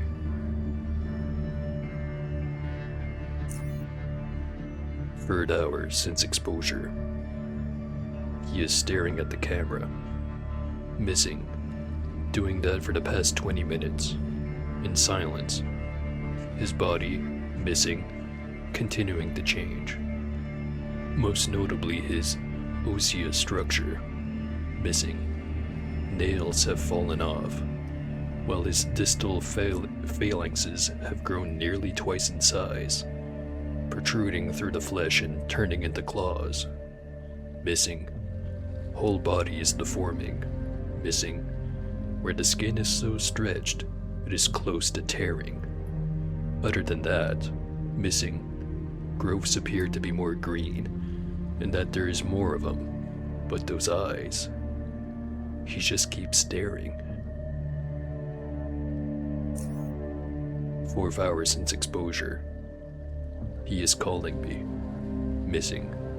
I can hear him clearly. He's staring at me. He knows I'm here. Missing. He knows I am here. 5th hour since exposure. He is different than the others. By now, everyone else would have had their cognitive abilities irreversibly reduced to bestial levels. Missing. Capable of constructing fairly complex sentences and articulating them clearly. Missing. Talking about how painful it is. Missing. Wants this to stop. Missing. Called out to me. Missing. Begged me to help him. How does he know I'm watching? Missing. High psionic potential? Missing. Factor that somehow affects the mutation? Missing. Physical change in the last 2 hours has been dramatic. Missing. Pretty much unrecognizable. His skin is covered in some kind of oil, and it looks like his body's secreting it. Missing. Clearly see the muscles underneath. Missing. Have gotten several or severe scoliosis. Missing. Forcing him to walk abnormally and with great difficulty. It is clear that his bones are continuing to deform. 6 hours since exposure. He turned violent again. Missing. Skin began peeling off. Missing. In great pain. Missing. Screaming and banging on the gate. Missing. Wants me to let him go. I can't bear this anymore. I have to leave. Mason, forgive me.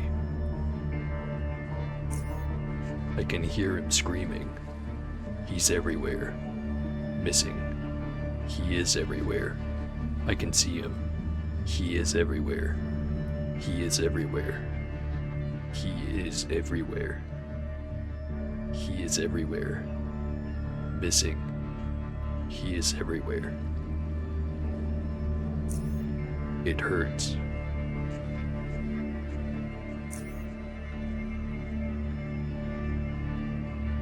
You know, maybe I should have killed him.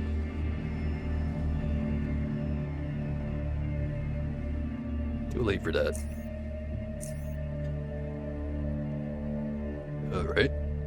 And on that pretty damn morbid note, I think that's gonna be it for today's stream.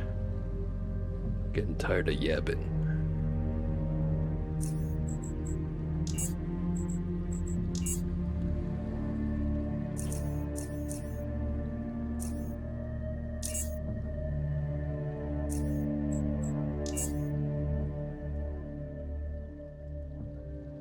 Alright.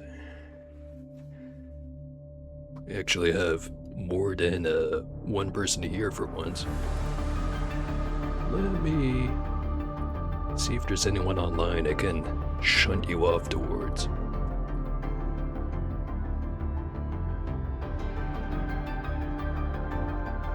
Yeah, none of the usuals. And I'm not feeling adventurous. So I'm just gonna leave it there. Right then. Hopefully that was a good stream. See ya.